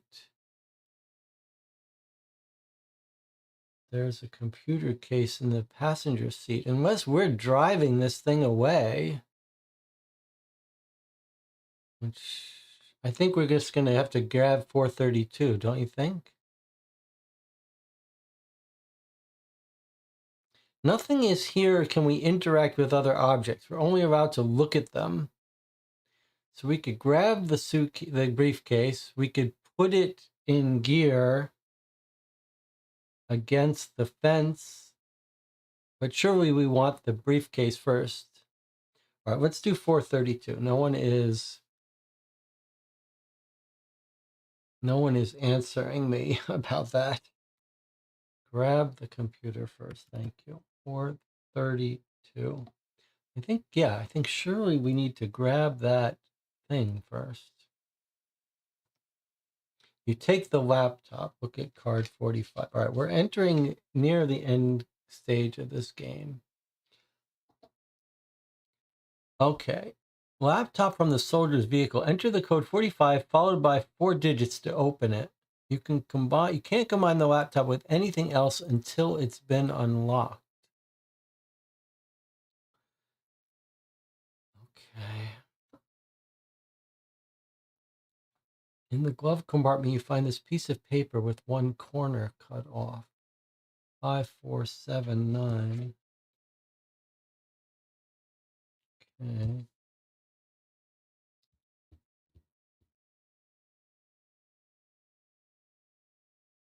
More papers that look like our torn numbers. Look like they're related to this stuff.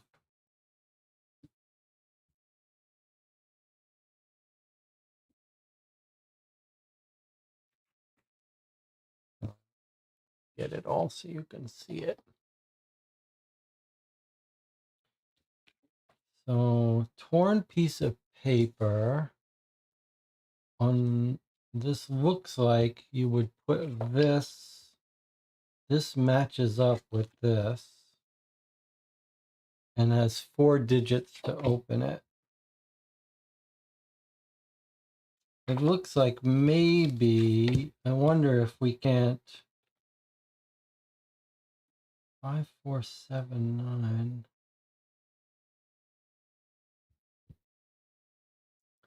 Definitely looks like these all go together to open it.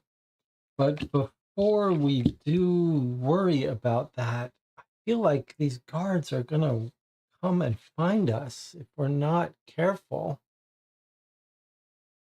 Like, we need to create this diversion. If we try to open this suitcase before we create a diversion, I think we're in trouble. You open the door, they walk around the perimeter.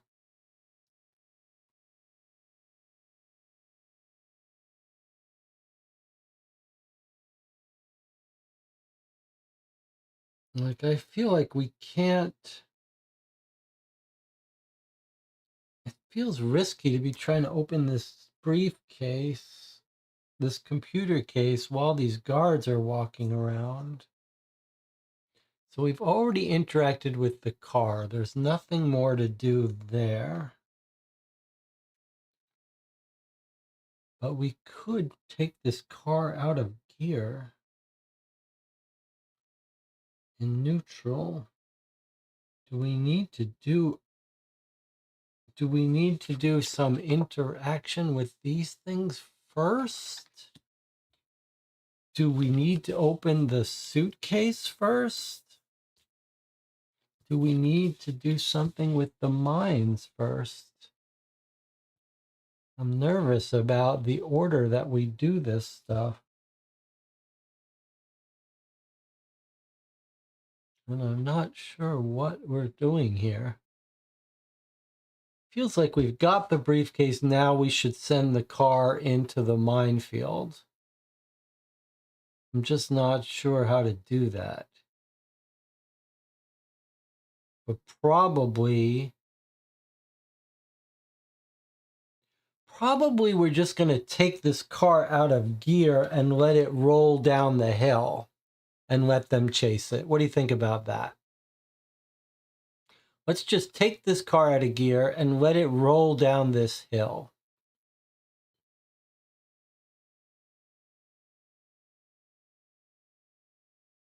Then they'll chase it and we'll have to get through the minefield. What do you think about that? That makes sense to me. That makes sense to me. Unless this is how we're escaping. All right, let's take this car out of gear and see if it rolls away and they chase it, or if we screw ourselves over. I really am not 100% sure here. Okay, we're going to try to take this car out of gear.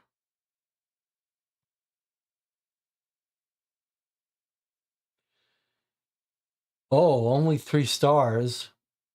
You put the car in neutral, it rolls down the hill where the guards are walking around the perimeter. Well, that doesn't look like it worked out too well for us. Nothing happens. Boy, that's weird.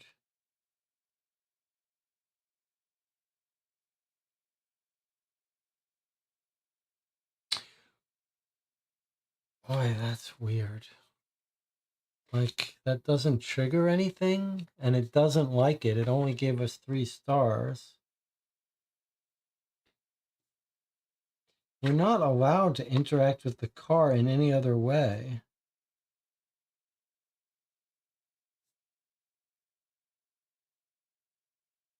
Boy, that's weird. They roll down the hill while the guards are walking around the perimeter. All right, well, weird. Well, here's where we are now. Like, we can't interact with the car anymore. You can't tell it to take off the wheel of the car. This is the only thing. These are the only cards we can interact with. So we could either try to figure out how to open this briefcase, Or we could interact with these three objects.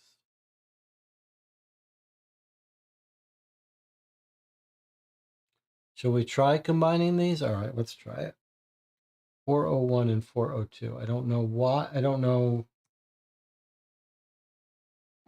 401 and 402. Let's try combining these and see what happens. No, it doesn't like that. And that's going to punish us.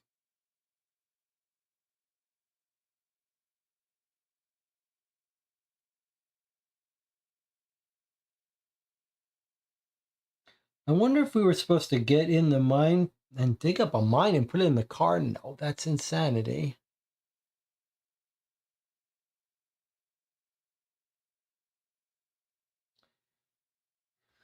I mean, we could try to use the jack to spread the fence so that we could climb through it. You know, you can see it could be used to open up. I'm going to try this. 401 with 411. I'm going to try to use the jack to spread the fence poles so that we can climb through.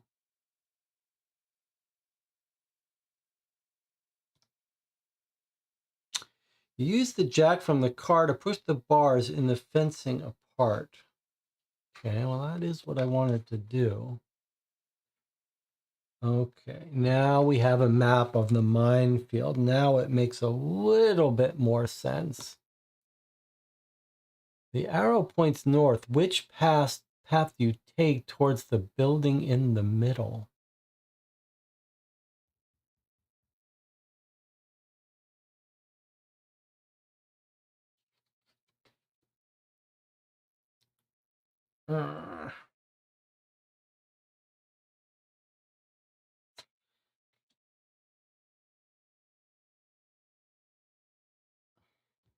I guess there might be multiple ways we could have caused a distraction, and maybe rolling the car down was one of them.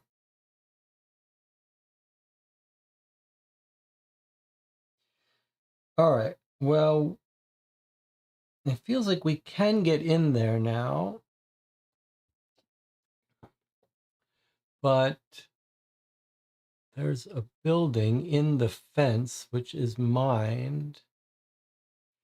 The arrow points north. Which path do you take towards the building in this middle? This is a very awkwardly phrased thing. Like, shouldn't we be at one of these locations? I mean, this is like saying, you're here, now which path do you want to use to get here? Like, what are you talking about?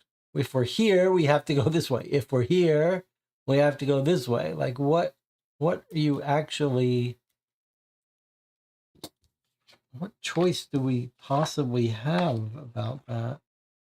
But I think now we're going to have to open this briefcase, because I don't see how we answer that question without the computer in this computer case helping us.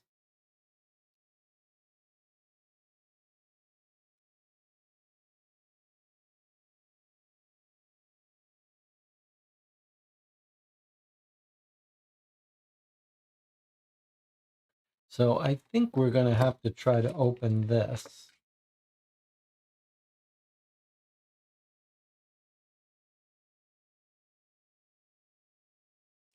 4 digits to open it. Okay, and it's showing a piece of paper.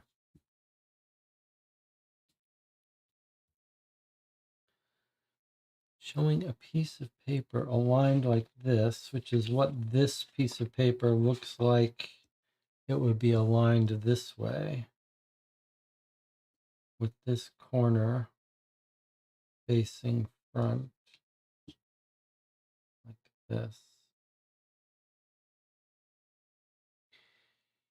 Okay. So it sure looks like this is the path for us, right? Like you can't go this way, there's a mine there. You can't go this way, there's a mine there. But you can go this way. And is this north? Like, is it this? Is this north? So this is north. So if we put that at that corner where this is, so this spot here is northeast. Northeast is where this is. So if we turn it like this, then this is northeast. So it should be this path that we go down.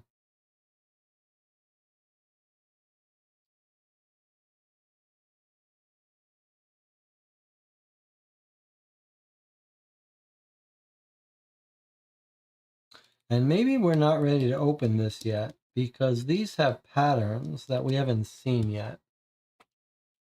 So I think that that's our answer. Assuming we agree that this is north, then there's north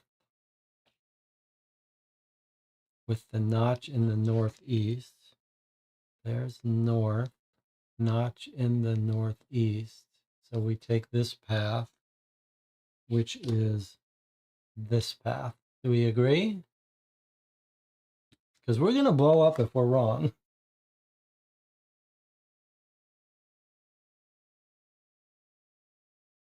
We will blow up if we're wrong. There's north. All right, I guess we're going to try it. 422. Unless anyone has any objection. Here we go. Now, remember, I don't type 422. I type, yes, 422. I thought there was some code because we're not opening the suitcase yet. All right, 422. Here we go. That seems to be the right way to the bunker entrance. Look at card 44.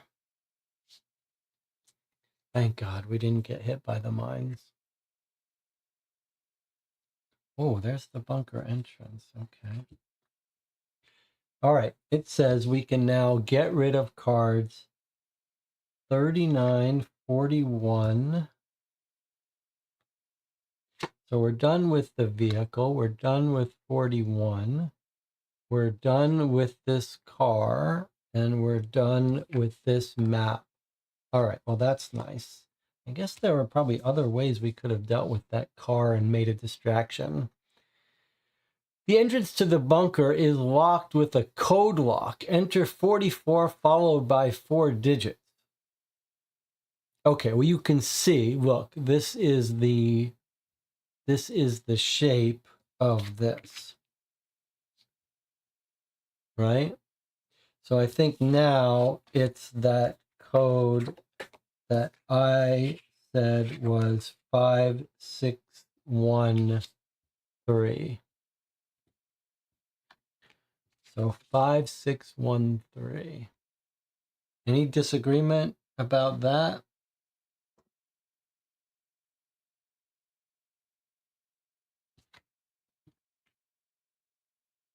5613. Surely that's right.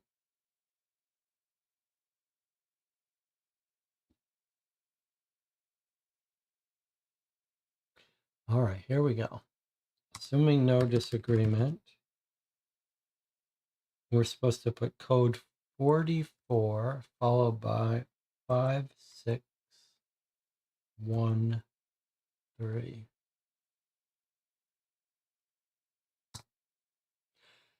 This is the correct code for the entrance. Look at card 46. What have we got here? We're in the bunker. This is pretty exciting. A long staircase leads down. Get rid of cards 27, 40, 44, 30.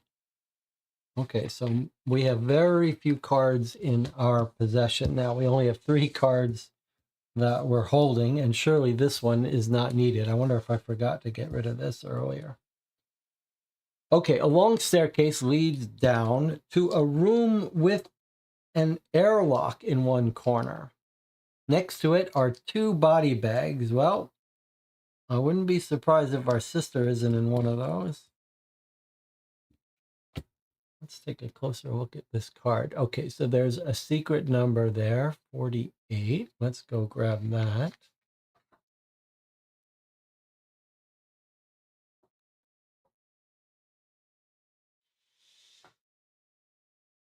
Okay, 1 bar of pressure, 1,000 liters per minute. Control panel in the airlock. There are approximately 5 cubic meters of air in the airlock. How many seconds will the pump need to suck before the pressure is dropped enough for you to pass the airlock? This was the thing where we just noted on the side of this box is a very odd little statement here. It says 1,000 liters equals 1 meter cubed.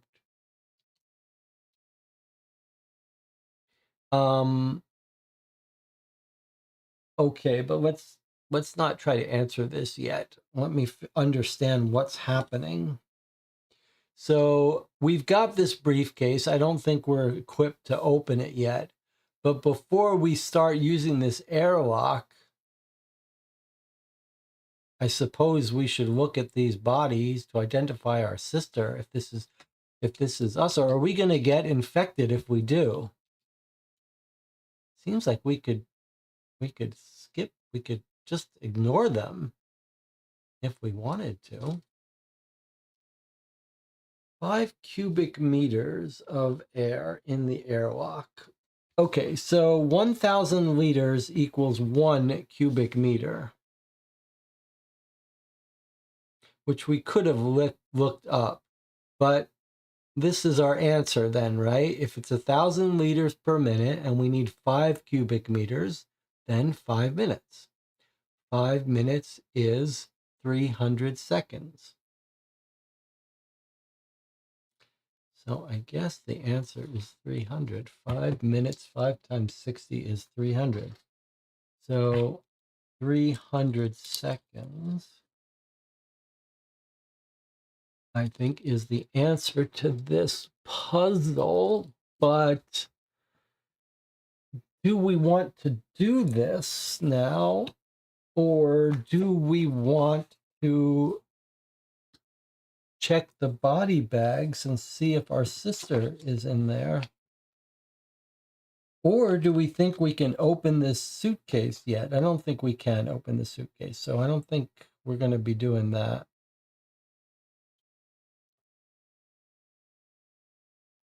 I don't think we can open the computer case yet until we see some symbol, some shading. So the question is, do we look at this first? Seems like we should, right? I mean, we've got our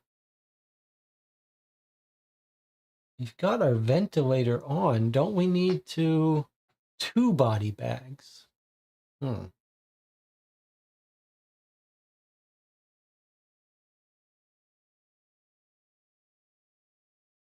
Do we do the airlock or do we look at the body bags? And what does this airlock do? How many seconds will it need to suck before the pressure has dropped for you to pass the airlock? Like, once we go through here, I don't think we're coming back.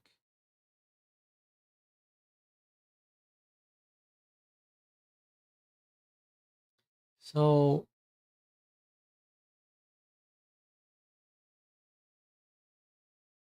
this is a weird situation. All right, we have to check out this airlock. This body bag. It could be our sister in here.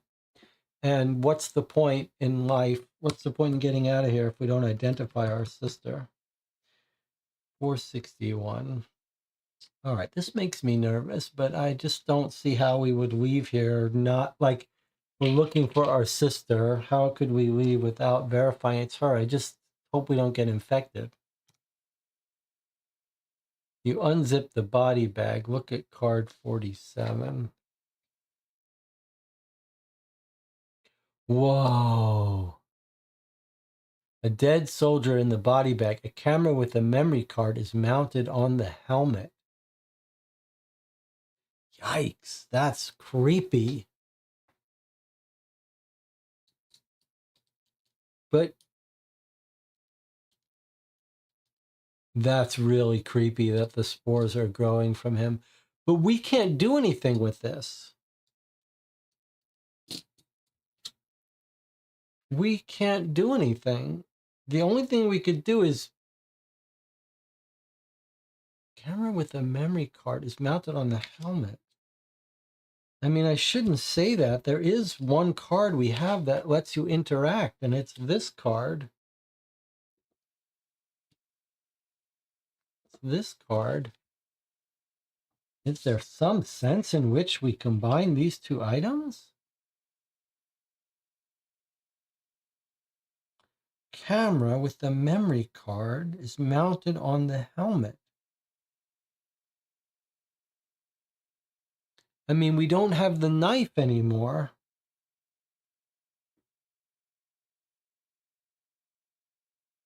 So how can we, like, we can't, what are we supposed to do? It's red. You can't just type in a red number to grab it.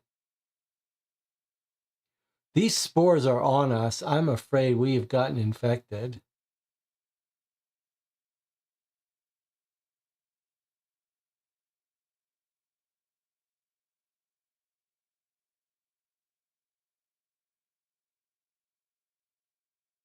I guess we have to go through the airlock now, right?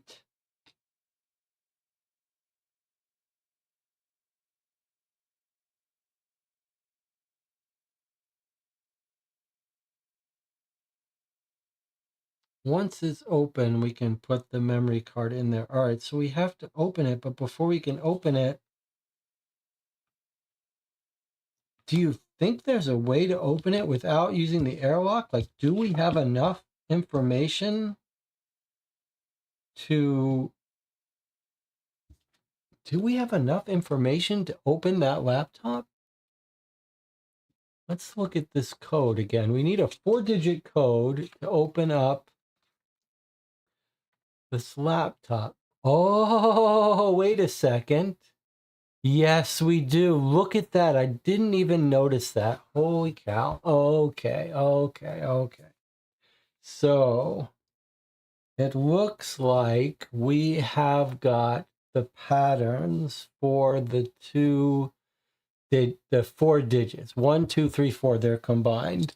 So the first two are diagonal stripes crossing each other, and the second one is like a grid. So it's clear that it's probably just an addition, right? So our diagonals are the 5 and the 7, which gives us a 12. And then the 4 and the 9 give a grid, which is 13. Okay. All right. So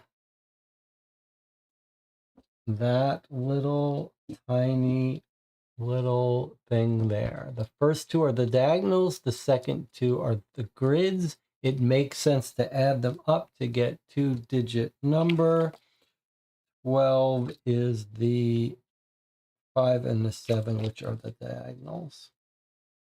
Diagonals and grid. Okay. Good teamwork. All right, let's open this sucker up. Code 45 followed by 4 digits to open it. Okay. So code is 45 followed by the 4 digits to open up 12 and 13. What?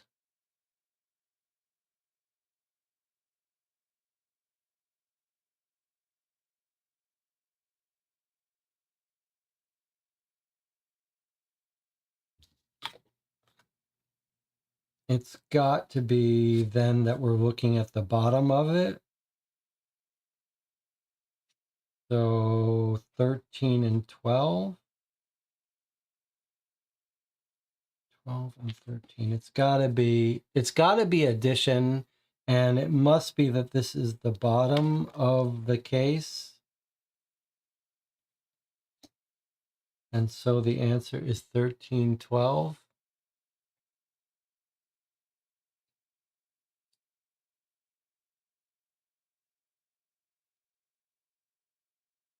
Gotta be right.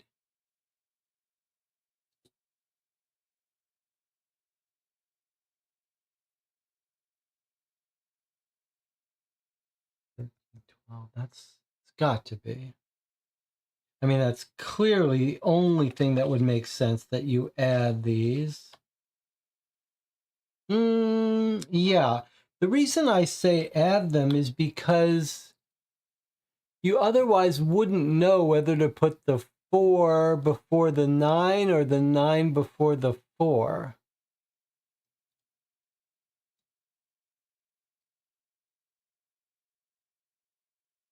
But if you add them, that makes sense. Overlay is like adding. Is there any other way any other reason why you would think that you use them as individually as digits?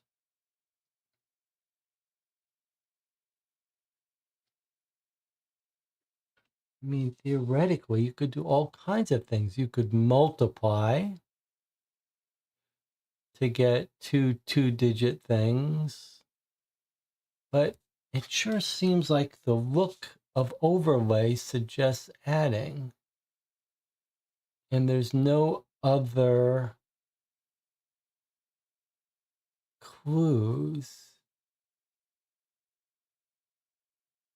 The only other thing that would make sense is if you just concatenated them like 5, 7, 4, 9. But then on what basis would you be putting the 5 before the 7 instead of the 7 before the 5? So you could be adding, you could be multiplying, or you could be sequencing them. Like you could say the diagonals are the 5 and the 7. You could say it was 57 and then the grid 49. But then on what basis would you be making and saying it should be 57 rather than 75? Now I added them doing diagonal first and then grid. But if it's upside down, then it would be grid first and then diagonal.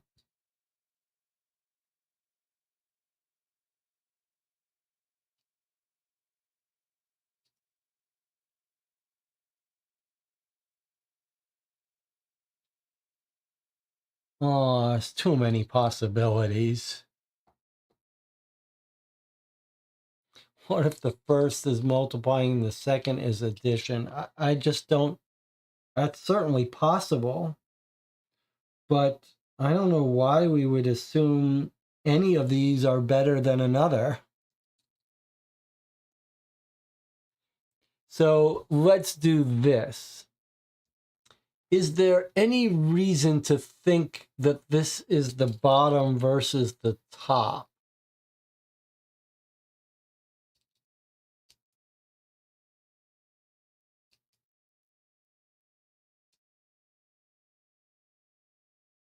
Is there any reason to believe this is the bottom versus the top? There has to be some other clue about which of these is the right way to do it. If you were looking at it this way,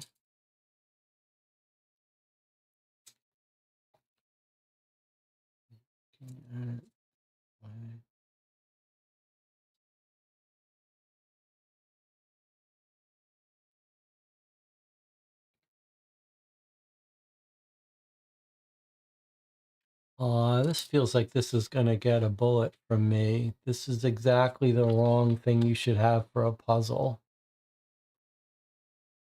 There's 15 different things that it could be.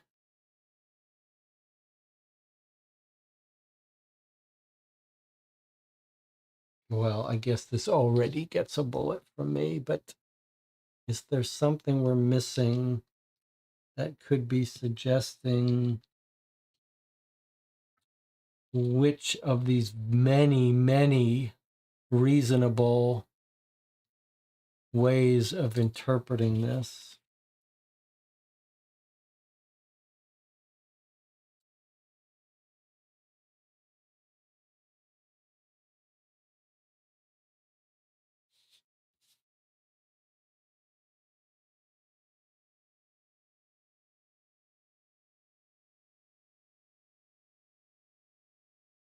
I mean,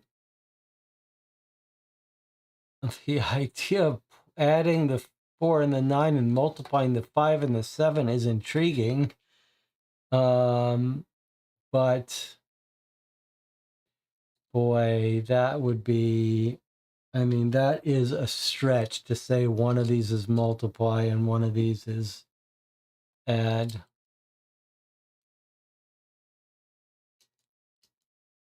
Oh, that's pretty evil.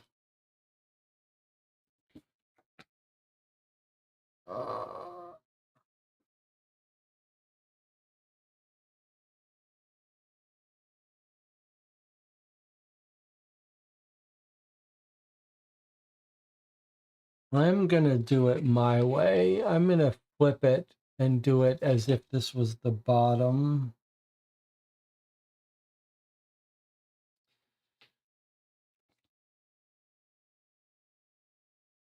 There is an interesting thing about where the handle, like the handle's on this side, so like you'd have to do it this way. All right, so I'm going to do 13, 12. 45, 13, 12. Oh, that's really a shame.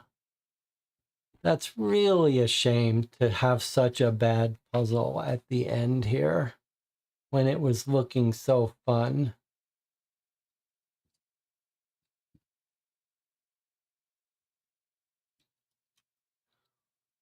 What do you want from us now? Do you really want us to try every possible permutation? Like, are we going to add and multiply and then try it forwards and back? Surely not.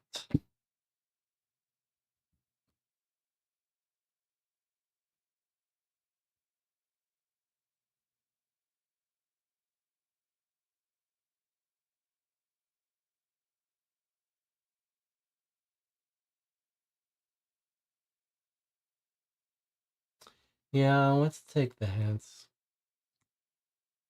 Have you entered code 432 from the black box on card 43? There are some shaded patterns. You entered 432 from the black box on card 43. Yes, we have. So that hint, this is a weird hint, but I think it's just asking us if we can see it. From the black box on card 43. I mean, have you entered card 432? Yes. Okay, that's just the laptop. All right. We're going to get a terrible score because of this. Note the shadings on the other side of the card. Maybe they can be used. Okay, we already figured this out, guys. That's it? Oh, what a shame. So we got 2 hints. We're going to penalize twice for stuff that we we already knew, and there's no more hints to get. Oh, yes, there is. Imagine putting the two diagonal shadings on top of each other and the two orthogonal shadings on top of each other. Well, that's what we already did. That's what we did.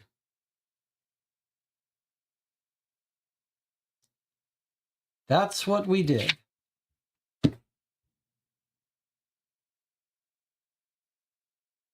That's exactly what we did.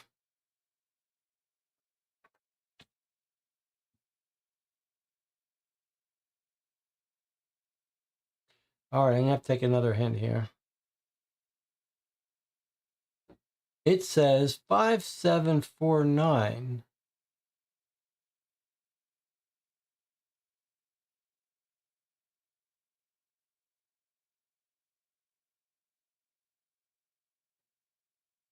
What?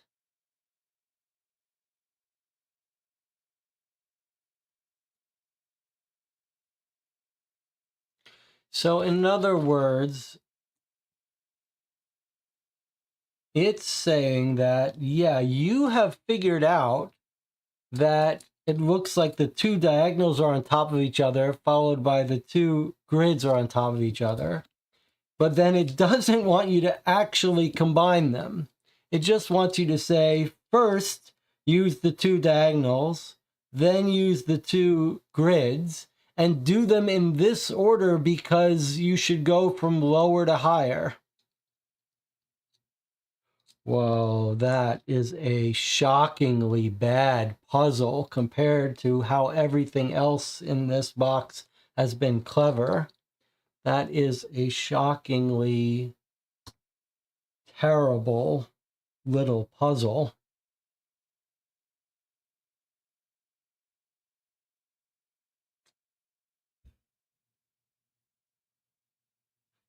Five, 7, 4, 9.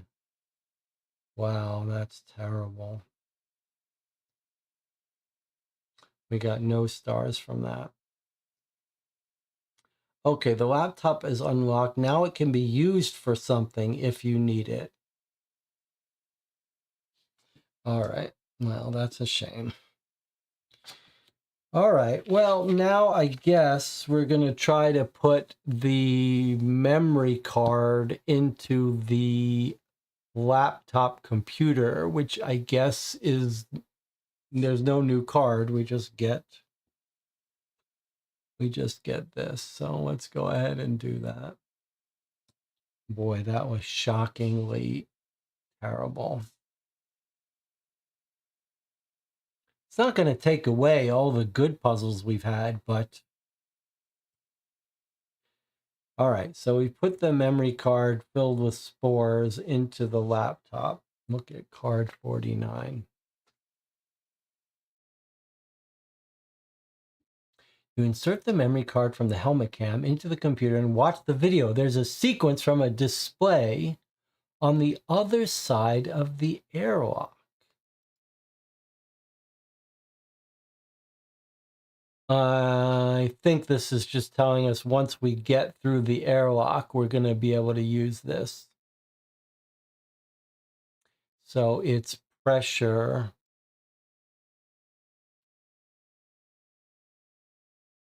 I think this is just not for now. I think now we do the airlock. Now that we've gotten this information, 45 and 47. Okay, so these cards we're done with. Okay, now we're going to do our airlock. All right, we calculated 300 seconds. Any disagreement about that? 5 cubic meters. We're pumping out 1 cubic meter for every 1,000 liters, 1,000 liters per minute. So 5 minutes, 5 times 60 is 300 seconds. 48 followed by the number of seconds. All right, so unless anyone has any objection, I'm going to go ahead and put this in and say 48,300. There's more complaints in the chat about the things. 2 numbers are on the right square, 2 numbers are on the left. If you stack them, 1 would be on each side of the pattern square. Okay, don't know what you're trying to say there. All right, we found a million different ways that made sense of getting those digits. So different digits. So I don't know. I'm not sure what you're trying to say. Doesn't matter. We're ready to do this. Okay, 48,300 is what I calculate. Let's see what it says. Nope.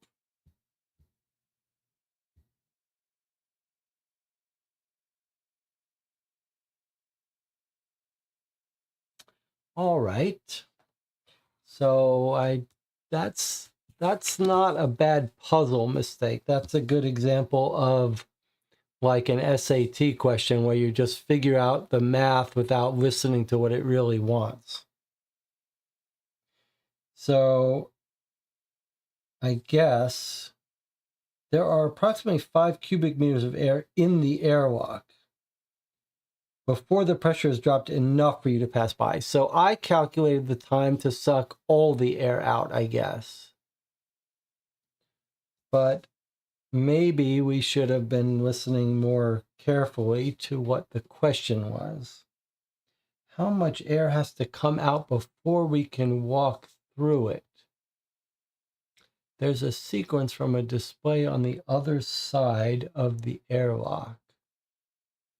So what are we looking at here?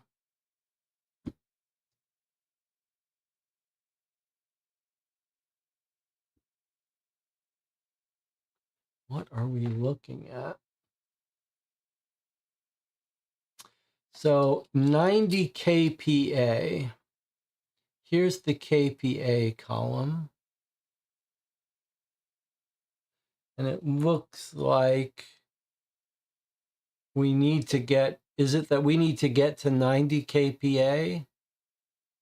And from what we can see here, we're currently at 1 bar, which is 100 kPa.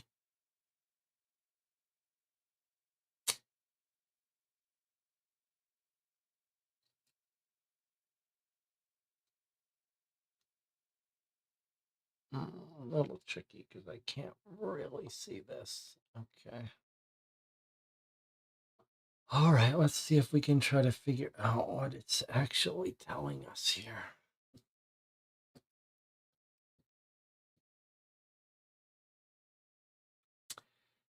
All right, let's think about it for a second. So we can turn this thing on. It can remove air, which removes the pressure.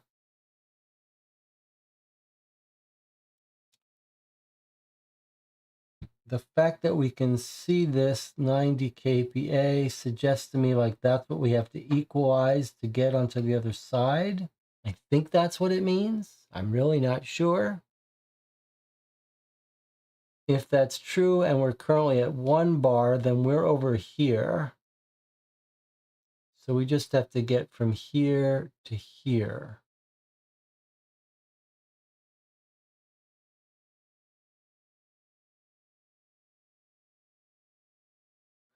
PSI is pounds per square inch. There are 5 cubic meters of air in the airlock.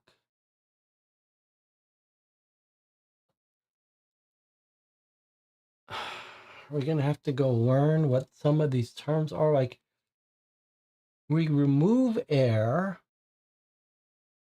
So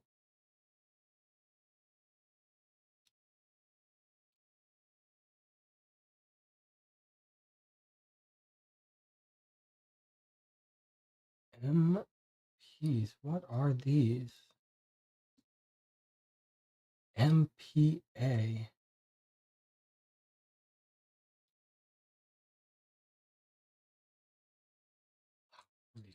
38 degrees in here.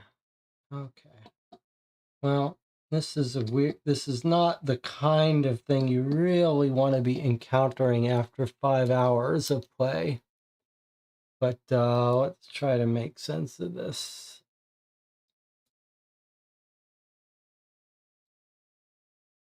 Okay.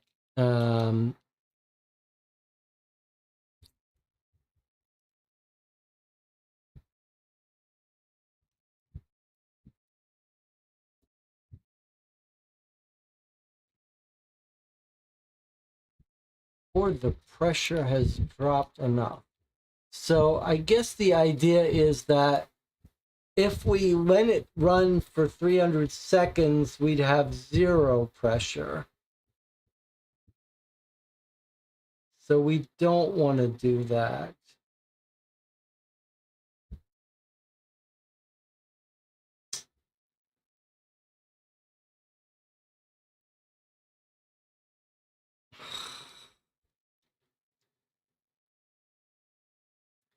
It's a sequence. Do you think it's a sequence of every minute?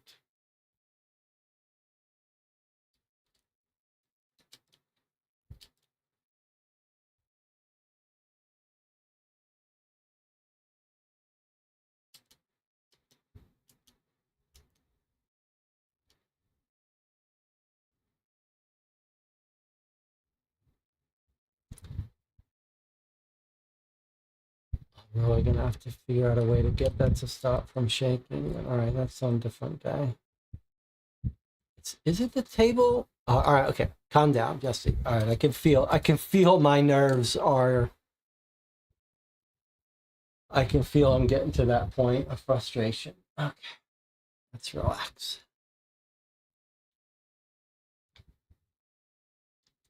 Let's relax. Let's pretend this is real. These are these all a measure of pressure? Like bars are pressure, pounds per square inch are pressure, kilo PA and milli PA. What is, okay, I'm tempted to take some hints, but let's try to relax. Let's try not to get frustrated. I can feel that my patience is all frazzled because of that last puzzle. Let's try to just learn a little bit. Okay, so they're pascals and they're just measures of pressure. Okay. So is there a way to display this better that shows up on screen better? All right. So let's just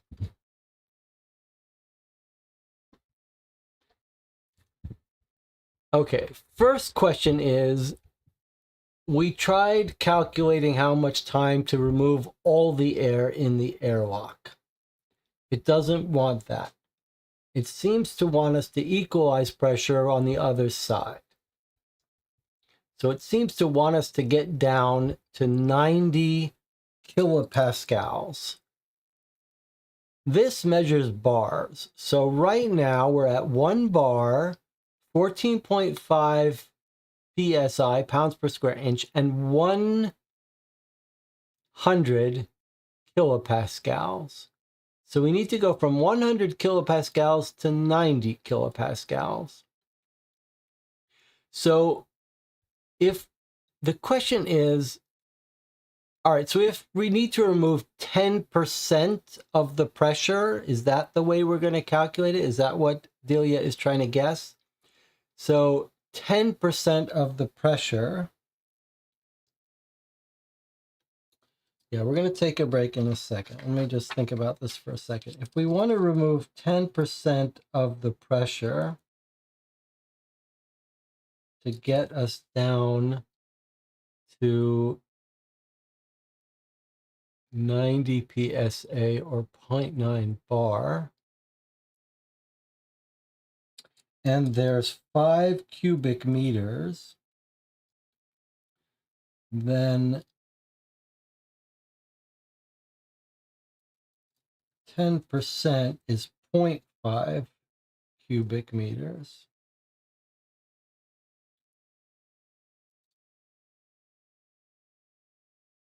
And it's in 1,000, in 1 minute we get rid of 1,000 liters, but 0.5 cubic meters is 500 liters. So the answer should be 30 seconds. In 30, you can't see this. Okay, in 30 seconds, we get rid of 5,000 liters. In 60 seconds, in a minute, we get rid of 1,000 liters. In 30 seconds, 500 liters. 500 liters is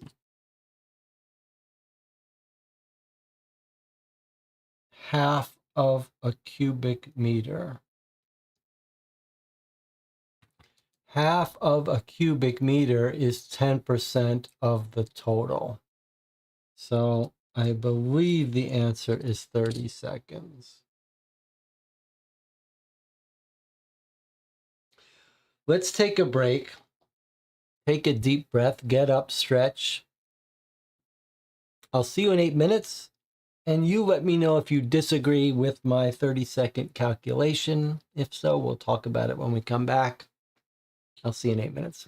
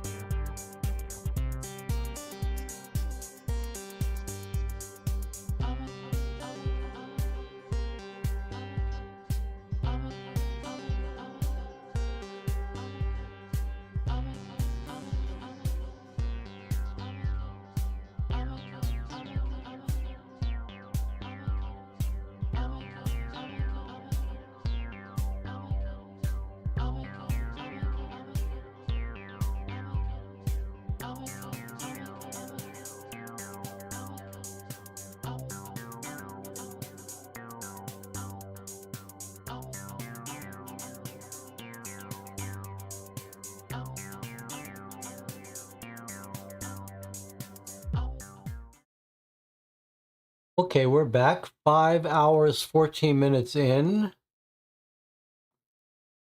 It's currently 4:44 a.m. I was absolutely getting on tilt after that last puzzle. Maybe that's a new rule. Like after one of those really frustrating puzzles, we got to take a break. I'm not sure we're quite out of the woods yet, although this seems like a reasonable answer. Now, the chat has had some time to digest this. It sounds like Delia and I were on the same basic wavelength. This is not the best view here. Does anyone want to offer up a different theory for how to answer this question? Sort of top level question is, what does it want us to get the pressure to? How many seconds will the pump need to suck before the pressure is dropped enough for you to pass through? So I think it sounds like we think it's 90 kilopascals of pressure. We're currently at 1 bar, which is 100 kilopascals. So we need to reduce the pressure by 10%.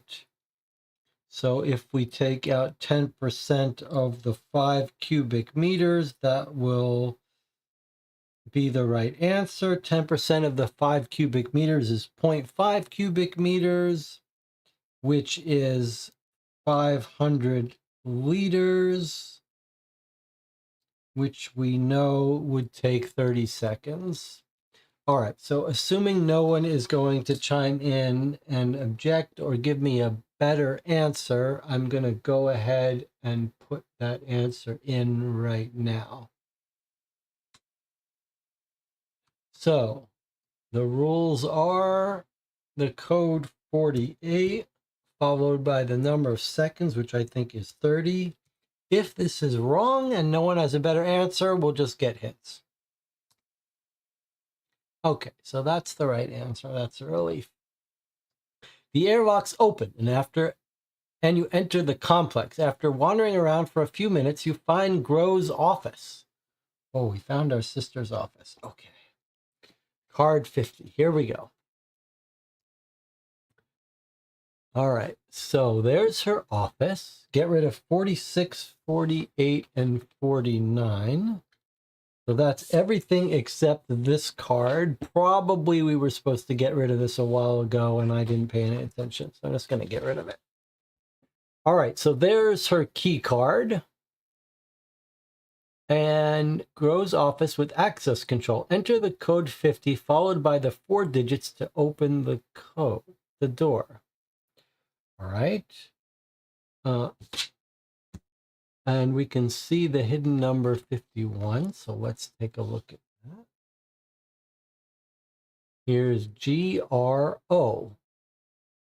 But in a weird way, she even put her name on the inside of the door. So you could think about a couple different ways to, this is like the same puzzle we had before, where it's a number code, but probably it's backwards, right? Like a mirror. So probably it's 0, 7, and then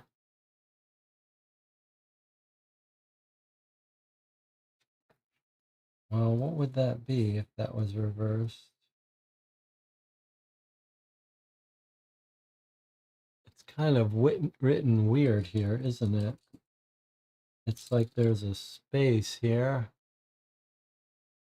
4 digits. So if you flip that,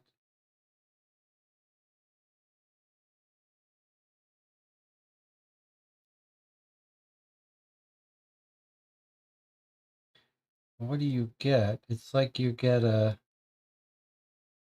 C and a 7 and a backwards. Maybe I have it wrong. Maybe it isn't about flipping. Certainly that middle one looked like a 7 flip.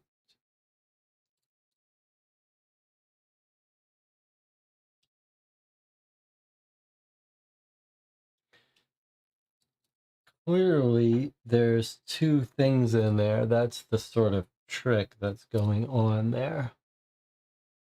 So what is it trying to do? What interesting little puzzle are we looking at here? We know it's all numbers.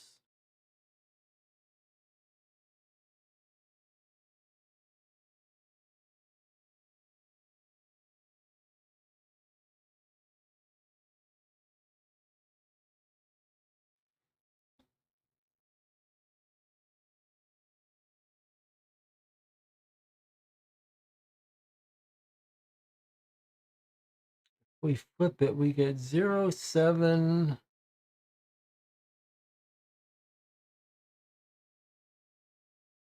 Need 4 digits. Is there a 0 on the keypad?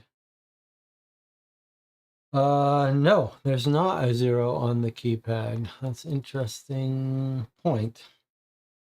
There is no 0 on the keypad, just 1 through 9.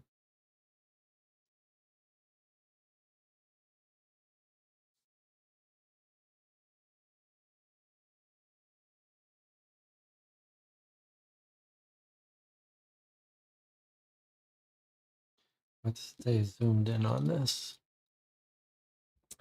Okay.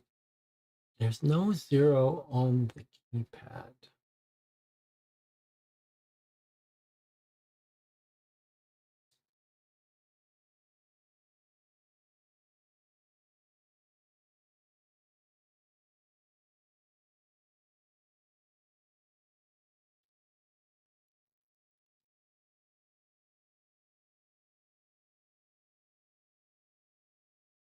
Hmm.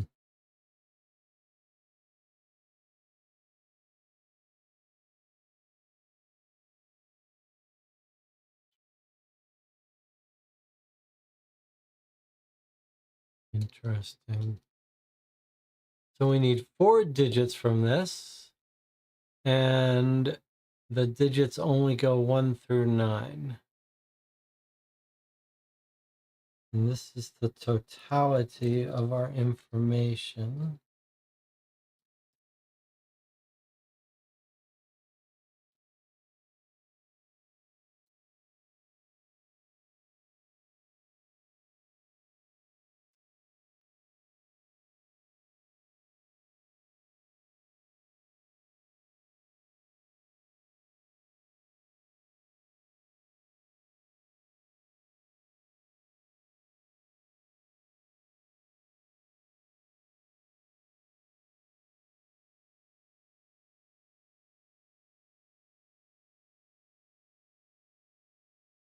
What if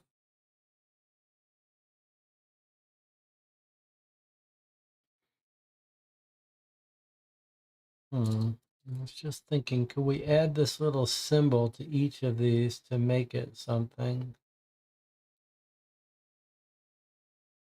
Not really.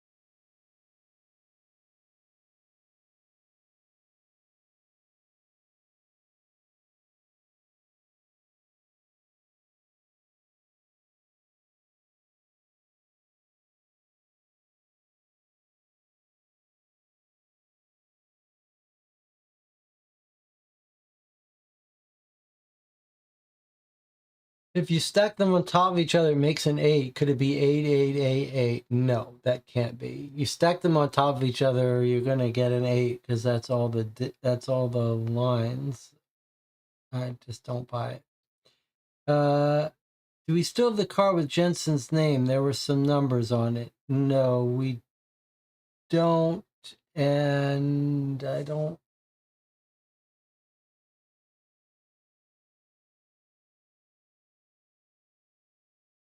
I'm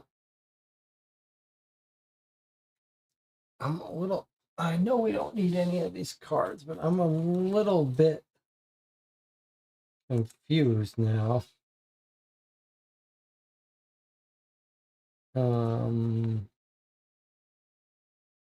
Confused about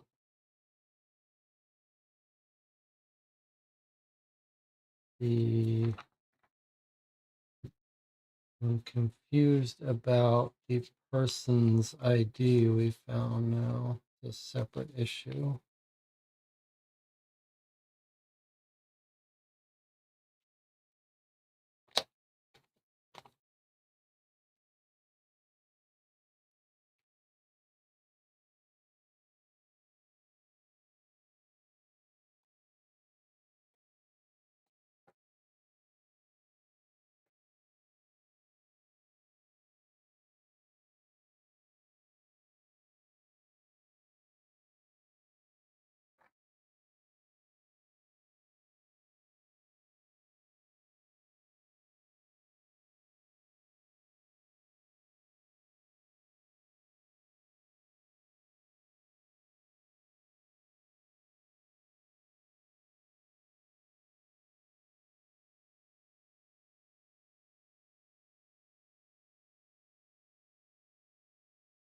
Well,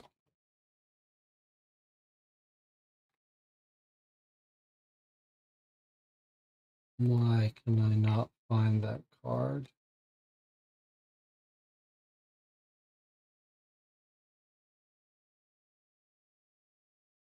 This is very weird. Let me just point something out. It's very confusing. Her name is Gro Jensen, and the guy that was trying to kill her was Jensen Tobias. That's unnecessarily confusing. Okay. The key here surely is this clue about this G not connecting.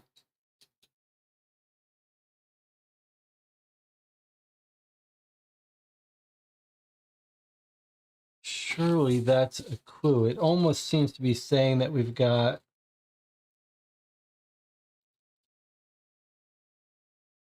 four symbols that look like this.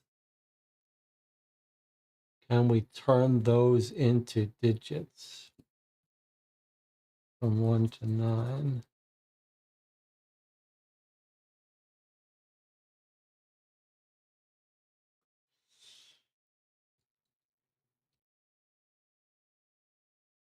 It does almost feel like there's some stacking going on.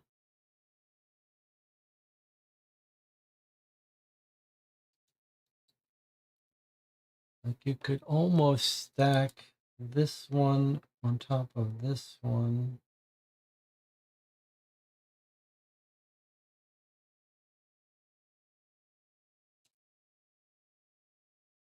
Not really, though. All right, let me try to pay some attention to the chat. I like Delia's idea of counting the lines. Wouldn't that still be 3 digits? I don't like it.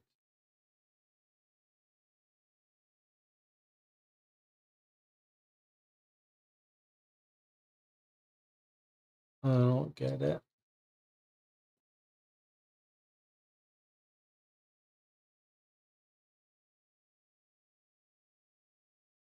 It has to be something. It can't be something as obscure as counting lines. It has to be something that makes more sense and clicks into place.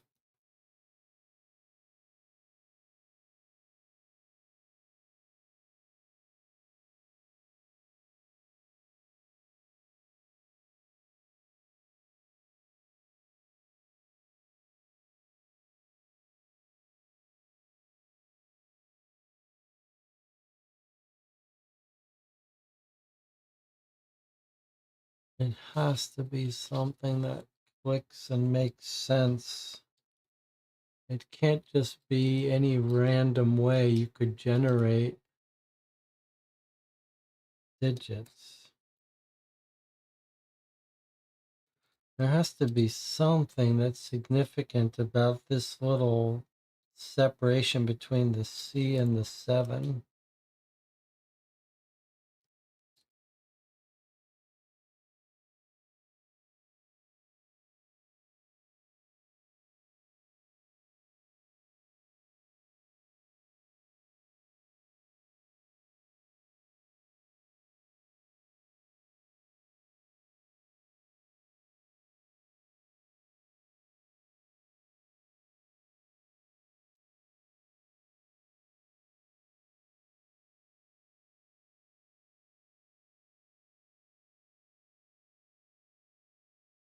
We put the 7 on top of this, we get a 2.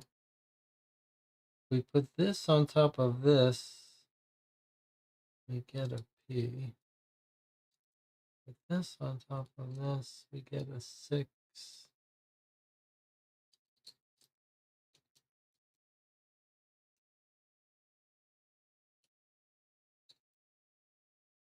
If we go this way, do we get anything?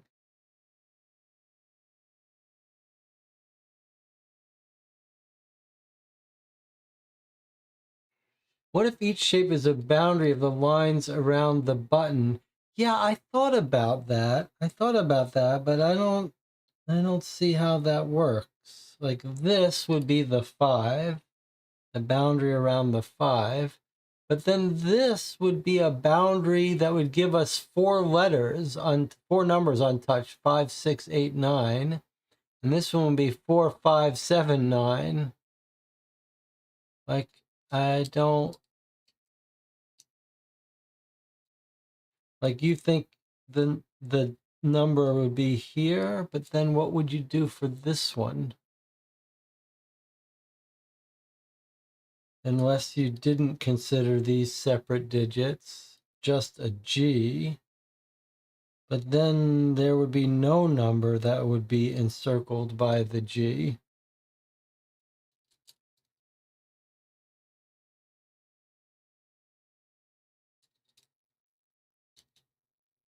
Yeah, like a pigpen cipher. Yeah, I thought about that, but I just don't see how we get 4 digits out of it. But it does make sense. Like if it was drawing a visual, then this G would be covering every digit. And then you'd have to decide what's the digit in the middle of this. I guess there would be 4 digits untouched by it, 5, 6, 8, 9. But you could look at the one in the corner, which would be a 5, but then you'd have a 5, a 5. Like, I don't see how to make it really work.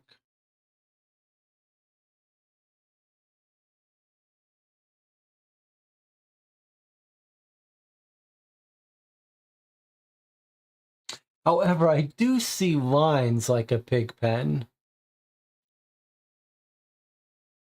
So what if this 4 lines is the 5, and then this one is the 9, like a pig pen? That's what you were saying. And then that was a 7, and then that was a 6. Yes.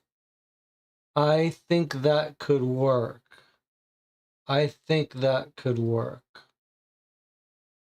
So I was looking at these being drawing the boundaries around the thing, but I think you're right. It's a pig pen, and this letter here is what I've drawn, a C and this shape. It's 2 shapes.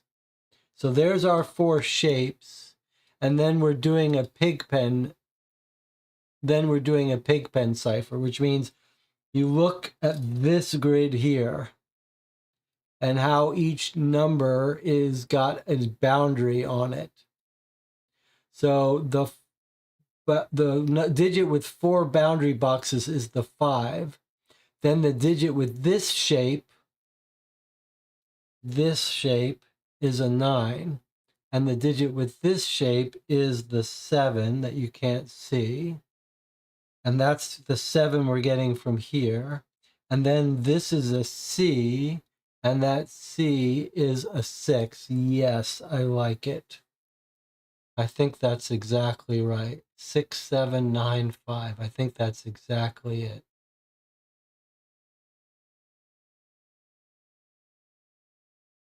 I think that's it right there. In fact, I'm sure of it. All right. We're going to put this in because this is the answer. Surely. Surely this is the answer. 506795. There is no doubt in my mind that this is the right code. You open the door to Grove's office. Look at card 52. Yes, very good work, Corsican. That was literally a pigpen cipher with the extra trick of this being the two symbols, which we spotted and figured out. All right, that's pretty good teamwork. And good work for Corsican for figuring out the key. All right, we found our girl, and here she is. Our sister has got spores growing out of her. That's pretty nasty. Oh no, you found your sister dead on the floor of the lab. And we lose our last two cards. Wow. That's it. That's the ending of the game. That's it. It looks like she's got some information for us, but there's no extra cards to read. That's the end. There are two more cards in the deck, but those were cards. Okay, well, I guess we're meant to draw them. It doesn't, I don't see a 53 on anywhere, but I guess we're at the end. We're supposed to keep reading. Next card says, Dear Sigrid, I should never have asked you to come. I'm sorry. I'm infected and I won't make it. Beware of Gaia, who wants to prevent our possible treatment. Find laboratory in Sweden can complete the work. A final note from your sister Grow. And then there's the 54. Was there a 53 in here that we weren't seeing? Or is it just breaking the rule and saying to hell with the rules of the game?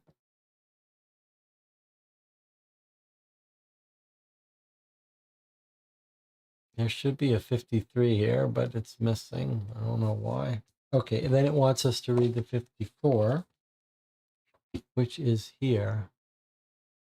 Back of the note from Grow, enter the code 54, followed by the 5-digit laboratory number. All right, so we've got one last puzzle, and you can see it's a spatial puzzle. But maybe not so hard. Let's see. I guess we're meant to do this. Let's see. 3, 4, 5, 0, 1, 2, 3, 4, 5, 6, 7, 8, 9, 0, and then there's a plus or something here. So it looks like we're meant to do it like this. Oh, like this.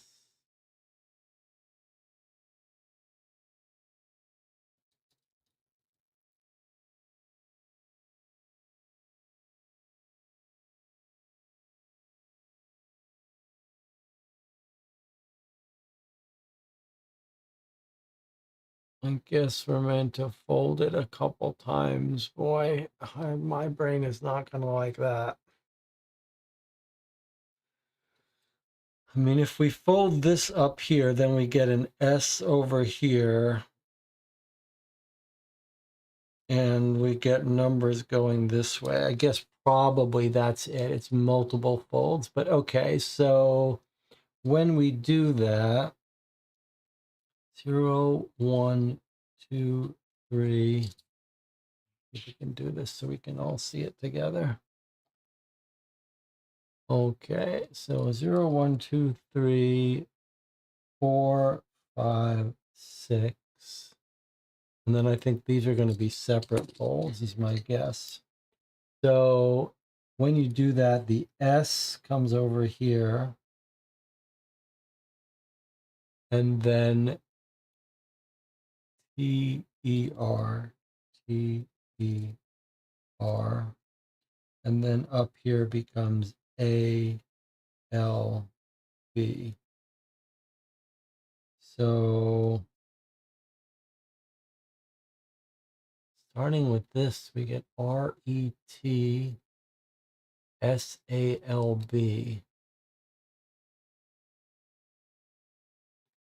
5-digit laboratory number.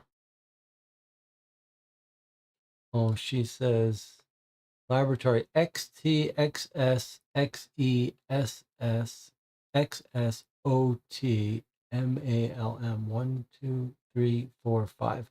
Okay, so I guess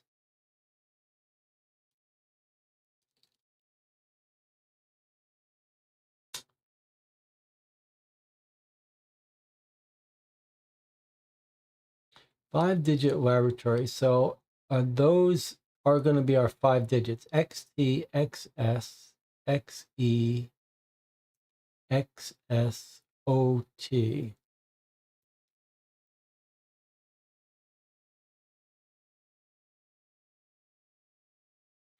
Well, there's the O and the T.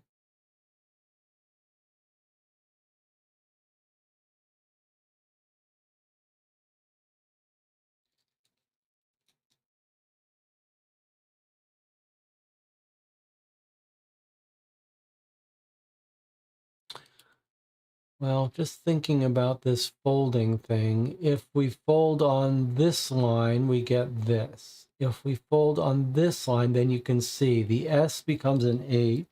Let me just finish doing this then. 7, 8, 9. So 7, 8, 9, if we fold, we get the S where the 8 is, and we get the T where the 7 is, and we get the A where the 9 is. And then this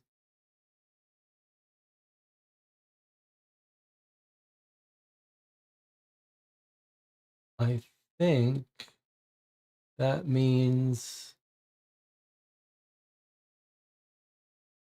this X and the O don't map to anything. All right, so this is what I've got here. So X, and how do we get a T? Oh, there's our T. Okay, so I guess I get X2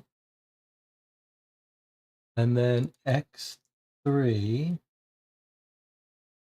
and then X1 and then X3 and S again,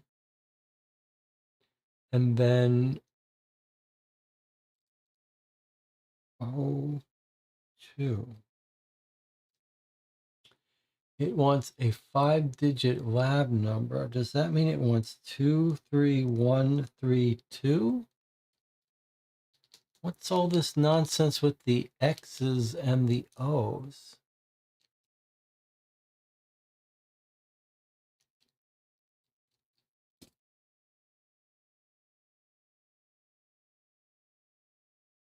Is the answer just 23132?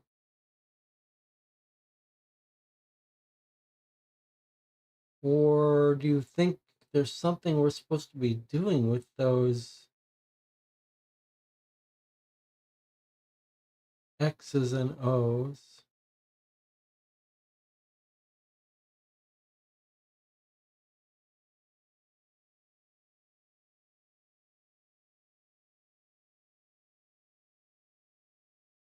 Any theories about that?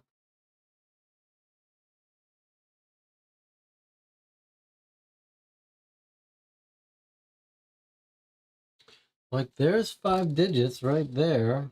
2, 3, 1, 3, 2. That's the T, the S, the E, the S, and the T. That's a weird thing to do. Why is it like this? Why is there 2 lines before the O?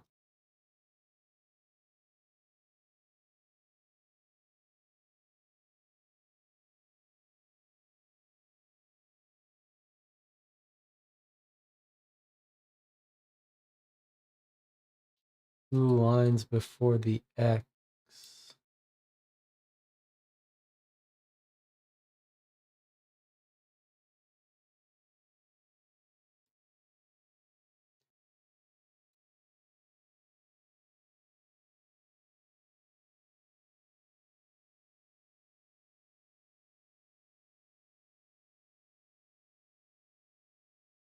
Any theories?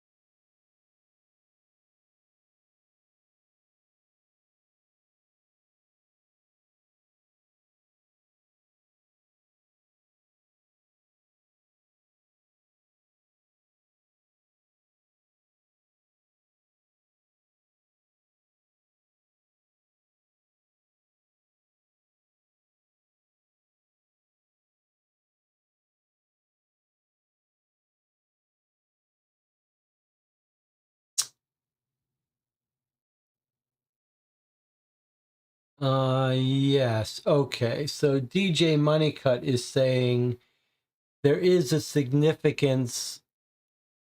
I think the Malm is a separate thing. It's just saying in Sweden there's an organization called Malm or something. Okay. So what DJ Moneycut is saying though is that I got this number X2, X3, X1, X302, but DJ Moneycut is saying that the significance of the O's and the X's are redundant because I figured it out without worrying about where to fold just because there's only unique set of letters and numbers.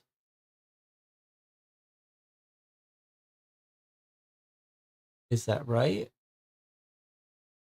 Maybe it's not right. AST. Oh, I see. They're not. They. That maybe I didn't do it right. 789 O. OT. I should have looked at this T. Okay, there you go. That's good. Okay, so actually this T is a 7 because when we've got the OT, I shouldn't be looking at these letters. These are the X fold letters. I should be looking at 7, 8, 9, and that gives us the 7 is a T. So everything else are all X's. It's only the last one. All right, so 23137 is what I have then. 23137. Any thoughts?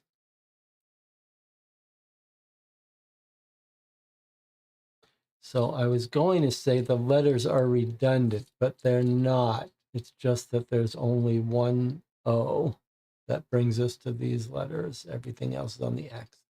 Okay, let's try it. 23137.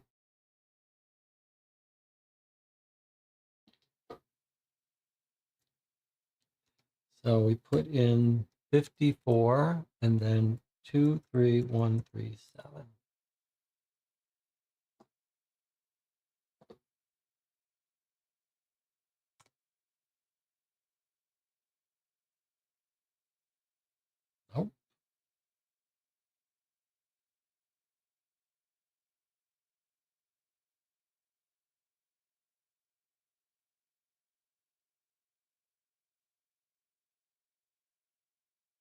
What have I done wrong?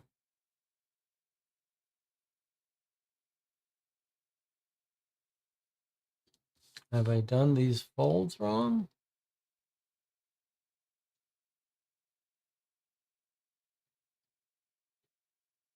That's unfortunate. What have I done wrong?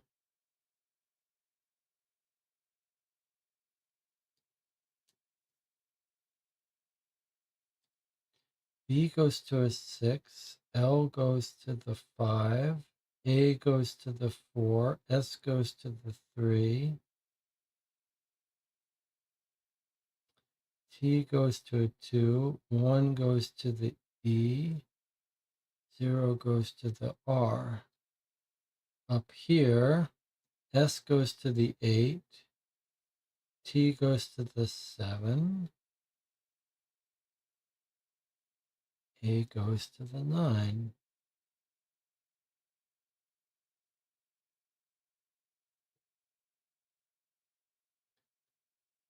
T is a 2, S is a 3,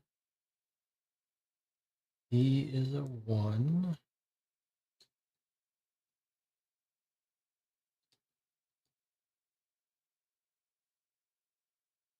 S is a 3,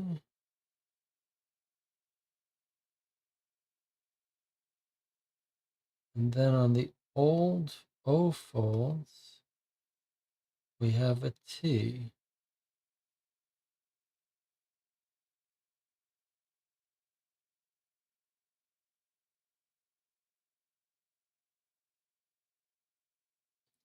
Which should be a 7. 2, 3, 1, 3, 7. What have I done wrong?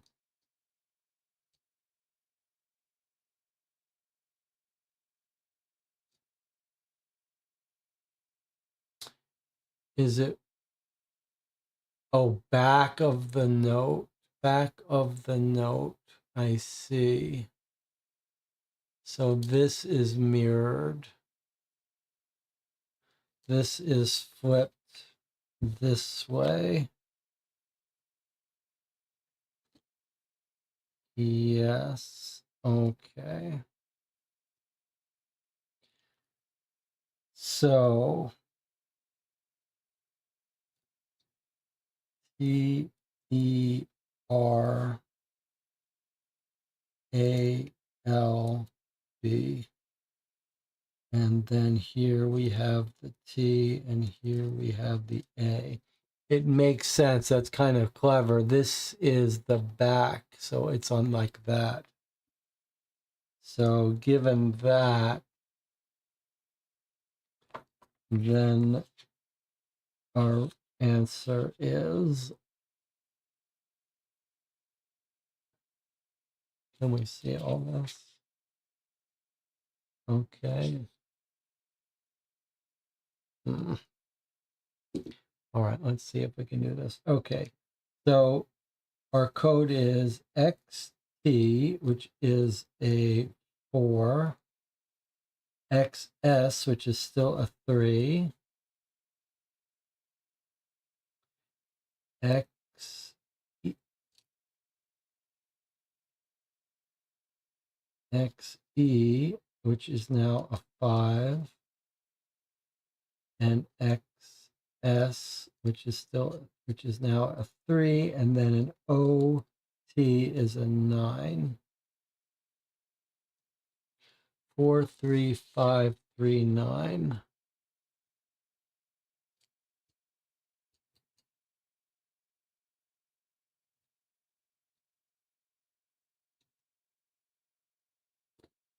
All right, let's try that.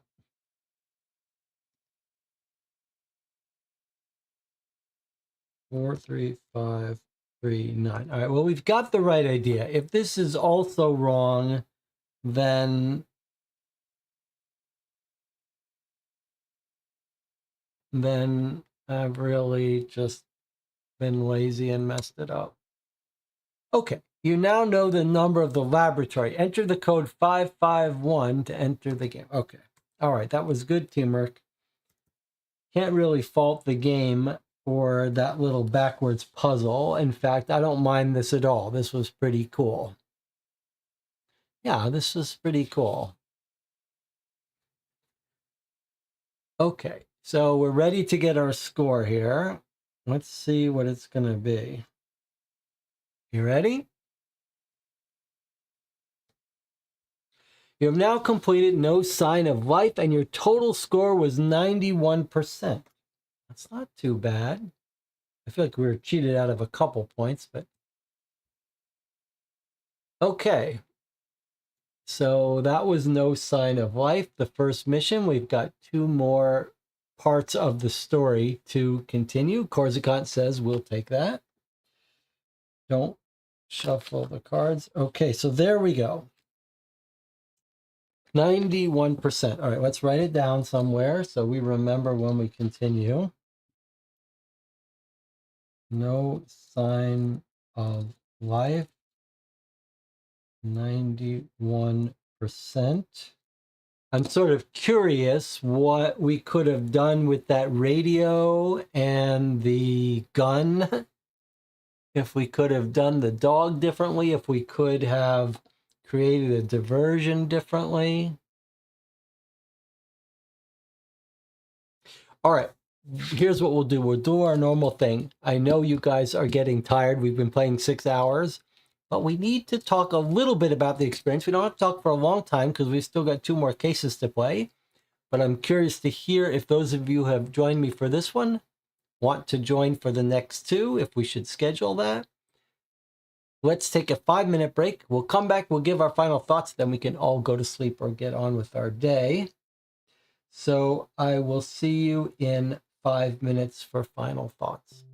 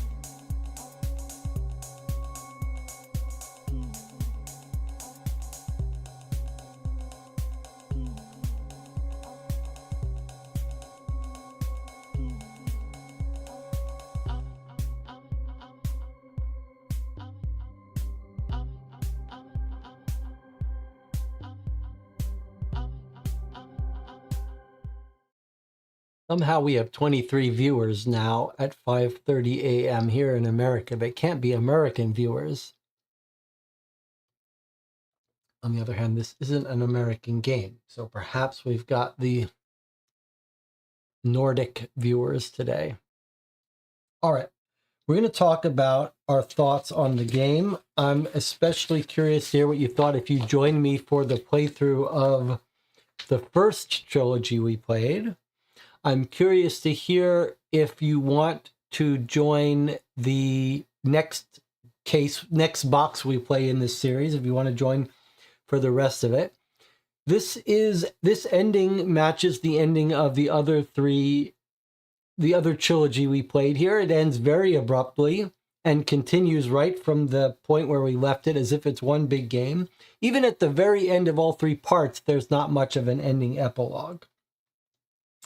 But no surprise that it ended abruptly here. Now, before we talk about the game and the experience and all that, in the Discord, there is a Discord for this channel. There's a Board Game Geek Guild for this channel. It was pointed out to me what I wasn't getting about the briefcase puzzle, which makes we may have to reevaluate, take one of these bullets away. Let's take a look at what DJ was trying to tell me. He says, look at these numbers. We figured out that there's the crosshatch and there's the grid. I still want to argue that you could read it this way or this way. But okay, so there's the diagonals combined and the grid combined. So we looked over here. We said, okay, you combine the diagonals, you combine the grids. And I said, well, what order would you put them in? And because the order would matter, I thought it made much more sense to add them. Like an overlay on top is like adding them. That made complete sense to me. I still think that seems very valid. But DJ said, hey, there's something else that you're not noticing. So the right answer was the diagonals combined with the 5 followed by the 7 and the 4 followed by the 9. That's how you get the 4 digits. And I felt like that's very arbitrary. Like, why should you pick the 5 as the first digit and the 7 as the second digit and the 4 as the first digit and the 9 as the second digit? Why not pick them either way? And what DJ said is, take a look at what you're not noticing. On these two, the digit is to the left of the square. On these two, the digit is to the right of the square. So if you actually overlay them, you get 5 crosshatch 7 with the 7 on this side.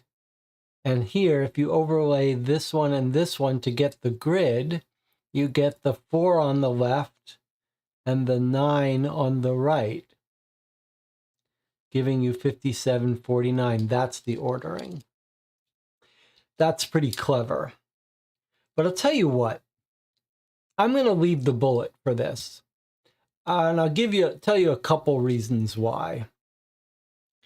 First of all, I think it's a bridge too far, figuring out that once you figure out this is this, then you figure out you combine these, and then there's lots of puzzles in this game where things are upside down and backwards, and I would argue there's really no way to know whether you should read it this way or this way. The second reason I think it's bad, this symbol of when you put these on top, you get the 5 and the 7 and the 4 and the 9. That's very clever. But let me give some advice if you're making a puzzle. The object of these puzzles should be that they're not fragile. There should be one good way to solve it, and the other ways that you try to solve it should not work. And there's lots of ways you could have fixed this. For example, the fact that when you overlay these, you get a 5 on the left and a 7 on the right, if that's your intention, that the puzzle should be so devious that that is required, then it shouldn't be that if you just do them in numerical order, alphanumeric sorting of the orders, like the 5 before the 7 and the 4 by 9, that shouldn't be the answer. Like there should be a 9 over here and a 4 over here, requiring you to do 94 instead of 49. But the other thing is that the only thing you'd have to do to fix people adding them, which I think is a very natural thing to do, is make them not all come out to double-digit numbers. Like if this was a 4 and this was a 5, 4, 3, 2, 1, then when you tried to add them and you added 4 plus 3, you'd get a single digit. And you'd say, okay, that strategy has to be wrong. And that wouldn't take away anything from the deviousness of the puzzle. The puzzle should be such that there aren't multiple things that seem reasonable. I saw we disconnected briefly for a second. Anyway, I'm not going to take away the bullet. I think that's very cool that you spotted this. But it should be that we couldn't have found other reasonable answers. And it shouldn't be that if you turn this upside down, which is completely valid, you don't also get an incorrect answer, but one that looks reasonable. Okay, anyway, with that said, let's see what the group thinks of this game.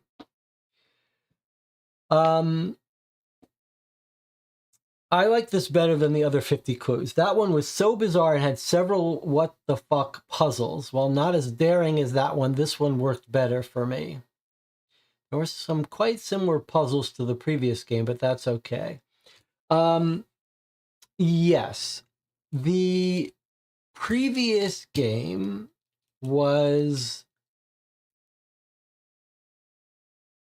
had this novelty factor of being kind of evil.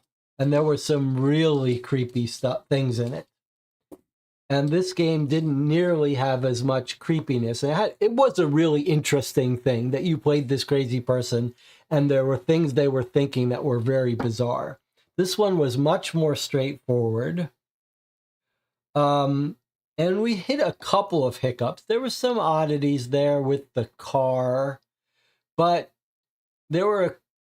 most of the puzzles here were very reasonable. They were enjoyable.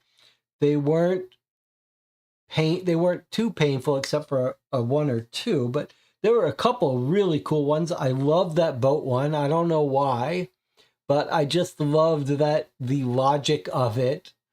And the story here was much more straightforward, but still kind of cool. Kind of creepy. I don't appreciate that we had to kill that dog. It was in keeping with this series in general. I would have liked us not to have to kill the dog. Well, maybe you didn't have to kill the dog. Maybe there were other ways to do it. In general, though, the website worked well. I thought the puzzles were good. I liked the amount of time we had to spend on each puzzle. I do like that. There were a couple times when I was afraid we're going to have to spend an hour decoding something, but really we didn't have to. The only thing I still have a little bit of an objection to this thing where you can enter a code and sometimes it's like gets mad at you for like you put on the gas mask. Like I didn't want to put on the gas mask. I just wanted to go look at that item. I do think that's a little bit of a mistake there. And there are some times when you've got cards around that it would, and in other games it would say, okay, you look, you see the gas mask, and now you take the separate card. There's a couple weird things happening there, but in general, I really like this series. I like that it's got a different feel. I like the art style. I like that it's a little scary and adult and creepy. So I'm looking forward to playing the next game. I like the system where cards are coming out and going away. So sometimes you've got cards that you have for a long time before you use them. Sometimes they're all self-contained. I was pleasantly surprised by this. I keep thinking this game's going to go off the rails and get really bad and lazy, but it didn't. I just wish a little bit of tweaking on some of these puzzles. I do appreciate that the website works so cleanly. And we didn't confuse it. It always knew where we were. The hints for that briefcase one were a little off, but overall very good. And I'm looking forward to playing the next two games in the series. Now, Jamie says, my only problem is the hints. It's like if you're at the point that you needed a hint, the first two were useless. Well, I think that's okay, except that you get penalized. That's the only part that's a little odd. Like you didn't need those first two hints, but you got penalized for taking them. And there were a couple times when we were just like, combine the alcohol and the chemical, and it was like, no, you can't combine them. And then we lost a point for that. I didn't love that. But on the other hand, we got our 91%, so we did pretty well. Delia says, I like the puzzle. Some of them were easier than I expected. Caused me to overthink. That's my fault. I enjoyed how the game took us through the story, which was good, and it all made sense. I also do like the mix. Like, it's mostly puzzles. It is like a linear story that's unfolding and you're traveling. And then occasionally you get this choose your own adventure thing. And the game is sort of like baiting you, which I think is fair. Like, we know how it works. Like, if we hadn't, like, we treated and bandaged the wound, right? And the game doesn't, like, say anything. It's not like, yes, you get points for that. It's kind of like, when you want to get on your bike, you go. And we're like, well, not so fast. Let's treat this wound first. And it's like, okay, you treated your wound. Like, if we hadn't done those things, some bad things would have happened. I kind of wish at the end it would tell you, like, okay, here's what could have gone wrong. It would be nice, like, when we got to the end, if it said, if you hadn't bandaged your wounds, this would have happened. If you had, here's a different way you could have taken care of the dog. It would be nice if there was a little summary of things that could have gone differently. I think that would have been fun. But the combination of those occasional choose your own adventure things, which the game does not hold your hand through, like it'll let you make a terrible mistake. The combination of that with the punishments for guessing wrong does really keep you on the tip of your toes here. It makes you scared to make mistakes because you know you could cause things to go quite wrong. All right, so here's how this works. If you are interested in joining me for the next two boxes of this, and you join me for this one, if you want to make sure you don't miss the second or third box, then you should stop by the Board Game Geek Guild and say so. Say, like, I want to join for this, and then I'll try to make sure that I schedule it enough ahead of time for those of you who want to join. If no one says anything, then that's fine. I'll just schedule it whenever it's convenient for me, possibly on short notice with only an hour or two notice. And if you miss it, you'll catch it on the rerun if you're curious. But if you want to join for it live and you want to I mean, we've got a nice group here for this. That was very fun, a little unusual. Then we'll meet up on Board Game Geek and on the Co-op for Two Guild. You'll find a link in this YouTube or on the Discord. And I'll schedule it for when it's convenient for all of you who have joined me for this one and want to join for the next one. Not tomorrow. I think we need a little break after 6 hours. But, well, we played this Wednesday. Why don't we say this? As a default, let's assume we're going to play for the next 2 Wednesdays. But you let me know if that doesn't work for you and we can schedule it another time. All right. Thanks for joining me. Thank you to the Patreons that made it possible for me to order this from Sweden and get it for us to play. Thank you for those who join me in these chats and offer your thoughts. I really appreciate it. If you don't hear from me, we'll plan to play Box 2 next Wednesday. All right, I hope you guys have a nice week. I'll see you next time.